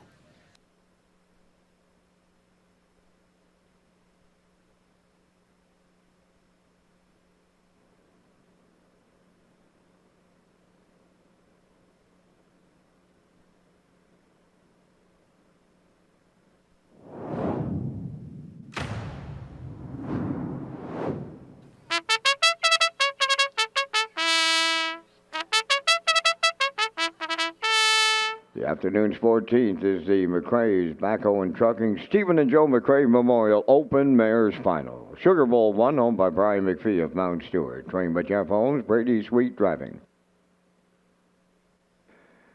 Aviana number 2 owned by Haley Curry of Rocky Point and Carol Campbell of Quebec, Nova Scotia. Trained by Beau Ford, Jill Barrio drives. Windermere 83 owned by Shane Essen, Saul Lanigan, Darcy Doyle, and Isaac Skierman. Trained by Saul Lanigan, driven by Kenny Murphy. Freaky Fanny 4 is owned by Josh McDonald of Little Pond. Darren Crow trains and drives. Ace 44 Dome number 5 owned by Donald McRae of Vernon Bridge. Trained by Ashley Gamester. Jason Hughes drives. Get Answer 6 owned by Brady Doyle of Stratford. Ryan and Evan McLeod of Surrey. Trained by Landon Campbell. Mark Campbell aboard. Tobin's Brownie is 7, owned by Brittany Watson, Sandra Weeks of Springvale. Adam Werner trains and drives at 5 minutes to post time. A big thank you to all the sponsors, presenters, organizers, and customers with Atlantic Breeders' Crown. Now our next big event, Kurt and Rocky, will be the Home Hardware Maritime Breeders. Still lots of money to come here in Charlottetown. That's right, and thank you to the Metro Home Building Center, High Tide Home Hardware Building Centers, the Maritime Breeders Association, October the 23rd here in Charlottetown, the 2- and 3-year-old Trotters, and the 25th, Kurt, the 2- and 3-year-old Pacing Colts and Fillies.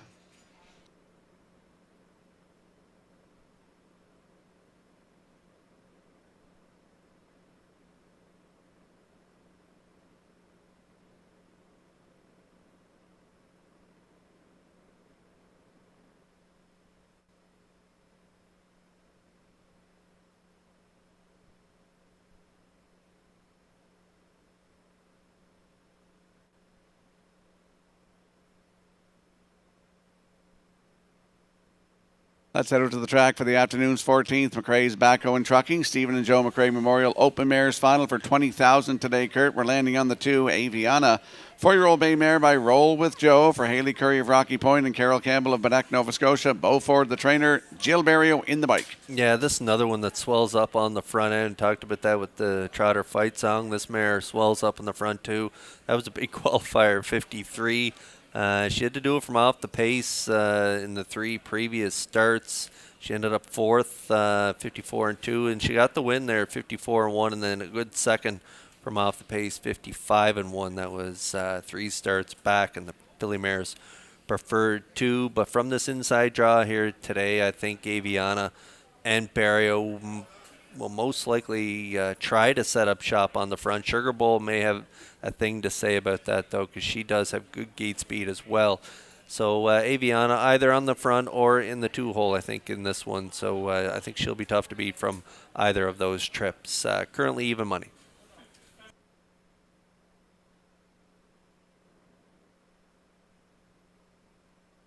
There is a look at the rail sitter in here. That is Sugar Bowl, 6-year-old brown mare by Sweet Lou for Brian McPhee of Mount Stewart. Jeff Holmes is the trainer with Brady Sweet in the bike.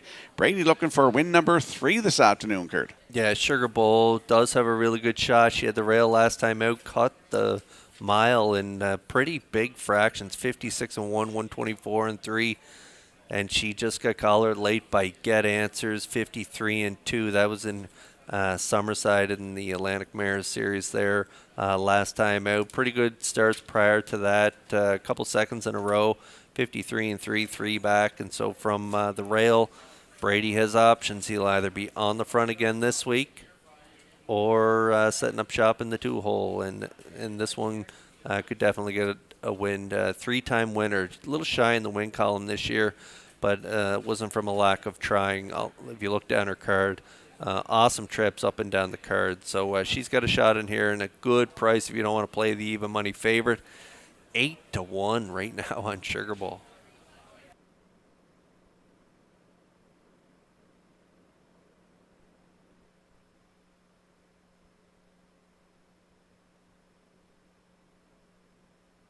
And there's a look at the 6 Get Answers. 5-year-old Bay Mare by Lazarus for Brady Doyle of Stratford, Ryan and Everett McLeod of Surrey, Landon Campbell the trainer. It's Mark Campbell in the bike. Comes into this one, Kurt, on a 2-race win streak. Yeah, and you can't go wrong for third with a number of these ones. Ace 44 Dome's got a good shot at hitting the ticket.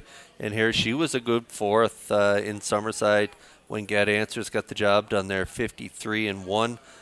She was a winner. She got away in the 3-hole and then made that move late. I just thought it was a real good effort from Get Answers and Campbell, so I've put her in for third. From she moves out 1 spot here to post 6, and so I'm going to use her for third in the ticket at 2-1. But Ace 44 Dome, if you're trying to spice up your ticket, that may be a better option, a better price right now at 10-1.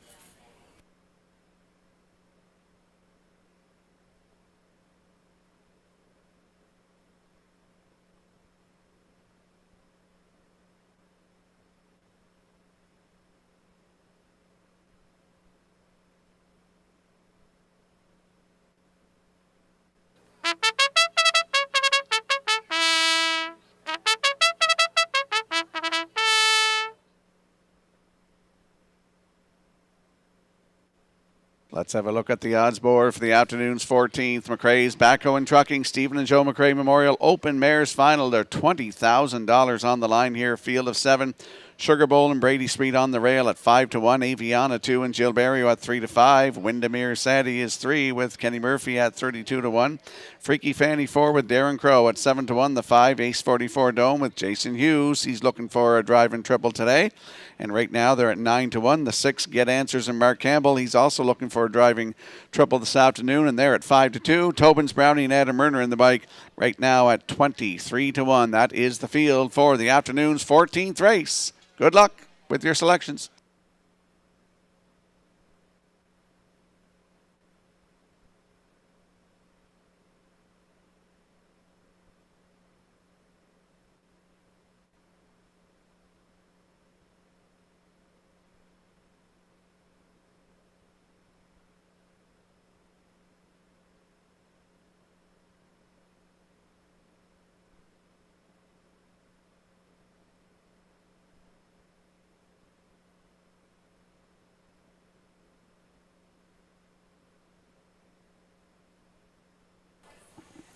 McRae's Backhoe and Trucking, Stephen and Joe McRae Memorial Open Mares Final, Field of 7, and they're lining up in behind the Metro Home Building Center. Starting gate, Vance, up to you for the call. It's going to be a good one.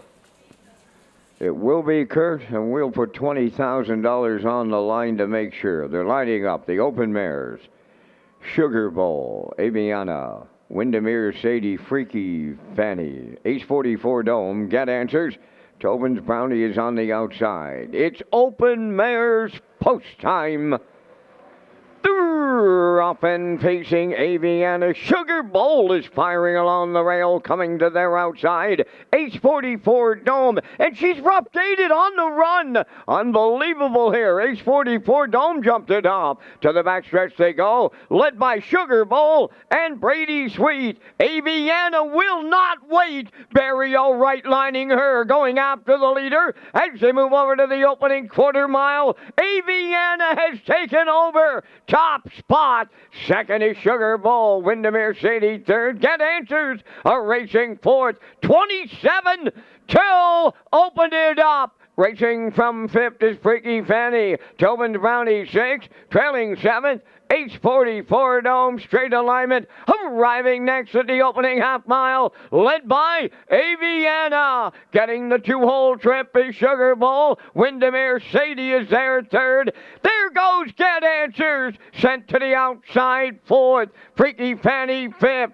Tobin to Brownie sixth. Ace 44 Dome seventh. 56 seconds flat. For a half a mile, 3/8 left to go. Aviana taking them to the back stretch. Second and final time. Get Answers on the outside. Now second. Third at the rail. Sugar Bowl. Windermere Sadie fourth. Then in fifth, Freaky Fanny. Tobin's Brownie on the outside, sixth. Ace 44 Dome seventh. 3/4 of a mile in 1:25 and 1 with an 8 left to go. Aviana turning home.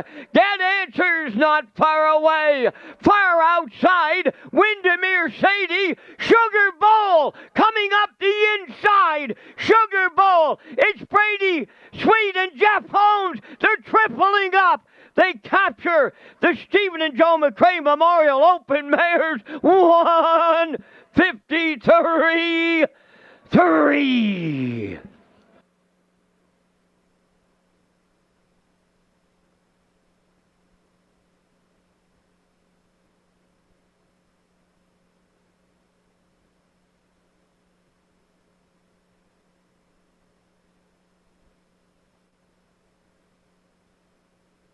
Here comes a slow-mo replay brought to you by Universal Media for the afternoon's 14th McRae's Backhoe and Trucking Stephen and Joe McRae Memorial Open Mares Final. Sugar Bowl. Brady Sweet and Jeff Holmes triple up today. Yeah, I thought she may take that dual-hole ride. She was on the front and got collared late by Get Answers. Aviana loves the front. I thought Barrio would try and get there, and he did.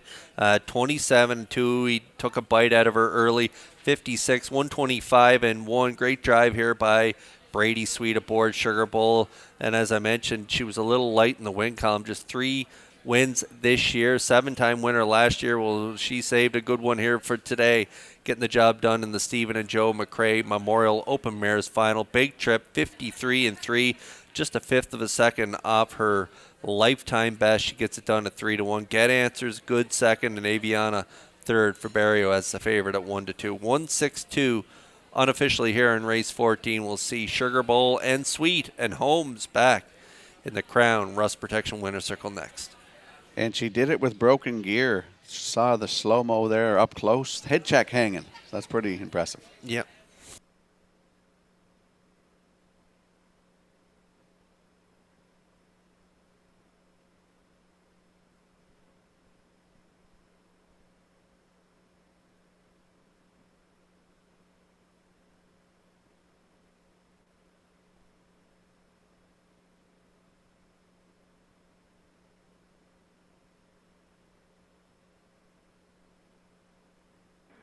Trainer Jeff Holmes and driver Brady Sweet have had a remarkable championship Sunday here in Charlottetown.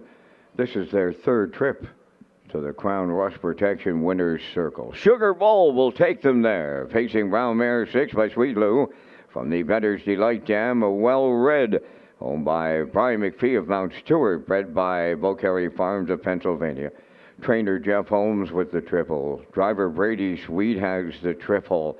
And the mare has her 25th lifetime victory, scoring today in 1:53.3. Sugar Bowl captures the Stephen and Joe McRae Memorial Open Mares Final at Charlottetown with the Winner's Circle presentation.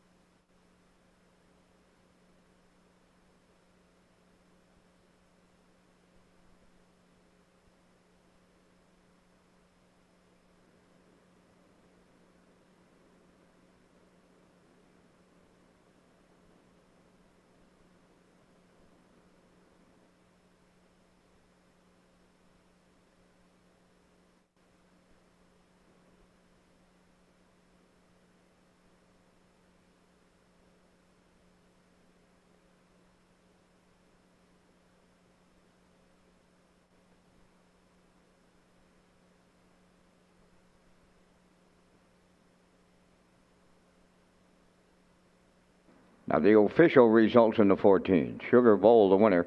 Aviana, third. Windermere Sadie, fourth. Freaky Fanny was fifth with broken equipment. H44 Dome was seventh. Get Answers, second. Tobin's Brownie, sixth. They went 27 and 2. 56. 125 and 1. And the mile 153 and 3. Sugar Bowl also finished with broken equipment. From the top, your program reads 1345726. Sugar Bowl paid $8 to win. The exactor $36.20, triactor $54, and the superfactor $23.71.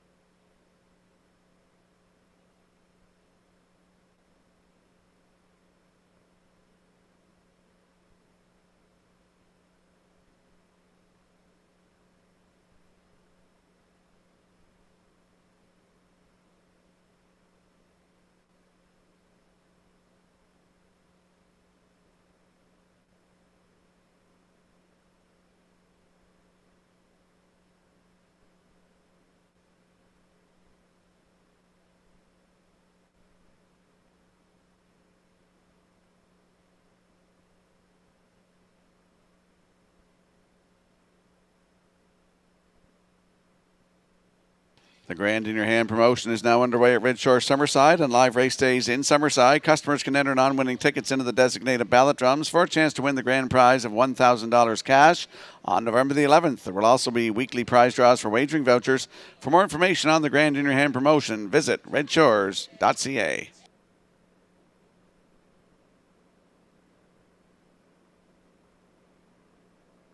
And there's a look at the Atlantic Post Calls paddock cam. I'm going to go with Melissa Keith going with 4.31. Ken Workton at 4.83. Garnet Barnsdale at 4.38. Post time picks Kurt Hughes at 4.83. And I'm going to go 4.83 in the 15th race. And we're coming up with the Vance Cam presented by Results Advertising and Marketing. Post time in 7 minutes.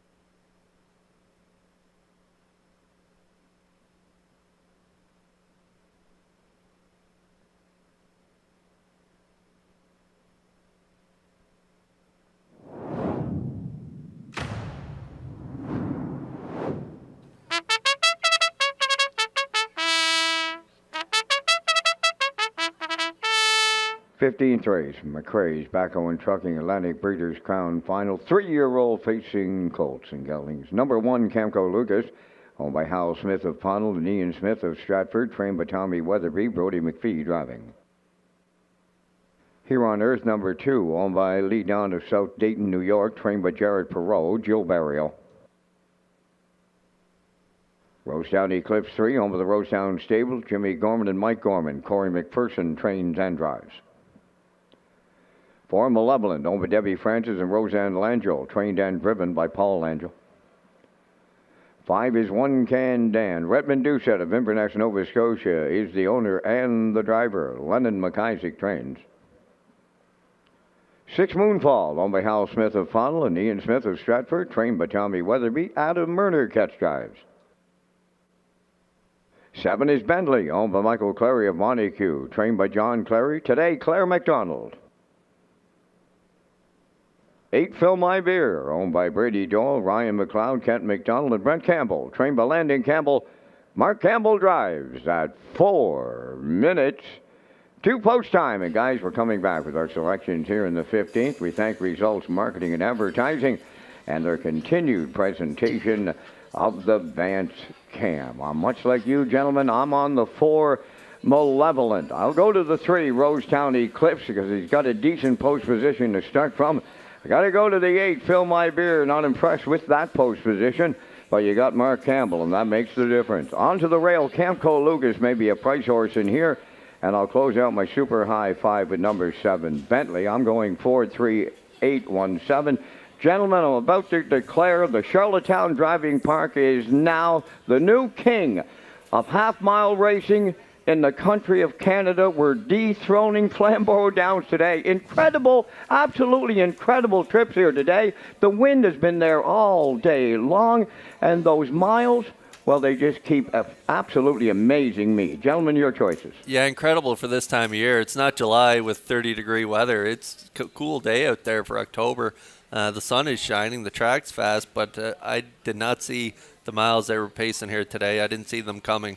But, yeah, I think we have taken over Flambeau Downs as the fastest half mile in the country. Just incredible performances, and not to take away from the athletes, but our track crew has this track lightning fast, and we're seeing big miles, and we might see a big one in the finale too, guys. But for this race, I'm going 4-8-3 Malevolent.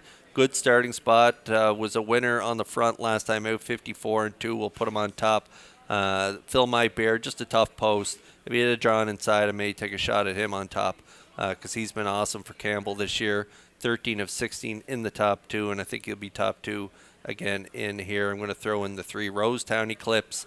I talked about this guy in the post time picks. He likes that stalking trip, and I think he'll get one from post 3, so we'll use him for third in here. 4-8-3. Rocky, your choices. Yeah, 4-8-3 as well. And as Kurt, you and I talked earlier, this time of the year, most horses can breathe better, and that's why we get a lot of these good miles at this time of the year. I know it's cool out there today, but a lot of horses don't like the heat. They don't breathe as good in the heat, so that's my take on that. But I'm going to go 4-8-3 as well. And Vance, you got a little mixed up as I did. I was looking for Kurt's super high 5 going into this Vance Cam, and he says not high 5, and I was like, oh yes, that's right. We're just coming up the Vance Cam. But I'm going to go with 4-8-3, as is Kurt. Vance going 4-3-8. Good luck with your selections here in the 15th. Without a doubt, Mr. Sherman, you caught me napping at all. I thought for sure we were on the super high 5, but that big one's yet to come.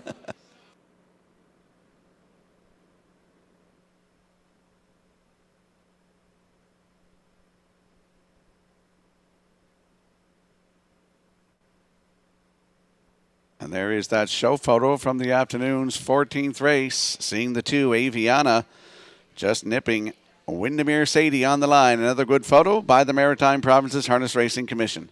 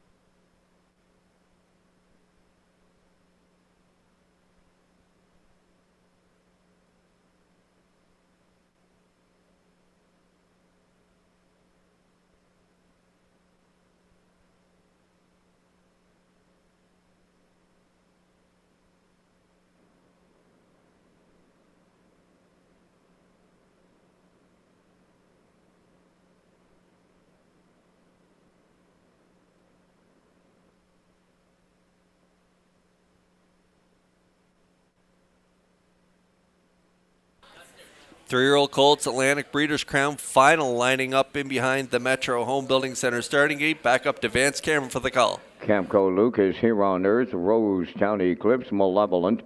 One Can Dan, Moonfall, Bentley, Fill My Beer on the grandstand sign. These Colts have over $300,000 made this year. In their 2- and 3-year-old season, they have over $550,000. Here is the Atlantic Breeders' Crown Final.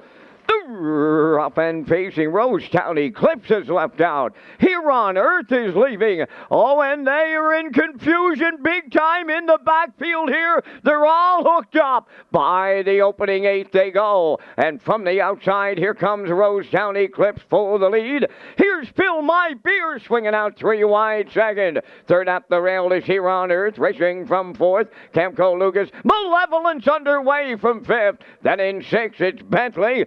And tangled up in the first turn, One Can Dan and Moonfall. 27-2 was the opening quarter as they come off the turn and move towards the half mile. On the lead, Fill My Beer. Malevolent on the outside is up to challenge. Rosetown Eclipse in 3rd. Here on Earth 4th. Camco Lucas 5th. Now the trailer, that is Bentley halfway home, and Malevolent clears the lead in line to Paul Langell, 55 and 1, 27 and 4 in the second quarter by the 5/8 Malevolent, the leader. Fill My Beer now second, then in 3rd Rosetown Eclipse. 4th, Here on Earth on the outside 5th. That's Camco Lucas trailing the field 6th. That is Bentley. They're at the 3/4 pole now. On the lead, Malevolent. Fill My Beer 2nd. That's Rosetown Eclipse 3rd. Camco Lucas 4th. 3/4 in 1, 25 and 2. And they're homeward bound. Malevolent, the leader. Fill My Beer 2nd. Rosetown Eclipse 3rd. Camco Lucas 4th. On the wire next, Malevolent. Fill My Beer coming late. Malevolent hangs on for Paul Langell. Second is Fill My Beer. Rosetown Eclipse 3rd. 1:54 flat. There is an inquiry underway here in race number 15. Judges' inquiry. Retain your tickets.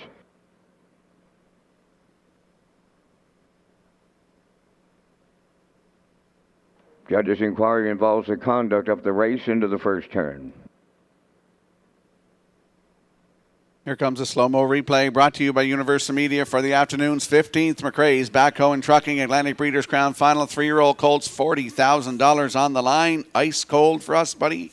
Yeah, Malevolent letting the dust settle early. Great drive here by Langell as the 8 Fill My Beer came swinging from the 8-hole, getting to the lead. That was a big quarter, 27 and 2, big half as well, 55 and 1 as Malevolent made his way to the front, 125 and 2 to the 3/4 pole, and then he's gonna get the job done here in 154 flat. That was a big effort by Malevolent here this afternoon for Langell as he gets it done in the Atlantic Breeders' Crown Final. The 8 in there for second, Fill My Beer, and Rosetown Eclipse does round out the top 3. So we have 4, 8, 3 unofficially here in our race 15. We are under an inquiry.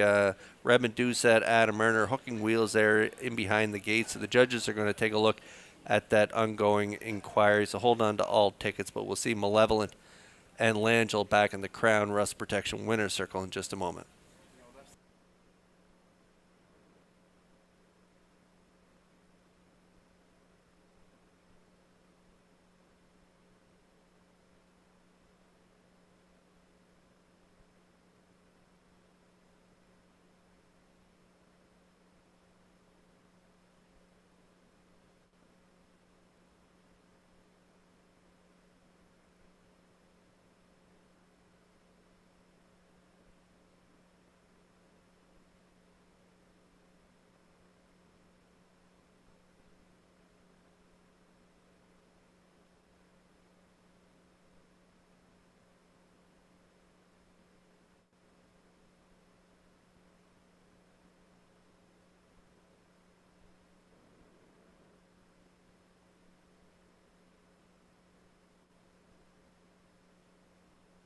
Here comes Malevolent into the Crown Rush Protection winner's circle from the 15th. Pacing brown gelding 3 by Militias from the Royal Majesty Dam, Lady Kellyanne, over Debbie Francis and Roseanne Langell of Nova Scotia, bred by Gary McPherson of PEI. Paul Langell has the training and driving double today. The horse stops the clock in 1:54. Malevolent capturing the McRae's Braco and Trucking Atlantic Breeders' Crown Championship final for 3-year-old facing colts and geldings with the winner's circle presentation.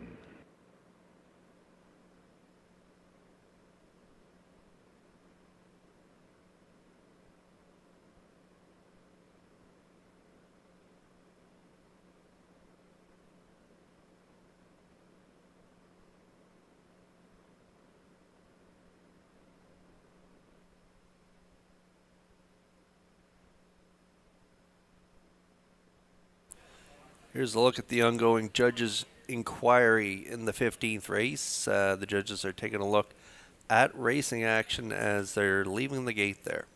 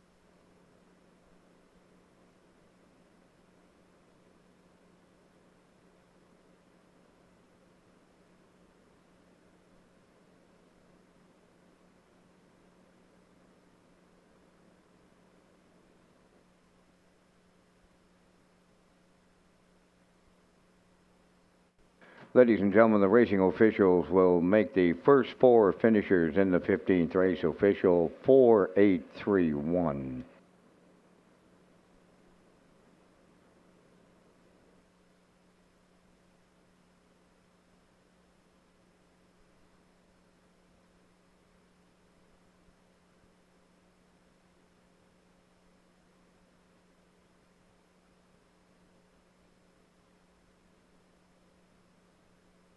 The first 4 finishers in the 15th are official. 4 Malevolent the winner, 8 Fill My Beer second, 3 Rosedown Eclipse third, and 1 Camco Lucas fourth.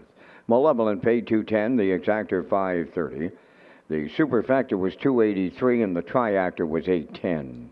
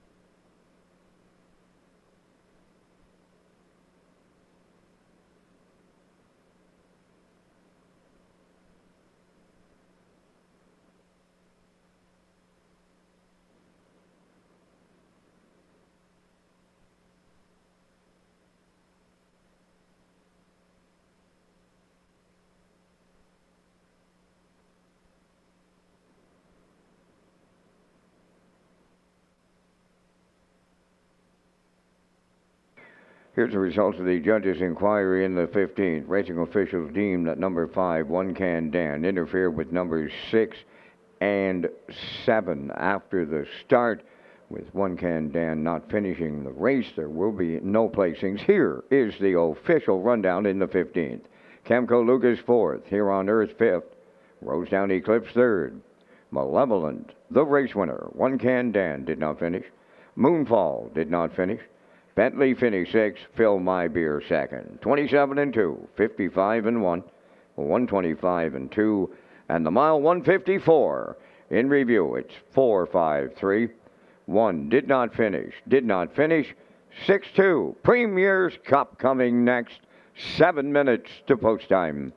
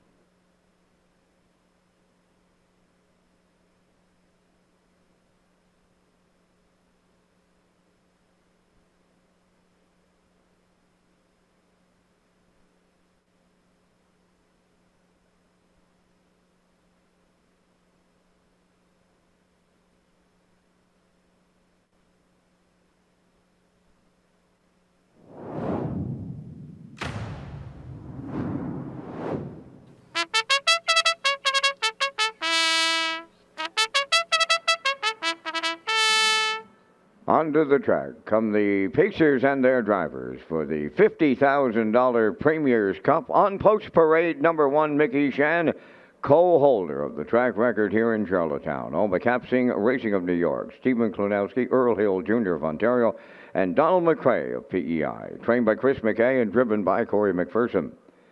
Two Better Than Spring, owned by Perry Burke, Grosal, Quebec. Trained by Trevor Hagan, driven by Miles Heffernan Sr. Twin Be Tough Enough number 3, owned by Patrick Moores of Charlottetown, trained by Ron Matheson. Jill Barrio drives. 4 is Salisbrook Ian, owned by the Red Oak Stables of Charlottetown, trained by Jamie Smith, driven by Adam Murner. 5 is B2B, a co-holder of the track record here in Charlottetown, owned by Donald McRae and Blair McLaughlin, trained by Ashley Gamester. Jason Hughes driving. Number 6, Nothing But Finesse, owned by Dr. Mitch Downey of St. John, New Brunswick, trained by Ellen Stevenson. Mike Downey driving. 7 is Nothing Bugs Me, owned by Chris Kelly of Calgary, Alberta, trained by Vaughn Doyle. Mark Campbell drives. Number 8 is House Edge Hanover, owned by Everett Hansen of Majorville, New Brunswick, trained by Ron Matheson. Kenny Murphy drives. 4 minutes to post time. We'll flash the Super High 5 tickets, but Kurt Hughes and Rocky Skirman pick up the field next in the $50,000 Premier's Cup. There is a look at our Super High 5 tickets. Kurt going 15364, Vance Cameron at 135.6 and 7. I'm going 135.74, Kurt.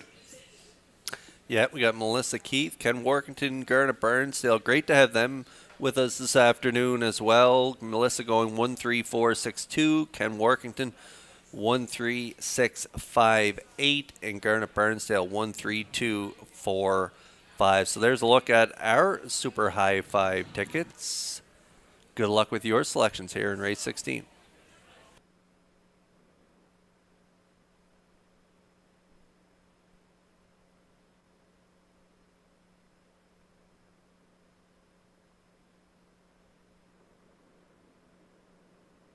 There is the rail sitter, Mickey Shands, a 6-year-old Always Be Mickey for Capsing Racing of Stable of New York, Stephen Klonowski, Earl Hill, and Donald McRae. Chris McKay trains, Corey McPherson in the bike. Very impressive win his last one, Kurt. Yeah, that was his first start in a month, and he got away 5th early, just brush and crush victory, 5 1/4 lengths, 51-2, close and quarter, 26-2, incredible. He's been incredible since he came here to the island, undefeated, and I think he'll keep that undefeated PEI streak intact. Mickey Shan from the rail, 1-9. There's the 3, Twin Be Tough Enough, 10-year-old brown horse by Rock and Roll Heaven for Patrick Morris of Charlottetown. Ronnie Matheson trains, Jill Barrio. A winner 4 back, reeled off 3 seconds in a row, second to Mickey Shan last time out after cutting the mile early. He lost control of the lead late in the mile, but still a really strong second, closing in 27-2. Twinbee, tough enough, definitely has a shot to hit the ticket in here at 45-1. There's the 5, B2B, 8-year-old bay horse by Sunshine Beach for Donald McRae and Blair McLaughlin. Ashley Gamester, it's your brother Jason looking for a triple today. Yeah, he needs a trip with this horse, and they may get away in program order with Mickey Shan on the rail better than Spring leaving 2. So I could see Twinbee tough enough, maybe popping up first up, maybe up the backstretch second time, and maybe B2B getting out on his back, getting that second over toe up into it. And that's the way I see it setting up. So I could see B2B hitting the ticket in here as well for Hughes at 32-1. There's a look at the 6, Nothing But Finesse, 7-year-old bay horse by Art Major for Dr. Mitchell Downey of St. John, New Brunswick. Ellen Stevenson trains, and Mike Downey will do the driving. 3 in a row coming into this one, Kurt. Yeah, coming off 3 wins, 54-1, had a big trip here back during old home week, winning the consolation. Nothing But Finesse. He's been a good horse for the for Mike Downey. He's been doing a good job driving as well, and off those 3 wins, you got to put him in for part of the Super High 5, currently 99-1.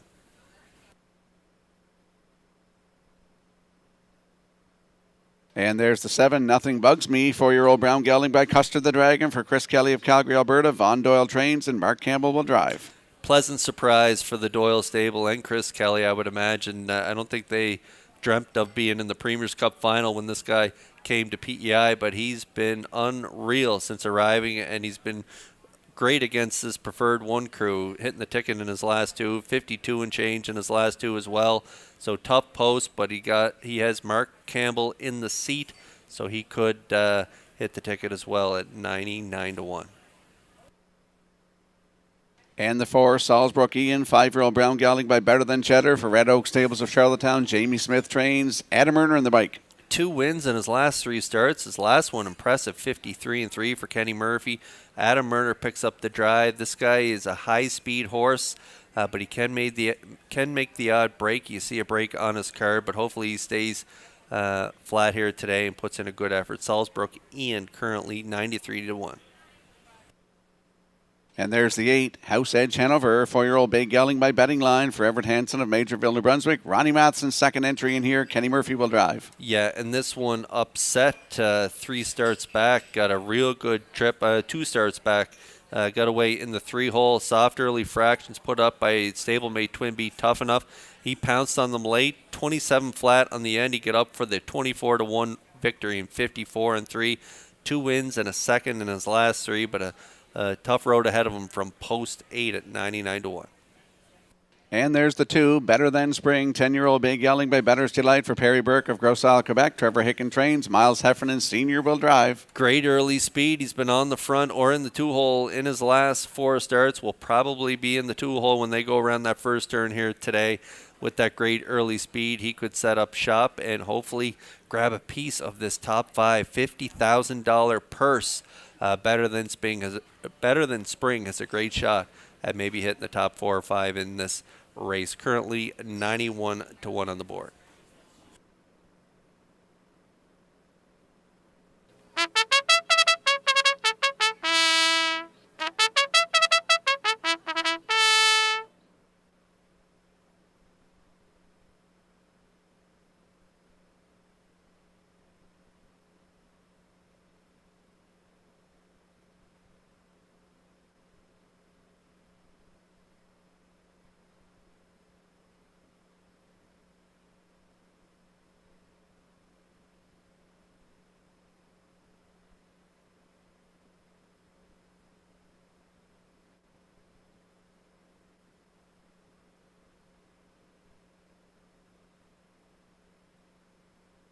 The afternoon 16th race is the Premier's Cup Final for a purse of $50,000, a field of 8.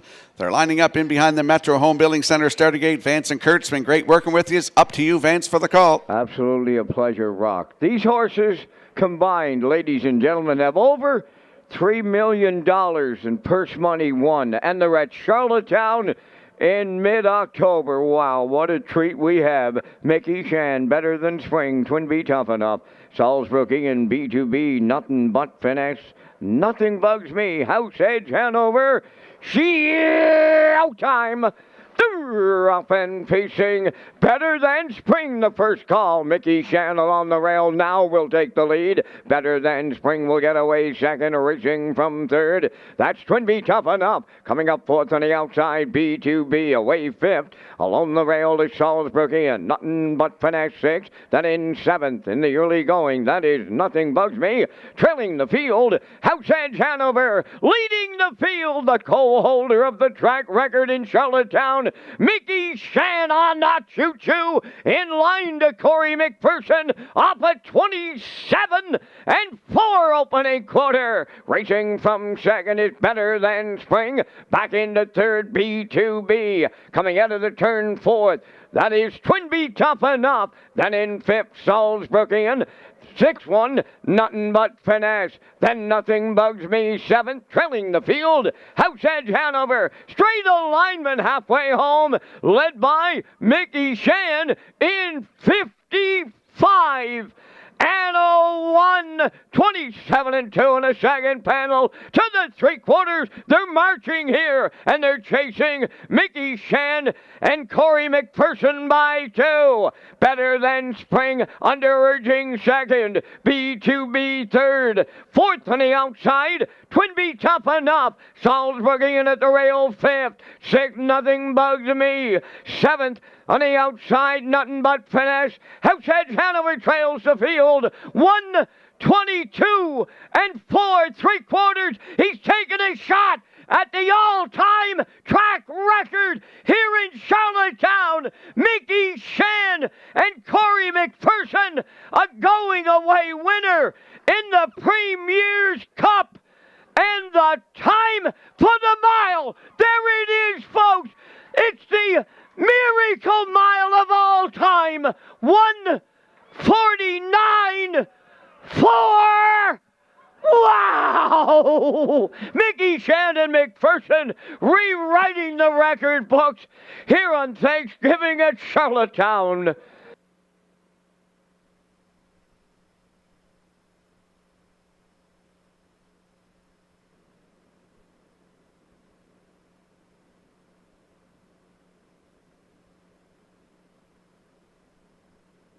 Wow, here comes the slow-mo replay brought to you by Universal Media for the afternoon 16th and final, the Premier's Cup for $50,000. Kurt, you and I are working for the Miracle Mile. Yeah, incredible effort here by Mickey Shan. This guy racing in the Borgata at Yonkers before he came. We expected he'd be good this summer, but the performances he's put on since coming here to the island, just incredible. Winning the Gold Cup and Saucer, winning the Governor's Plate as well, a number of preferreds and invitationals along the way, and today in the Premier's Cup final, he caps it all off by breaking the track record here in Charlottetown. I knew it'd be broken here in the next number of years, but I thought it'd be done during Old Home Week and not in October. What an incredible effort for an October afternoon. Mickey Shan getting it done on the rail all by himself on the front end. Nobody doing the hard work up front for him. He did it all himself here today. 1:49 and 4 for the incredible Mickey Shan in the Premier's Cup final. We'll see him and McPherson back in the Crown Rust Protection Winner's Circle next.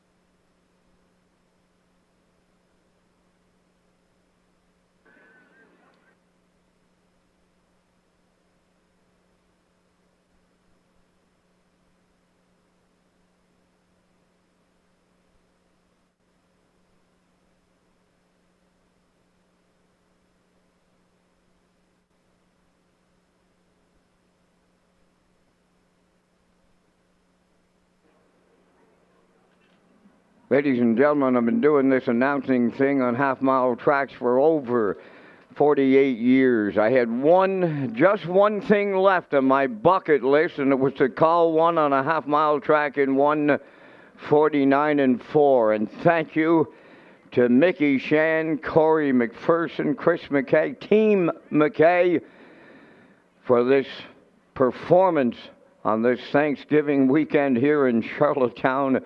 What an effort. What a performance. What a mile. Mickey Shan arrives at the winner's circle, big pacing Stallion 6 by Always Be Mickey from the Dream Away Dam Yankee Dream. On the Capsing Racing Stable of New York, Stephen Klunowski and Earl Hill Jr. of Ontario, and Donald McRae of PEI. Chris McKay, that miracle season continues. Corey McPherson in the driver's seat and having a year to remember. It's Mickey Shan, and the all-time track record holder in Charlottetown now is 1:49 and 4. Congratulations all around. David McKenzie and Lee Drake are at trackside with the Premier's Cup presentation. And gentlemen, how does it feel to be a part of the team of the greatest weekend of champions of all time? And we top it off today with Mickey Shan doing the 1:49 and 4 thing here at the historic driving park in Charlottetown.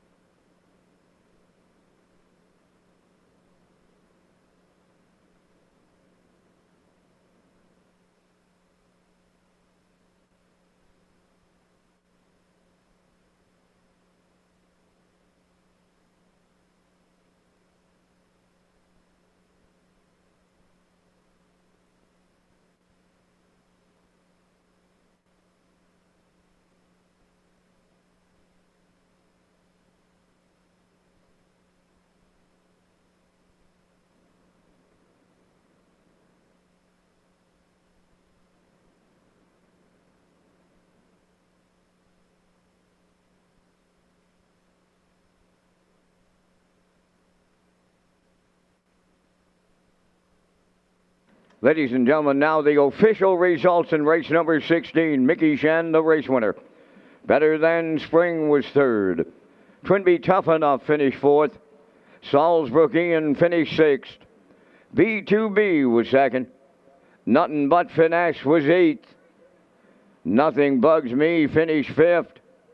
House Edge Hanover was seventh. Here's the record fractions: 27 and 4. 55 and 1, 122 and 4, and that magnificent miracle mile of 1:49 and 4. New track record here at the driving park. From the top, your program reads 134-628-57. Mickey Shan 210, Exactor 750, Triactor $100.40, late double at 220. And the super high five, 131.74. And that's going to complete the weekend of champions here at Charlottetown. Today's pari-mutuel handle went $262,535. Ladies and gentlemen, thank you for being a part of the greatest weekend of champions in the history of the Charlottetown Driving Park.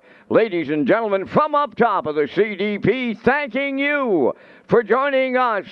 This is Vance Cameron bidding you a safe journey home.